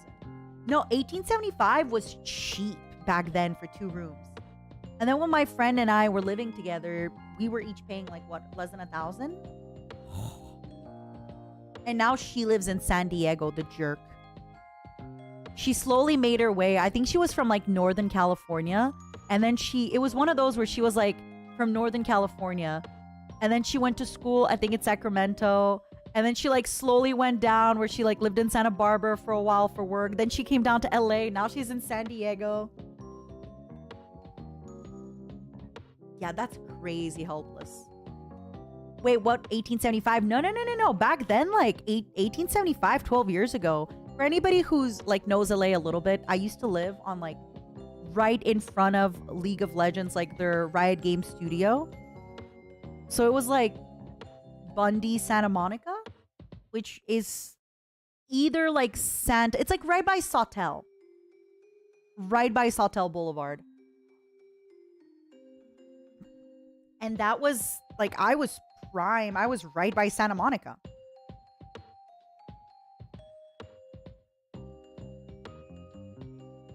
Yes, actually, Joseph, I just caught up with my friend about this recently. I won't get into the details of it, but I once had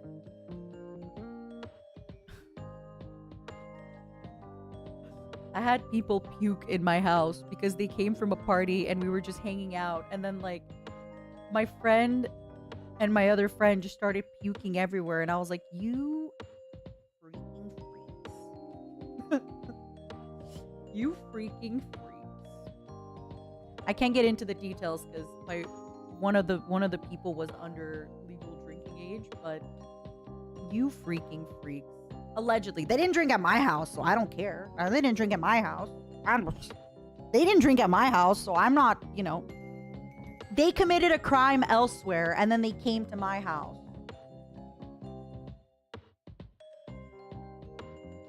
To hang out with me.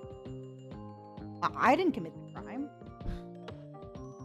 But yeah, it's been good times. Man, now I want to go to LA. Stop, everybody. I just came back from vacation. Don't make me go again. Don't make me go again.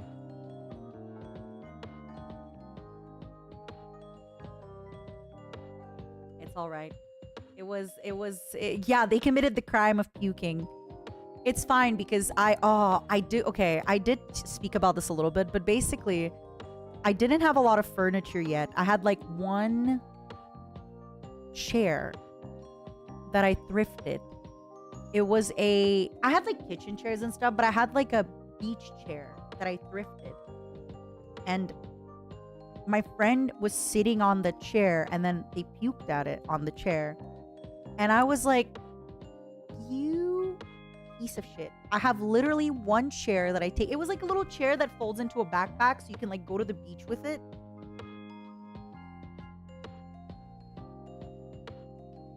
Mother.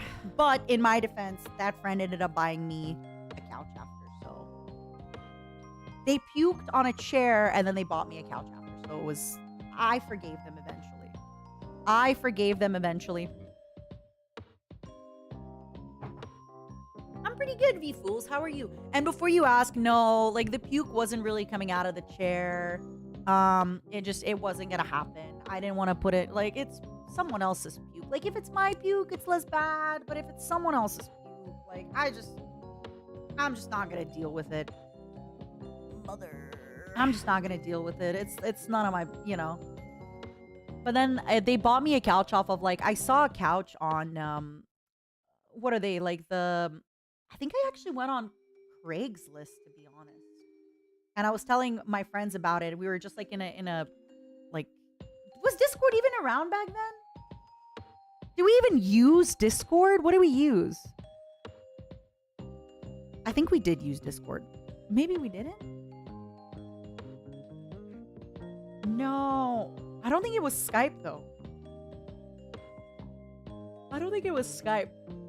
And,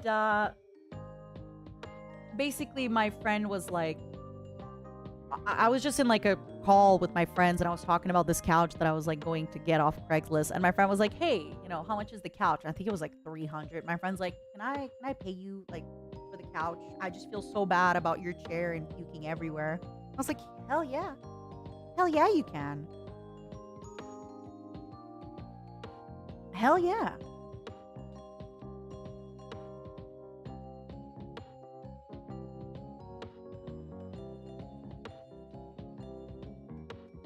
Let's go. I don't think we use Facebook Messenger. Oh, I think we used Ventrilo.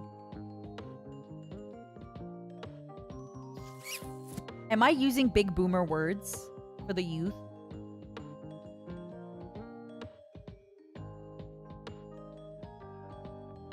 Actually, it's funny. My friend worked for Cursed Voice. My friend worked for Cursed Voice, and I think we used Ventrilo. Anyway,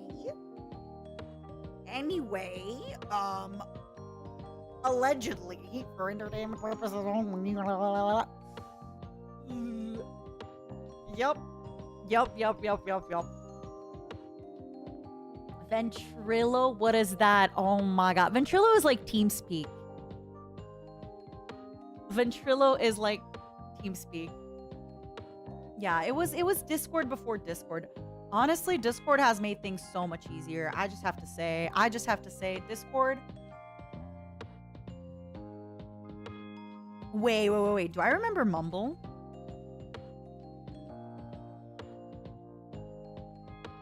Wait, why does Mumble just look like TeamSpeak?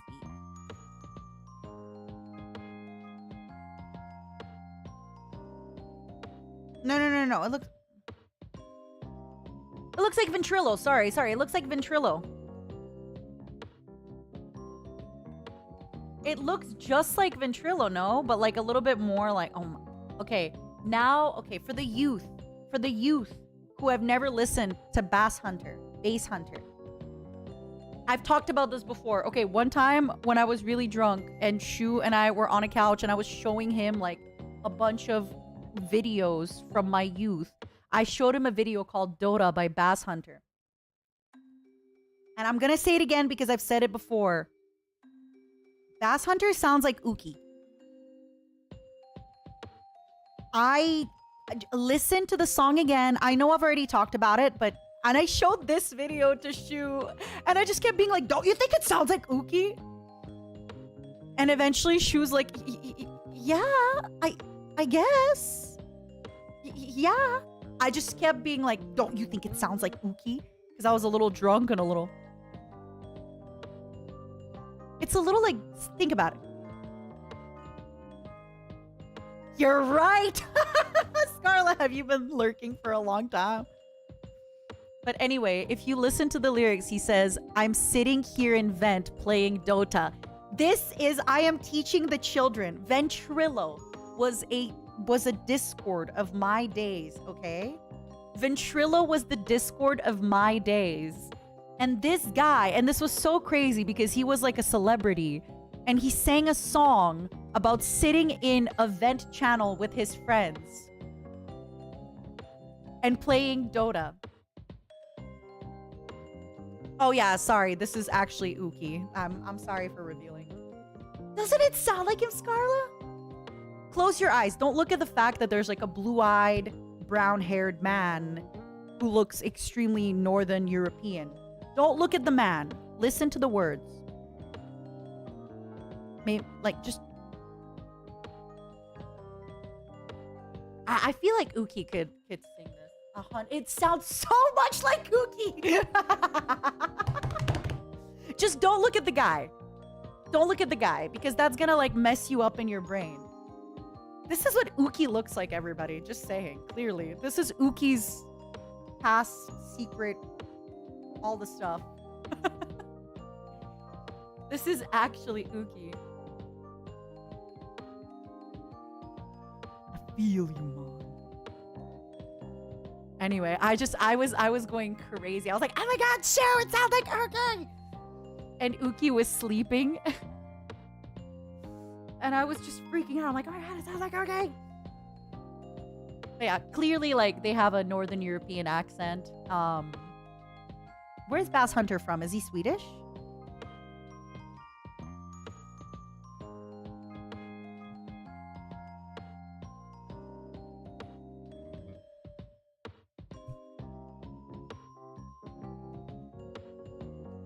Anyway, good times.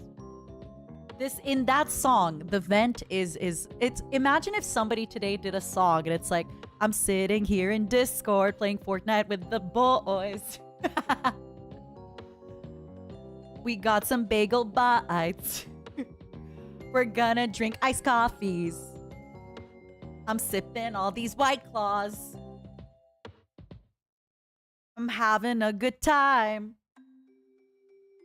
I blocked my ex on Twitter. I just can't seem to quit her. I don't know. No, quitter, it should be something with like a vape, right? Because that's what the kids are doing. The kids are doing the vape. Oh my goodness. I heard the best insult the other day.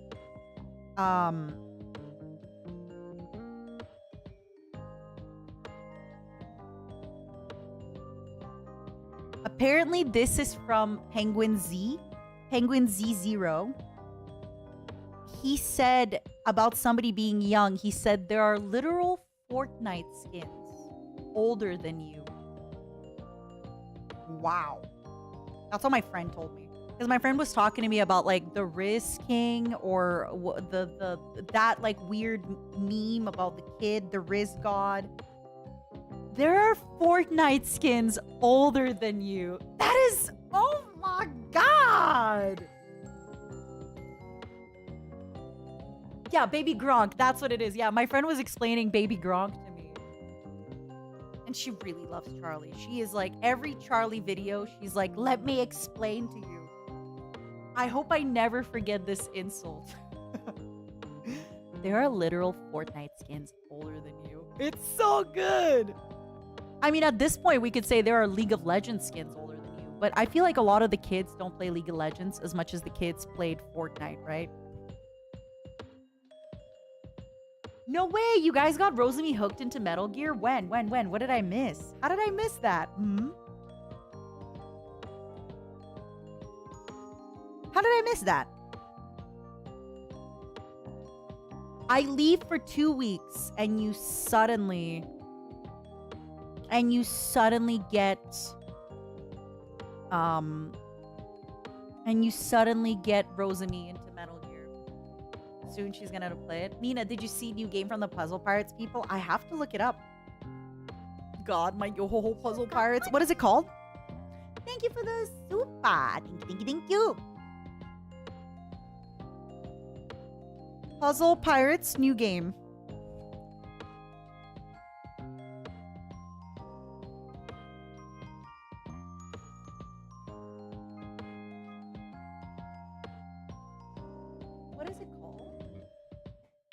I didn't realize Rosemi got into Metal Gear, right? Are you... Wait a second. Are you confusing her with Maria, who's also pink? Because I had Maria say that she's gonna play the game. Are you confusing her? No, I want to be Raiden. No, are you sure you're not confusing her with Maria? I mean, they're both pink and cute.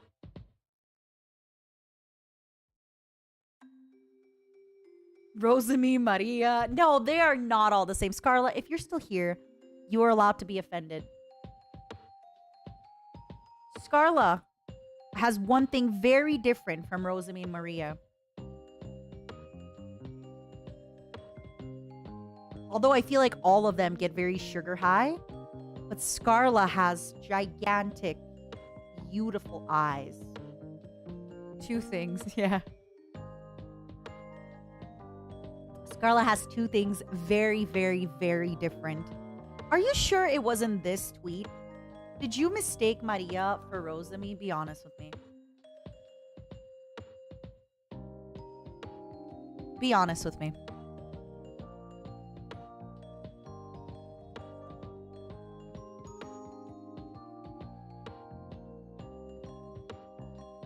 Scarla is cripplingly addicted to Red Bull. It's true.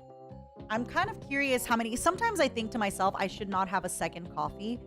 But then I remember that Scarla somehow functions on like 8 Red Bulls a day, and I feel better. I'm like, huh. Maybe I am not so bad. Okay, hold on. I need more water. I am so thirsty. And then we are reading Supas because I need to shower and be ready. Hold on. Meet message.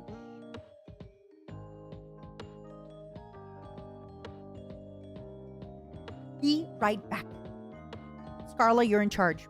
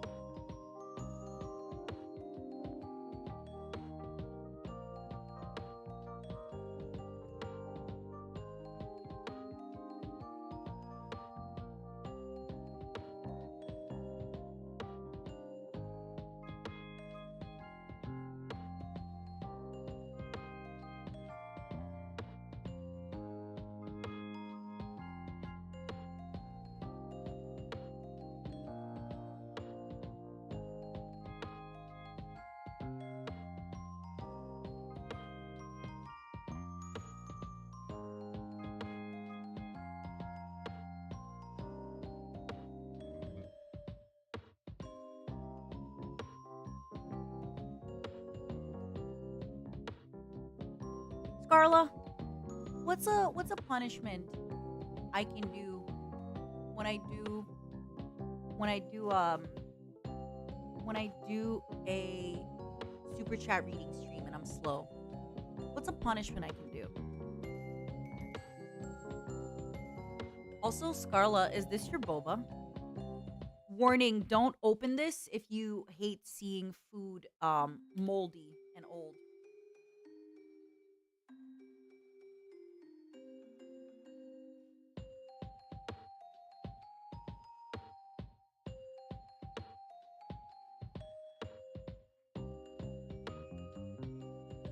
A shock collar? Ugh. Any other ideas? Cause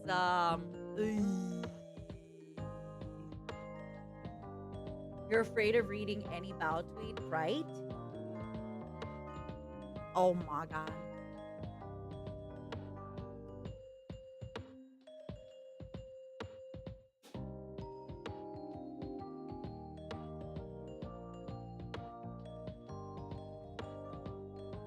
I'm sorry, everybody. I did warn you not to open the tweet.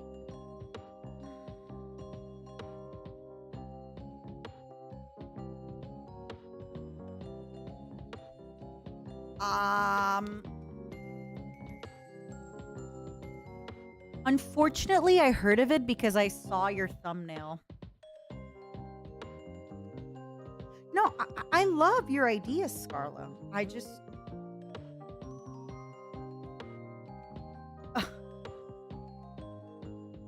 Uh, uh, um.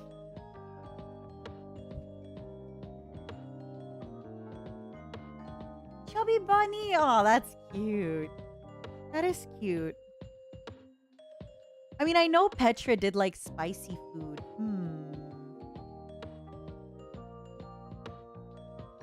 Is Scarla drunk? No, Scarla's never drunk. I just, because I think I need to I think I did this thing where I said thank you as a lot of supas came, but was I even grateful for your extremely generous supas? Do you feel like I was even grateful, my loves? I'm so sorry. I was just so excited to talk to you. I feel like I said thank you, but then I didn't like get into it, you know? Do you know how appreciative I am? Scarlett, how do you manage to read everything and also talk? I can't read and talk. I can only talk. You felt very appreciated. You don't need a punishment. It's true. Being me is punishment enough. I am grateful for them and for you. Well, listen, we are going to do a little bit of, I mean, we're definitely going to need to do some Zatsus next week because otherwise it's only going to be Metal Gear. I don't know how you do this. How do you say thank you, but then also, you know, live your life? Okay, everybody, I have got to go shower. I'm gonna let you know how it was to meet my neighbor. Well, they're not really my neighbor, but they're like a different floor. Oh, Scarla, I don't know if you were here or lurking, but I talked to a girl in the elevator and then she put a sticky note on my door. She's from another floor. And she's like, let's grab food or something. I was like, wow. Wow. And we're going for some beers. I know, I'm excited. It's gonna be nice. All right, everybody. I'm gonna shower. If I am actually able to get ready and shower in time, then I will post a schedule before I leave. But most likely, you're gonna get a schedule tonight. You're gonna get a schedule tonight. Tomorrow is probably Minecraft, but maybe Satisfactory. Thursday is maybe Diablo. Oh yeah, I asked about this before. How many days do you think I need to finish Cruelty Squad? How many days do y'all think I need to finish Cruelty Squad? How many streams? Is it a very long game? Because I don't know if I'll be able to finish if it gets very hard. I am... Diablo, Minecraft. How into the secrets are you going to get? I always get into the secrets.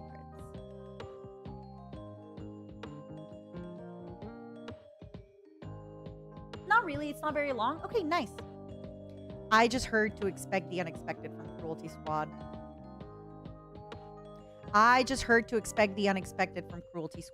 Why does Pomu's profile picture on YouTube look so sweet and innocent? But then she is such a deviant. I can read Finana too. Oh, but Finana's in part 5 of like a story game. Alright, I'll read Pomu. I'll read Finana next time. Just because she's in a part 5 of a story game, it's kind of harder to... You fear it won't be an easy game for you? I'll try it. If it's too hard, then I'll leave it. And if it's easy and fun, then I'll do it. All right, everybody. Thank you for hanging out. Thank you for being here. I love you all so much and I appreciate you. I am so happy to be back. And I will tell you adventures tomorrow from my life and my stream. Oh my God, I can't believe I'm actually touching grass. What the heck? I can't believe I'm actually touching grass. I can't believe it. I can't believe I'm touching grass. What the heck? I'm doing it. I'm touching grass. Bye-bye, everybody. Enjoy Pomu's stream. I gotta go get ready. I will be reading the supas from today later. I promise. Thank you for your generosity. I'm sorry that if I didn't appreciate you enough today for all the love. It means a lot to me. I love you. I love you, my honeys. My darlings, my babies. Goodbye. Enjoy Pomu's stream. Don't get too into Pomu's stream. She is evil. And not kind. She's an evil fairy. Up to no good. And her Nuki got me to download Minecraft, so it's their fault that I'll be playing Minecraft. Bye-bye! Otsu, I love you all! Mwah! Kisses.